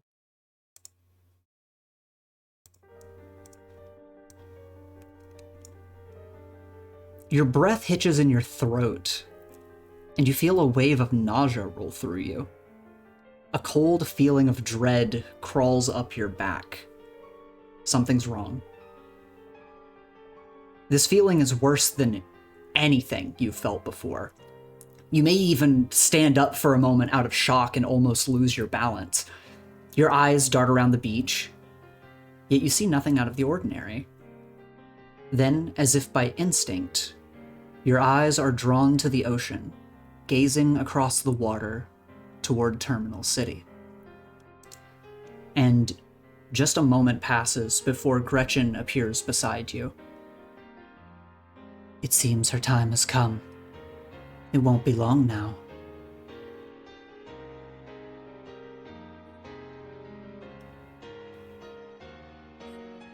Mom? She nods. What? What do you, like, how long? How long is not that long? She will be gone soon. How long is soon? If I had to guess, a couple of minutes. Okay, Lily, shit, do I have that one unlocked? I do. I have Portal on my Dune sign. I can mark my doom track to appear in a scene with anyone you want. So I think she just portals to her mom. Okay. Yeah. Describe this portal. Describe how you're opening it, how you go through. Like, what does this moment look like? I think Lily just reaches out and rips a hole in space like she's done every other time she does a portal. Mm-hmm. And without really thinking the fact that there's a table in front of her, she like unintentionally cuts the table in half by like spawning a portal in the middle of it, and just steps through. Yeah, you tear open this inky black portal, step through it, and the table basically shatters with the impact of this portal being created. And everyone else, you watch as Lily suddenly stands up, tears open a portal, steps through, and the portal disappears.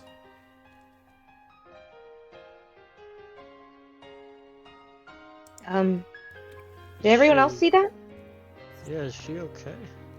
I didn't know she can open portals. Yeah, did she run off somewhere? Does anybody know if she had somewhere to be? No, not to No, my she knowledge. didn't. I have no idea. Gabe is just silently looking at where Lily left from. Is everything okay?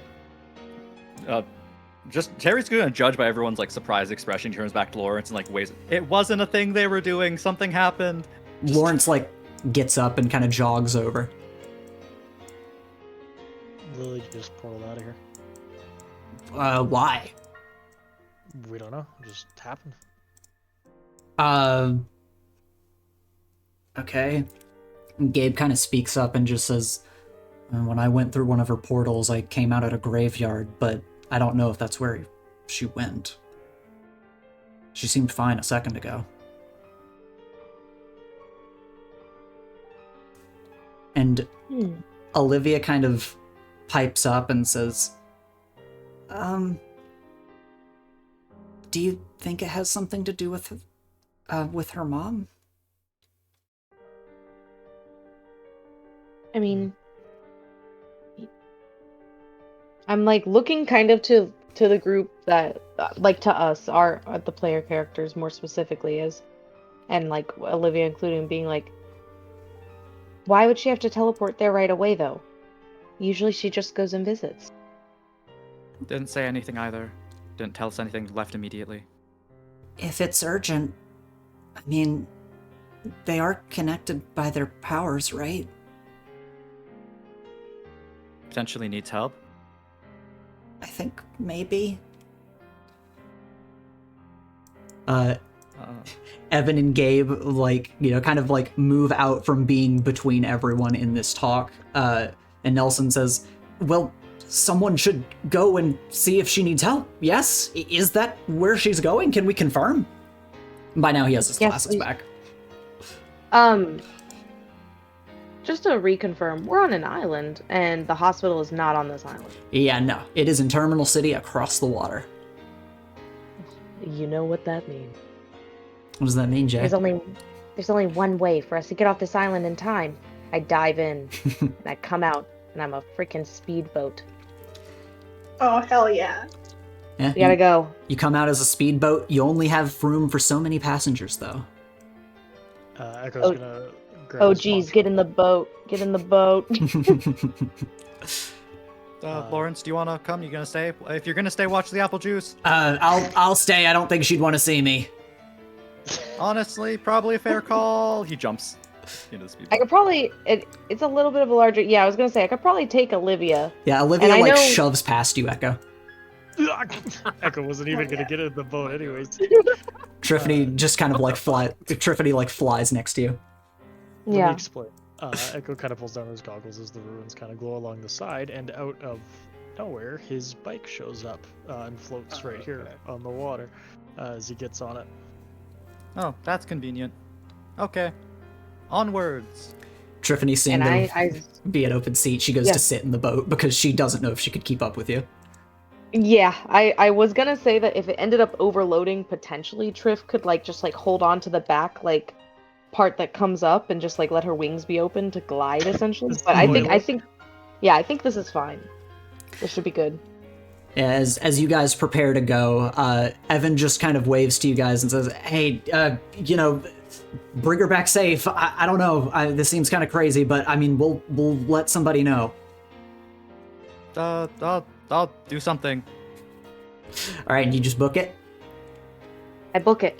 All right, you know your destination. You're heading towards the hospital, and we are going to follow Lily as she tears through a portal to appear with her mother.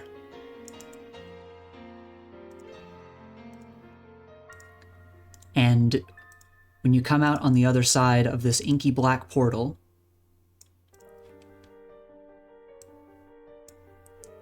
you tear through, immediately stepping through it, and you see your mother. Bernadetta looking over the railing at the trees below, smiling gently, and she coughs gently, clutching at her chest as a Dey'ja looms over her from behind, and it doesn't seem like she's noticed. How does Lily react upon entering this scene? I think she would immediately shout out to her mom. She would just step out and start, rushing forward. Mom! And as you call out to her, she turns around and the Dey'ja moves to grab her. I think I will activate my moment of truth. All right. Let's play. Should I read it? Do I have to read it? Let me play this. And I'll read it. I'll read it. Yeah. The prickly, tingling fear of your doom, always in your head. It holds you back most of the time. But right here, right now, it gives you the confidence to do anything.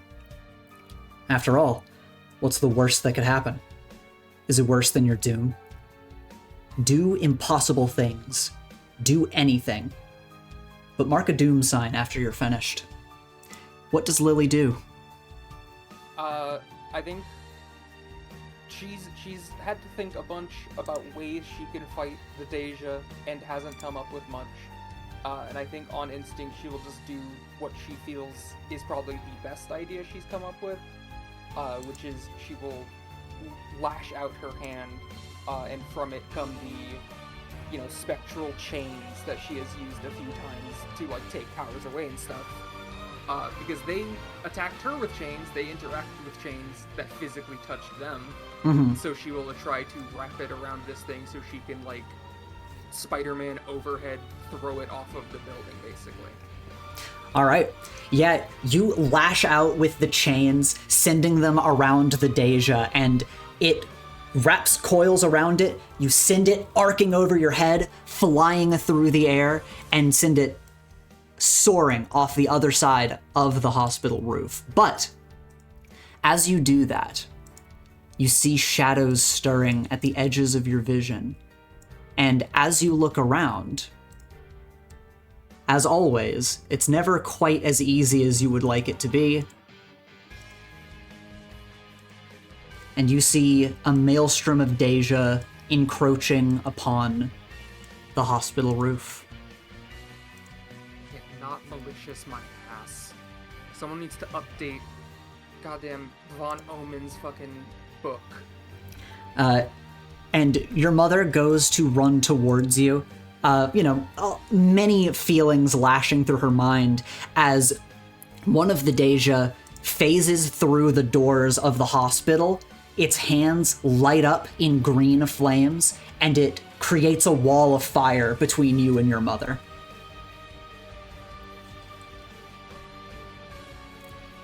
And meanwhile, the other Dey'ja are slowly going to encroach on your spot.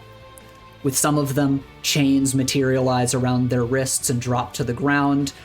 Others just fading closer. How does Lily want to take this situation? Does it look like they are more focused on Lily now?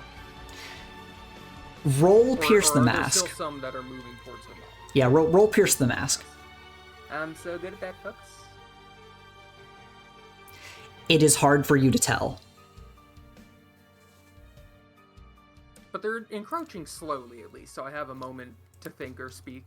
Yeah, you have the briefest of moments, but the adrenaline in you tells you that, like, at the drop of a pin, they could swarm you. I think Lily looks over to her mom through the flames and just kind of locks eyes and holds her mom's gaze for a second. I think she wants to say a bunch, but she doesn't have the time to say it. I think she will thrust out her hand again, and this time send the chains into her mom. Okay. You go to thrust your hand forward and the chains appear, and do you have more notes? It's, I described it in brief the other session. Mm-hmm. She knows she can't just use her powers to get rid of the curse. That would be too easy. Mm-hmm. Like, there is still the debt that they see Bernadette needing to have paid. But what she can do, and now that she knows apparently what the mark that has been etched on them looks like, she uses the chains to essentially seek that part out in her mom's soul, and it probably doesn't feel good, violently basically rip it out to take the curse out of her mom and into herself, basically. Okay. She is going double or nothing. You thrust your hand forward, chains whip through the wall of green flame towards your mother, and suddenly they go taut. And your eyes widen slightly as you're looking at your mom, chains barely out of reach of her. And you look to either side as two of the other Dey'ja have sent out their chains, as if predicting your movement, catching your chains in midair. It seems that they are trying to stop you, and you might have to fight for this. And then the rest of the Dey'ja will, with their black feathery wings, burst towards your location. How do you respond? We're in a hospital, right? Yep. I can't just smash through the floors. That would probably be bad for other people. I'm already in for a penny. I'm already in the moment of truth. So I assume, could I just use infinite powers? Yes, you can use infinite powers as many times as you want. Okay. Then I think Lily uses it to go super speed, like Herculean strength, to just run at her mom and, like, basically football tackle the both of them off of the building as far as she can jump with them. All right. And do you, like, recede your chains that were caught before doing this, or do you just run forward? I guess run forward, but that would probably, in the process, pull the chains back since she couldn't get them out far enough. Yeah, that's fair. So yeah, you go to burst forward, and the world slows down around you as you burst forward with super speed. After images trailing behind you, you burst through the wall of green flame. And you see that in response, two Dey'ja burst towards you after images trailing behind them with super speed, and they go to try to grapple with you in the way between you and your mother. Roll to directly engage a threat. I will do such. All right, choose one from the list. I guess just evade their blows to, like, slip between them. All right. You do manage to, like, slide underneath them with your insane speed, and they go to try to grab where you were, smashing their hands on the ground, and with Herculean strength, cracking the panels beneath you. And as you slide onto the other side, you do manage to tackle into your mom, and Dey'ja around the building begin swarming to try to go to catch you two as you go towards the railing. We need to get off the roof so I can get the damn curse out. And your mom, meanwhile, everything is moving so fast, it seems like she doesn't even have time to respond.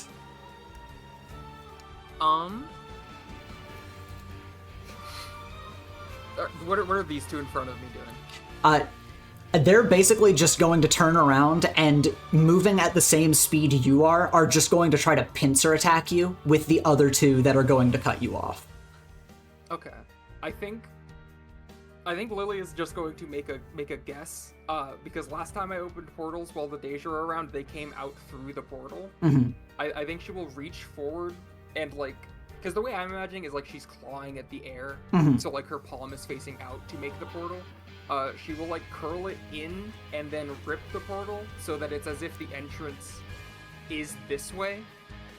Like, just guessing that there will be a Dey'ja trying to jump out the second she does that to see if she can make them collide into each other, basically. Okay. So when you create the portal, you're creating it, like, behind you, between you and the guys behind you? Between me and these guys. I'm, like, making it in front of me, but angled in a way where the entrance would be on the other side of me. Yeah. You open the portal, or rather, you go to try to open a portal, tearing your hand through space, and the two Dey'ja grab onto the edges and almost like paper try to crinkle it back in around your hand. At least that distracts them. I guess they just hate when I use the powers in any form. And are you still bursting towards the edge of the roof here, or what's? Yeah. Okay. She's still trying to run. All right. Then yeah, they grapple onto the portal. You burst forward with your mom, and these two are going to try to fly up and catch into you two. So once again, roll to directly engage a threat. Could I use my dark visions to instead just know the direction, like the angle they will attack from? When your eyes glow, because obviously you have all of your powers for free right now, your eyes pierce the veil, and like you did a long time ago, many sessions ago, you peer into the future. And what you see is hard for you to understand for a moment. And of course, all of this is processing in like the blink of an eye. But you look into the future, you see where you're going and where they catch you. And you consider another alternative. You consider going this way, consider going that way. And each time you consider a new option, they move to counter you. And you can feel that they are using this exact same power against you right now. Okay. Is it that they are using the same power, or that me using the power, they are seeing the timelines that I am doing? They are actively using the power as well. Okay.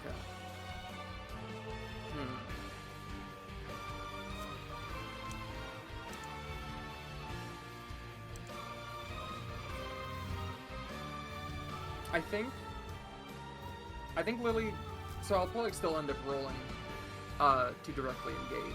But I think Lily will just keep letting dark visions, because she has, like, basically, she's holding on to her mom and is, like, jumping through the air. So in her brain, it's like, you know, I'm already in an arc that I'm setting up for myself. She will just keep doing the dark visions stuff to, like, try to force them to keep doing it, to see if that, like, you know, muddles their ability to be in the moment. Yeah, makes sense. Roll to directly engage a threat and take +1.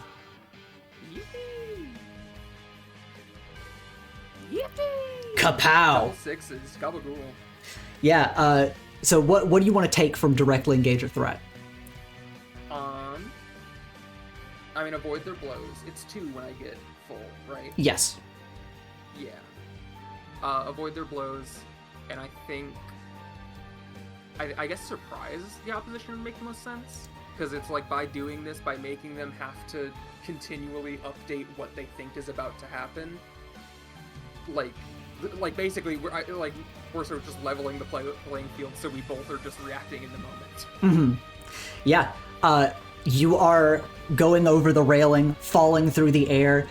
You manage to, like, you know, do a kick off of a building, kick off of a tree, just moving around the perimeter of this area, just narrowly avoiding their grasp each and every time, and surprising them with your movements as you dart around. And this is all happening so fast with your super speed. In, like, nanoseconds, you are darting around, after images trailing behind you, and Dey'ja very quickly starting to swarm behind and chase after you.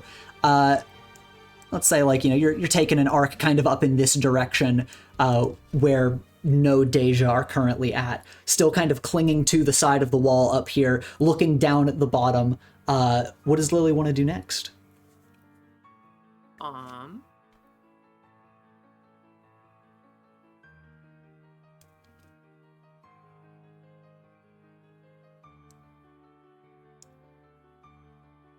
Can I try to use an adult move? Yeah. What adult move do you want to do?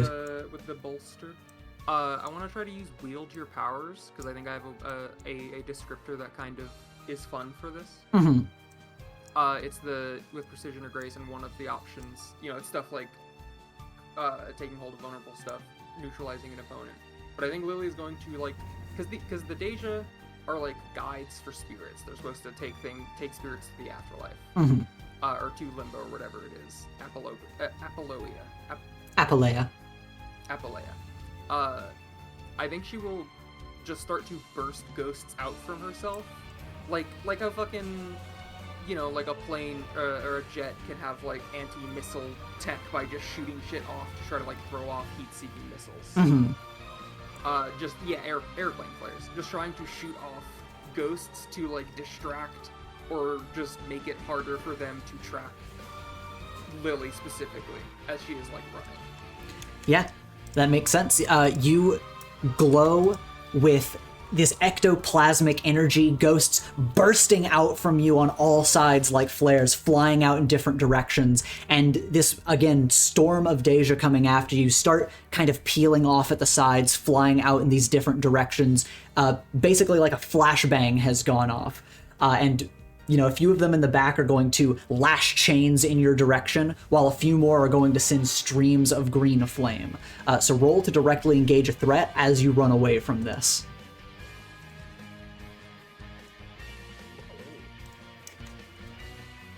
I bet I could take a powerful blow and it would be fine. What would be... Let me look at the list again.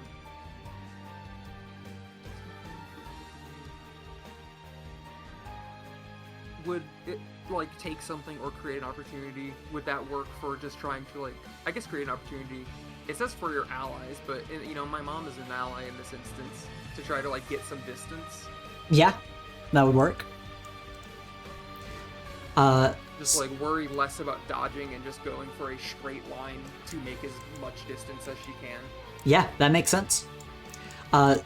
You are you're at least darting around to try to dodge the chains, because you know that if they catch you, that, you'll be bound in place. But once they create walls of fire in front of you, you just burst through them to try to carry forward. So roll to take a powerful blow as you do so.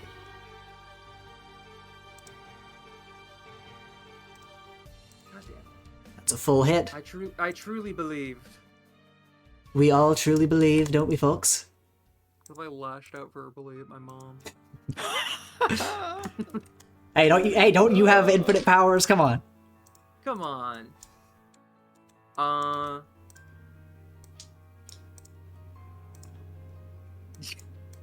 I won't take this, but I do think it's funny, the wording of "you must remove yourself from the situation, flee, pass out, etc." I think I'll flee. I think I'll take one for the team and flee. I feel like I have to take you lose control of yourself, because I'm not gonna lash out. That makes no sense. Mm-hmm.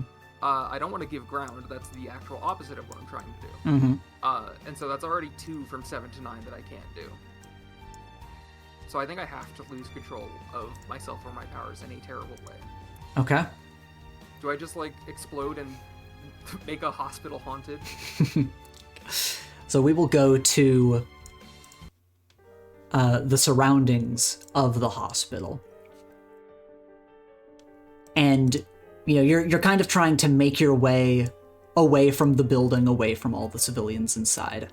And you burst through the wall of green flames, and it singes at you, burns away parts of your coat, burns spreading on your skin as you grit your teeth and bear it.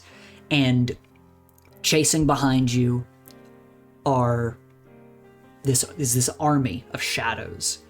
And you get hit once by a green flame, another time by a green flame.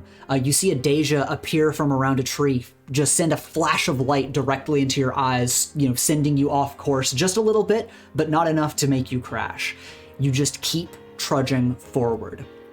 And when you get hit by yet another attack, your eyes crackle with ghostly energy, cold breath rolls out of your mouth, and you trip. You trip, fall over, and your mother rolls just a bit farther away from you. And your eyes, not just your irises, your entire eyes start to glow, cracks forming along your skin as you feel like you can't breathe. You start to hyperventilate, and you feel a searing pain in your chest as cracks form along your sternum and creak open, forcing your body to lurch back as a torrent of spirits just flow out from your body. And with an ungodly, echoing scream that bounces off of the nearby hospital and off of the burning woods around you, this area is fucked. There is a massive poltergeist happening where ghosts are flying around in a panic, flying into trees that have collapsed, flinging them all around the area. It is an absolute torturous mess out here. And the Dey'ja, all the while, just flying right towards you. And you go to pick up your mom, who is at this point, kind of just fallen unconscious from the speed of the actions, the stress, she is completely overwhelmed, has fainted. You pick her up and you go to just keep running forward. And in front of you, another Dey'ja stops you. It flies up out of the ground, and almost tauntingly, they form like a circle around you. And in this moment, what is Lily thinking as her chest, still with a big glowing rift across it, is occasionally, you feel hands like gripping the edges of it, and spirits are prying their way out of your body onto the ground. I think Lily assumes she is about to die. Because they just went through the discussion of she could turn into like a gate for the other side, if she were to succumb to her powers. So she is under the assumption that this is it. This is like the process. She is dying. This is exactly what they said would happen. Mm-hmm.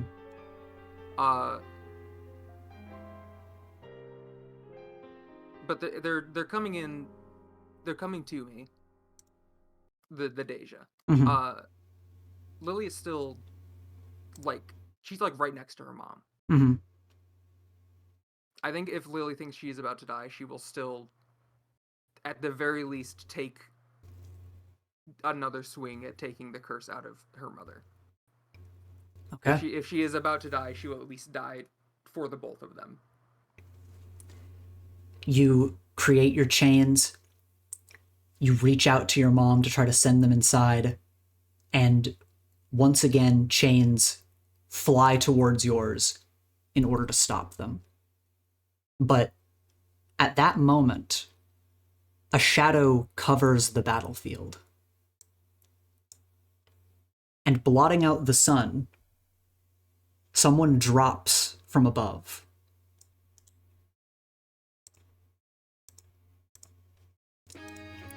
And Nightwalker skydives onto the scene and, startlingly, lands next to you and grabs their chains in his hand.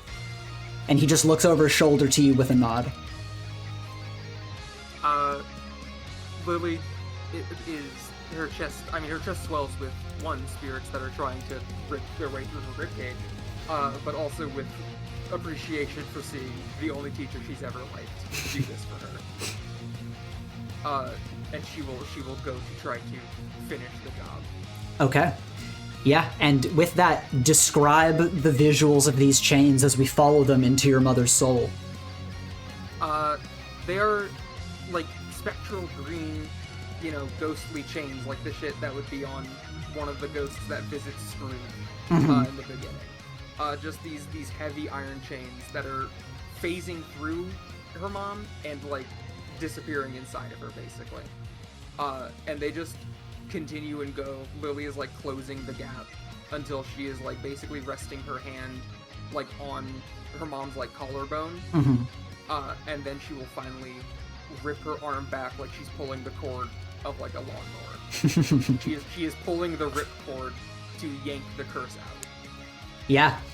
We see this image of all of these intricate chains, almost like reverse welding or reverse carving on the mark of the Dey'ja, seeming to erase it. And as you yank your hand back, you can feel through the chains and into your system this mark of the Dey'ja flying into your very soul, as the other end of the chains, for equivalent exchange, carve this mark into you, where your mark already exists, carving a deeper curse into your soul, cracking along the very boundaries of your soul and threatening to kill you outright. But you persist. You blink your eyes, you feel that no longer is the mark of the Dey'ja in your mother, lying there unconscious, and even looking through your ghostly eyes, you peer into the future and you watch her unconscious in the hospital as her condition seems to stabilize. And then you blink back to the present. You look to Nightwalker, who has now stood up and tossed away the chains from the Dey'ja as they begin to encircle the two of you. And he merely says, "We aren't done yet. Don't let down your guard." Lily tries to stand up, and she'll try to put basically her mom behind her, like between her and Nightwalker, so that like the two of them are standing over her. Yeah. And as you and Nightwalker stand side by side, how do you want to approach?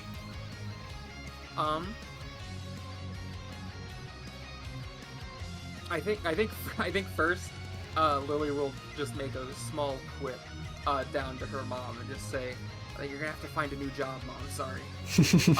And then we'll jump into battle. And I think she'll just follow Nightwalker's lead. He seems to know how to handle the chains. Lily's literally never been able to touch these guys without it hurting her. So she will just try to mimic his fighting style here. Whatever he is doing, she will try to do to another Dey'ja and just amplify it with, you know, the strength, the speed. If it looks like she's in trouble, she will quickly try to, like, teleport out. Yeah, makes sense. Little Nightcrawler blinking. And, as you're watching Nightwalker's fighting style, first of all, of course, he's looking at the Dey'ja, he can see them. And he is fighting against them as best he can. They fly around with insane super speed, and as they go to cut him off or surprise him, he moves with similar after images so that they cannot cut him off. And you just watch as he just tries to outspeed them and predict their moves. They start sending chains in your direction. He just moves to defend you, cut them off, and the technique he uses, the back of his hand, hitting against the chains, causing them to whip themselves around his wrist, gripping the chains, yanking them towards himself so that he can land a strike right in the center of their chests, which, again, surprises you. But with elegance, he dances across the battlefield, just deflecting their blows. And as you two go in, roll to directly engage a threat.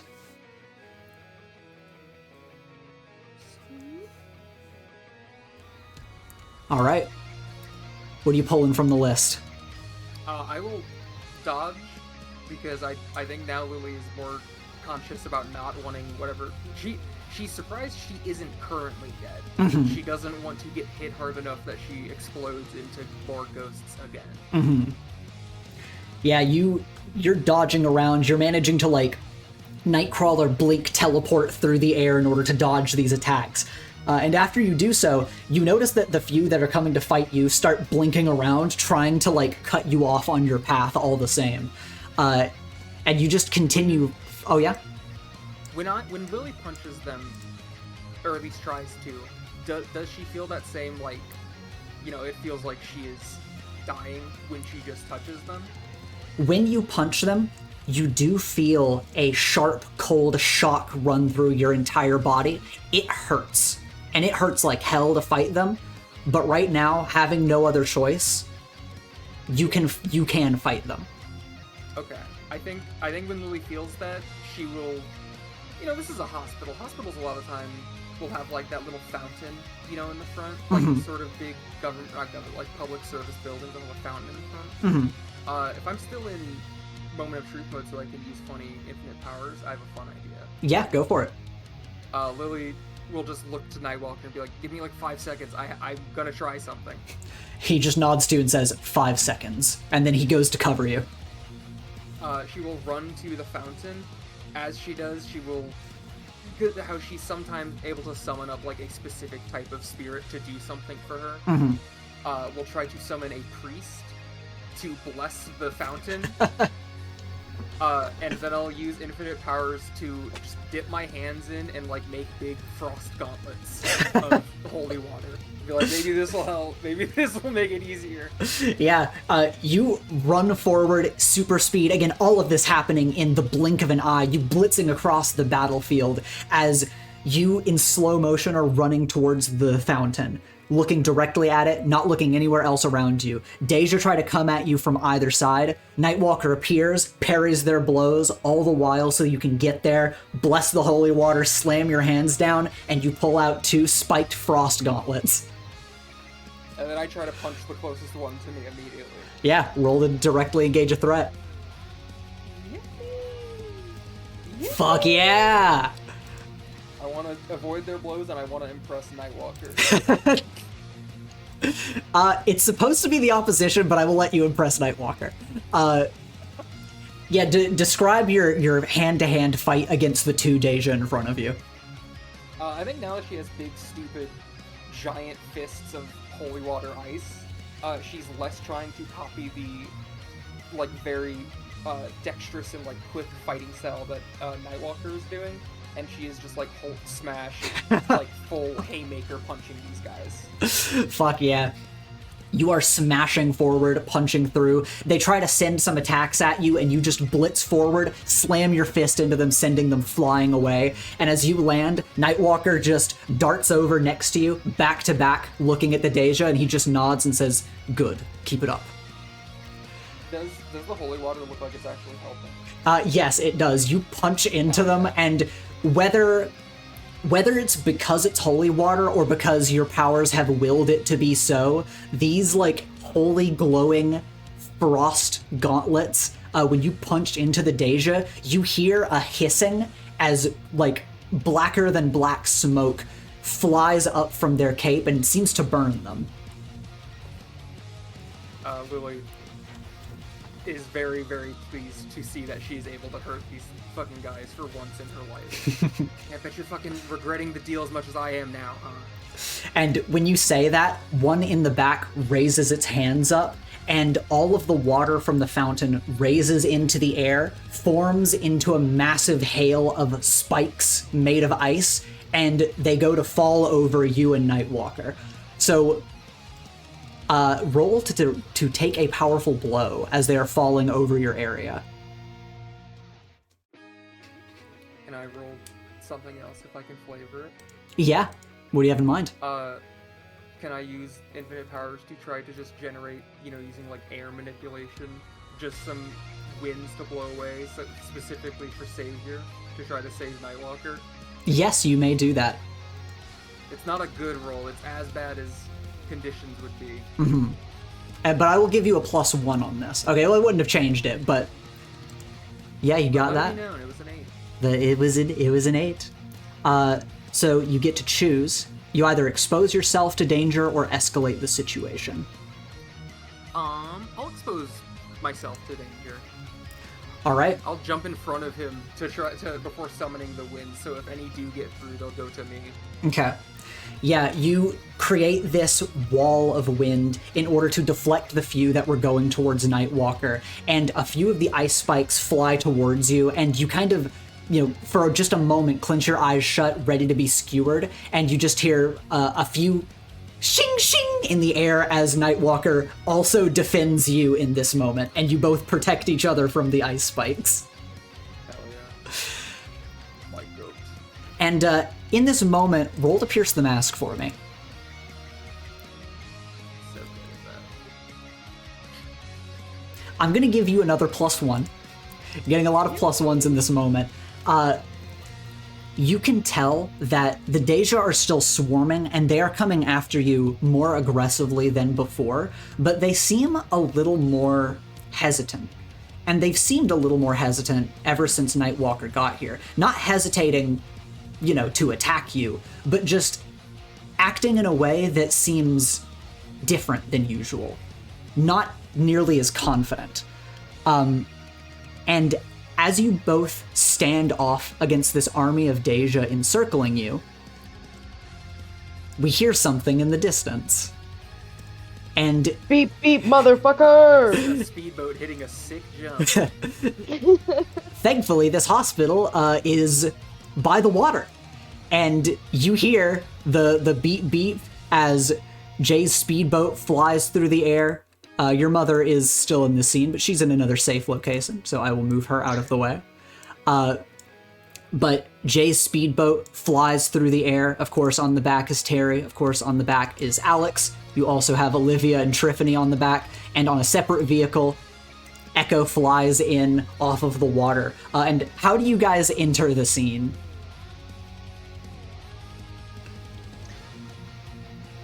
I'm gonna give everyone else an option first because I am a boat, so I assume that you guys would jump out of the boat before I do anything. Fair. Otherwise, I would accidentally just launch everybody. Let's go left to right. Alex, how do you enter the scene? I'm going to jump off of the boat of Jay and gracefully control gravity to land so cool on the shore on the hospital in front of you do a hero scene that's landing. happening here. Yes. All right. Terry, how do you enter? Terry jumps off the boat, and he's just like, he's a dude, he's running, like he's sprinting. He can see all the Dey'ja are visible, yeah? Yeah, you can see the Dey'ja. Okay, there's a lot of them, and he just thinks that, do Dey'ja feel fear? And that's what he's like, the mindset he's going in with as he's running towards them. Okay. Jay, as you're jumping up in the air, Tiffany is going to grab Olivia and fly out, gliding her to the ground very gracefully as, Tiffany is going to drop her off, do a swirl around her, and then do a little flip and land, just because the momentum was carrying her with such speed. And your speedboat flying into the air, how do you enter the scene? I like to imagine everyone's jumping out of the speedboat as we're like doing a mid-air thing. Mm-hmm. You know what I mean? Yeah. So I like to imagine it's like right, like literally maybe the milliseconds before I hit the ground and I'm just a giant boat like being beached on the freaking ground. Mm-hmm.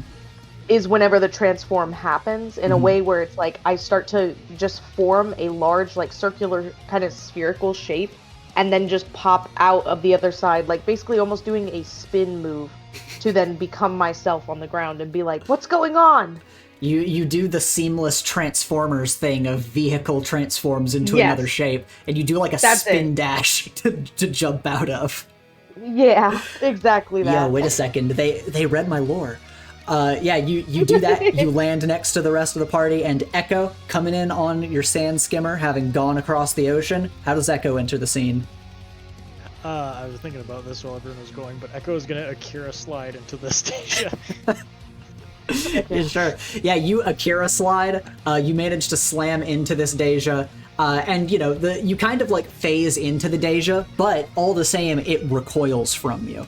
And Lily, you watch as the Dey'ja that were about to start attacking you again kind of freeze in place, move away from you, and all at once, they just stop moving, wrap their wings around themselves, and you feel them all glaring daggers at you as each and every one of them fades into their own shadows on the ground, completely disappearing from the scene.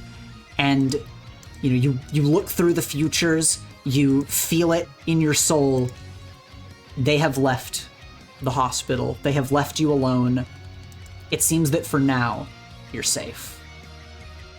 Lily is mean mugging each one that disappears until the final one is there. She is meeting its gaze the whole way. That's right, you bosh heads, you run! Are, You're scared of us! are these ice spikes? Yeah, they threw ice. They can do Pat? that? That's Yeah, new. they can do that. Yeah, it's fucking misfortune. Nice call, Gretchen.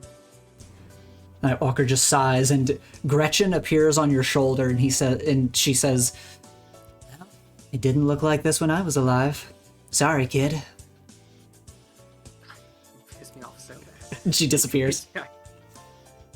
I don't want to hear it unless you're gonna call Echo a mutt. Right? You're on probation.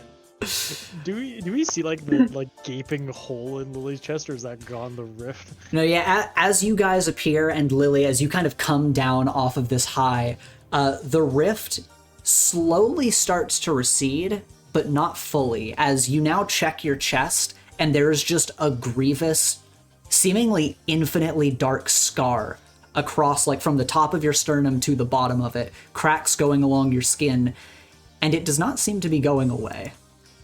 Jesus Christ. It's infinitely dark. It's not like a hole, right? It feels like a hole. It feels like you could reach into it, but you get like a sixth sense in the back of your mind, like, I don't want to do that. Jesus Christ. Jesus. And What? Who's Jesus?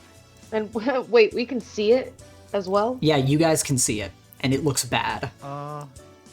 There's a hospital, like, right there. You wanna... Yeah, they aren't gonna help, man. You know what, fair enough.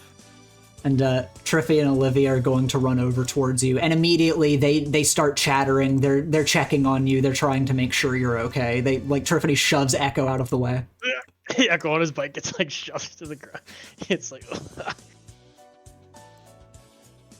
Walker just gives a sigh and, turns to look at you all, but he's letting you talk to your friends, Lily. He's not going to step in. I don't know how talkative Lily would be. I think she Fair. is kind of resting her hand on her chest, like over the shirt. You know, the like gaping hole that she should not touch, Yeah. and is just kind of lost in her own thoughts. You kind of just like ringing in your ears for a moment, hearing Tiffany and Olivia checking on you. They're crying, they're hugging on to you. Everyone else, how do you respond to this? Echo's What kind of happening? Terry would just say that, like, what just happened? a fair question. I just have to ask real fast. Is her mom still on the ground? I was gonna Yeah, say her Echo is kinda- mom is nearby. You guys are able to look. Lily, you're able to look, and she is still safely sitting against a tree where you set her. And it seems like the adrenaline rushing past you, whether it was you using your powers, Nightwalker, your mom has been kept in a like perfectly safe little circle with chaos all around her. And I would have the moment of seeing Lily. I've been in situations already with Lily before of just kind of like shock and knowing that Lily's not always trying to she's not trying to talk right away when situations happen. Mm-hmm. And so I think my character, I'd pan to kind of see their mom, and then I would be running towards the emergency doors, basically to flag some people down. Okay. And and get them so we can start getting her back inside. Echo would also go to help. He'd see the mom and go to help her up and get her back to the hospital.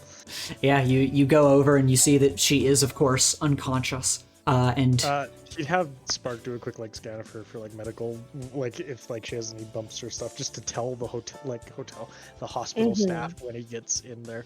Yeah. Hey, she has a mild concussion and stuff. Mm-hmm. Alex, what do you do in this moment? She is kind of overwhelmed seeing everything, but glad that Dey'ja had disappeared. So kind of taking it in and seeing what everyone is up to. She's going to help Echo in getting Lily's mom to the hospital so we can make sure she's taken care of. Yeah, Echo, you're doing the pulse check, and Alex, you can very easily help get her like onto an emergency bed as Jay comes back Yep. out with a few professionals. Jay, Yep. actually, if you wanted to, I you could- imagine we're. I was gonna say, I imagine we're coming out with like a Gurney. one of the beds. Yeah. Yeah, a gurney. Thank you. That's the word. Yeah. I couldn't think of it whenever I was trying to say it earlier. And Terry, you responded with shock before. You're just like standing back, just kind of like giving people their space. What is Terry doing in this moment? He sees Nightwalker, yeah? Yes, you do. He's like, Professor Nightwalker, what happened? Like, are we good? Like, is everyone, well, looks at Lily, other than that situation, like, what is going on? Yeah, Nightwalker will give you the debriefing. He quickly explains to you that, Dey'ja attacked Lily, they were attacking her mom, and you guys, they just narrowly managed to get out of that situation, and he just gives a sigh and says, I'm lucky I was doing a patrol when students began flooding my messages. I came as fast as I could.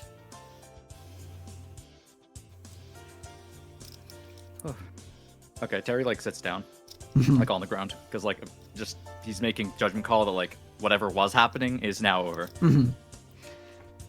Oh, okay. Back to Lily, as, you're still, maybe feeling silent in this moment, but what's Lily looking at? What is she thinking? Where are we at with Lily at the moment? And, just kind of as we come back over to you, and we have that wound on your chest, you're being held up by your friends. The adrenaline kind of starting to pump down, your powers slowly fading out of your system, and you notice that you've ejected all of your spirits. You are just a human girl right now, and you are covered in burns. You're covered in like abrasion marks, impacts you don't even realize happened, like smashing through trees that you ran through. Just, it all kind of starts to catch up to you. I think Lily is like still hovering her hand over her heart, basically, and it's like, because she's in thinking like, there's no way there's actually what seems to be a bottomless pit on me. There's no way there's actually a hole to the other side on me right now. And she's like, if I just touch it, it'll not be that. It'll be something else. But the sixth sense in her brain being like, you should not do that is upsetting to her. So she's just in this like frozen state of wanting to prove it's not real, but cannot. Caught in that little tide. And just, mark a condition for me after all of this has just happened. I'll mark it for 8. Makes sense. I think she's thinking about that. I mean, she just took the other half of the curse. So, that is also in her brain. She's like, does any of this even matter? I've just doubled down. Is it not like as over as it's ever been? And I think just hearing Nightwalker say he came as fast as he could and kind of remembering that he did save her, I think at least pulls her out. She will just turn around, walk over, and give her teacher a hug. You do this, and anybody that's looking can see he is like very genuinely like surprised by this.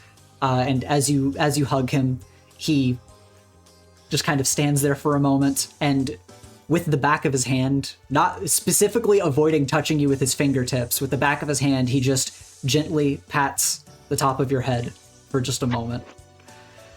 And he just gives a nod and says, just a little bit of time. Just a little bit of time. Thank you for letting me save my mom. He just gives a nod and says, it's a hero's job, but of course. And then she'll step back, wipe at her eyes, pretending it's sweat again. And as you step back, you kind of start to feel woozy and out of your own control, falling back into your friends. And as Tiffany and Olivia kind of think like, oh, hey, we need to get her into the emergency room. She is also heavily injured. They look at you as your consciousness is kind of fading, and light steam rises from, other than the grievous wound on your chest, the dark pit. Everywhere else, all of your other wounds, steam rises from them, and with the last bit of your infinite powers, you start to regenerate. Maybe a last little blessing from that moment. And in this moment, hectic and chaotic, Lily's mom, Bernadetta, is brought back into the hospital. There are a lot of questions. Nightwalker is able to help handle the situation. She's brought to her room, and Lily, you need some time to rest in a bed in her room, but you look over to her in her bed, and you see the vision you saw before, that her vital signs look good. She's unconscious, but you've saved her. And as you black out, that is where we are going to end our session today. So thank you all very much for playing that crazy little situation out. Did we make another great film? Wow. No, 6 hours-ish. No, yeah, this is just over 5 hours, so this is not nearly as long as you would think. It felt really long. Yeah, a lot of stuff. Content Very rich. reasonable. A lot of stuff happened. That was great. Yeah, all right. So going down the list, we'll start with Chloe. Hey.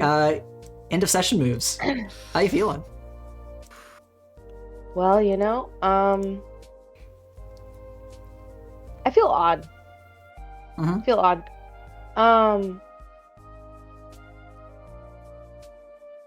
Hold on, let me look at something real fast.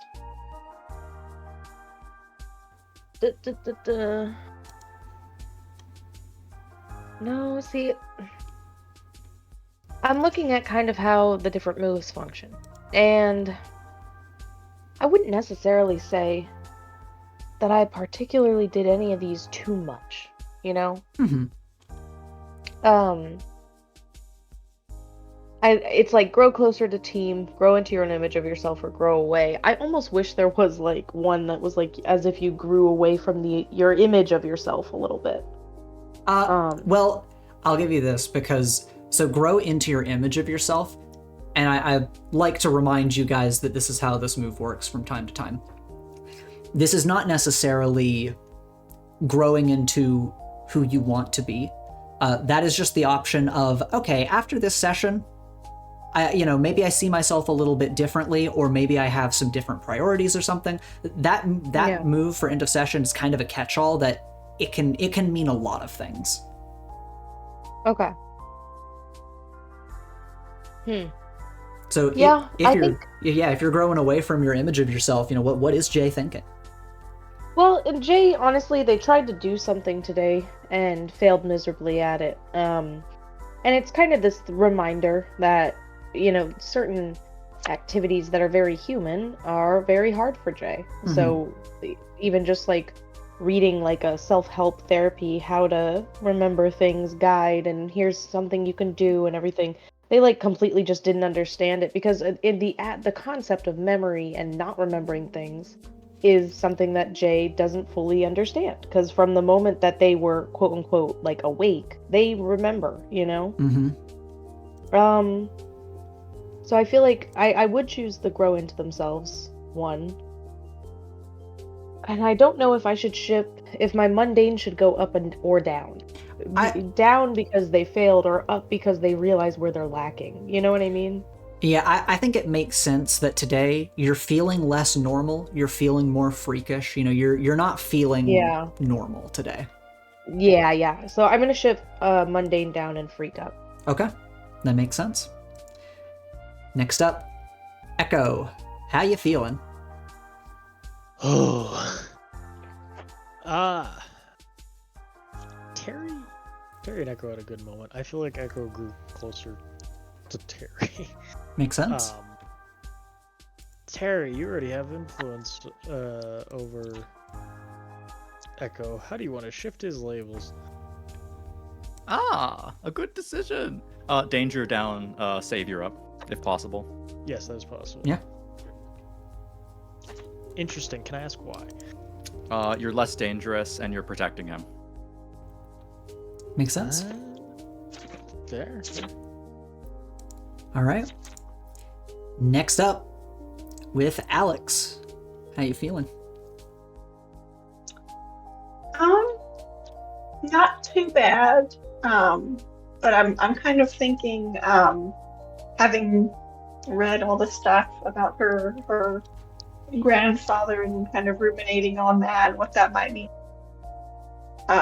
Growing into her image of herself in that way, and kind of being reminded of the alien origin of her powers and all this weird stuff that has happened.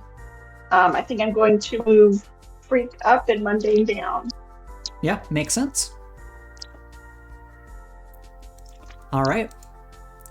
And finally, or not finally, sorry, we have one more person.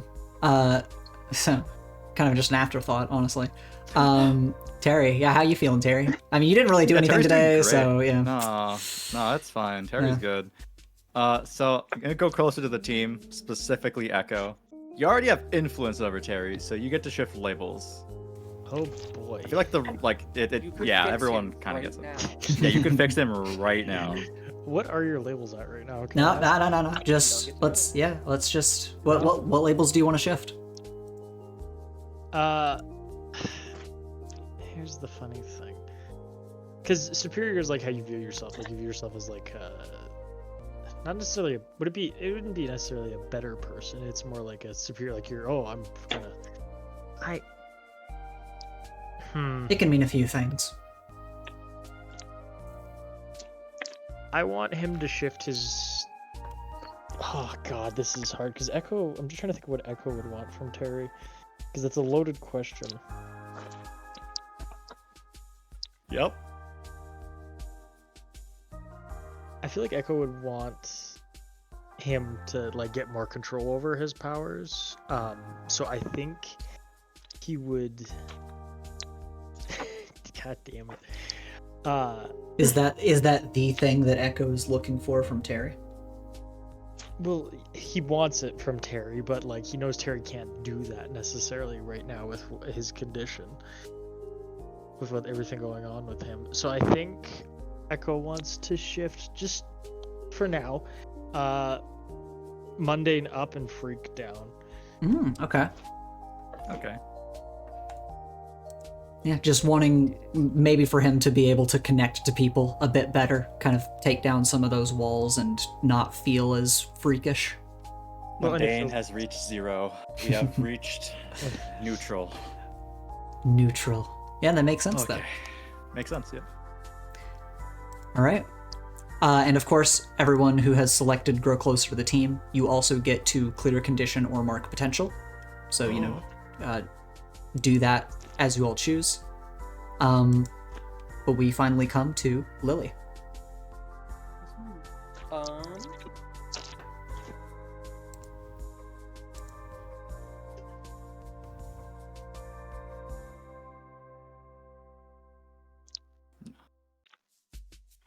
There's a lot. There's a lot. I'm thinking. I think image of self. I think savior up, but I'm trying to think what down.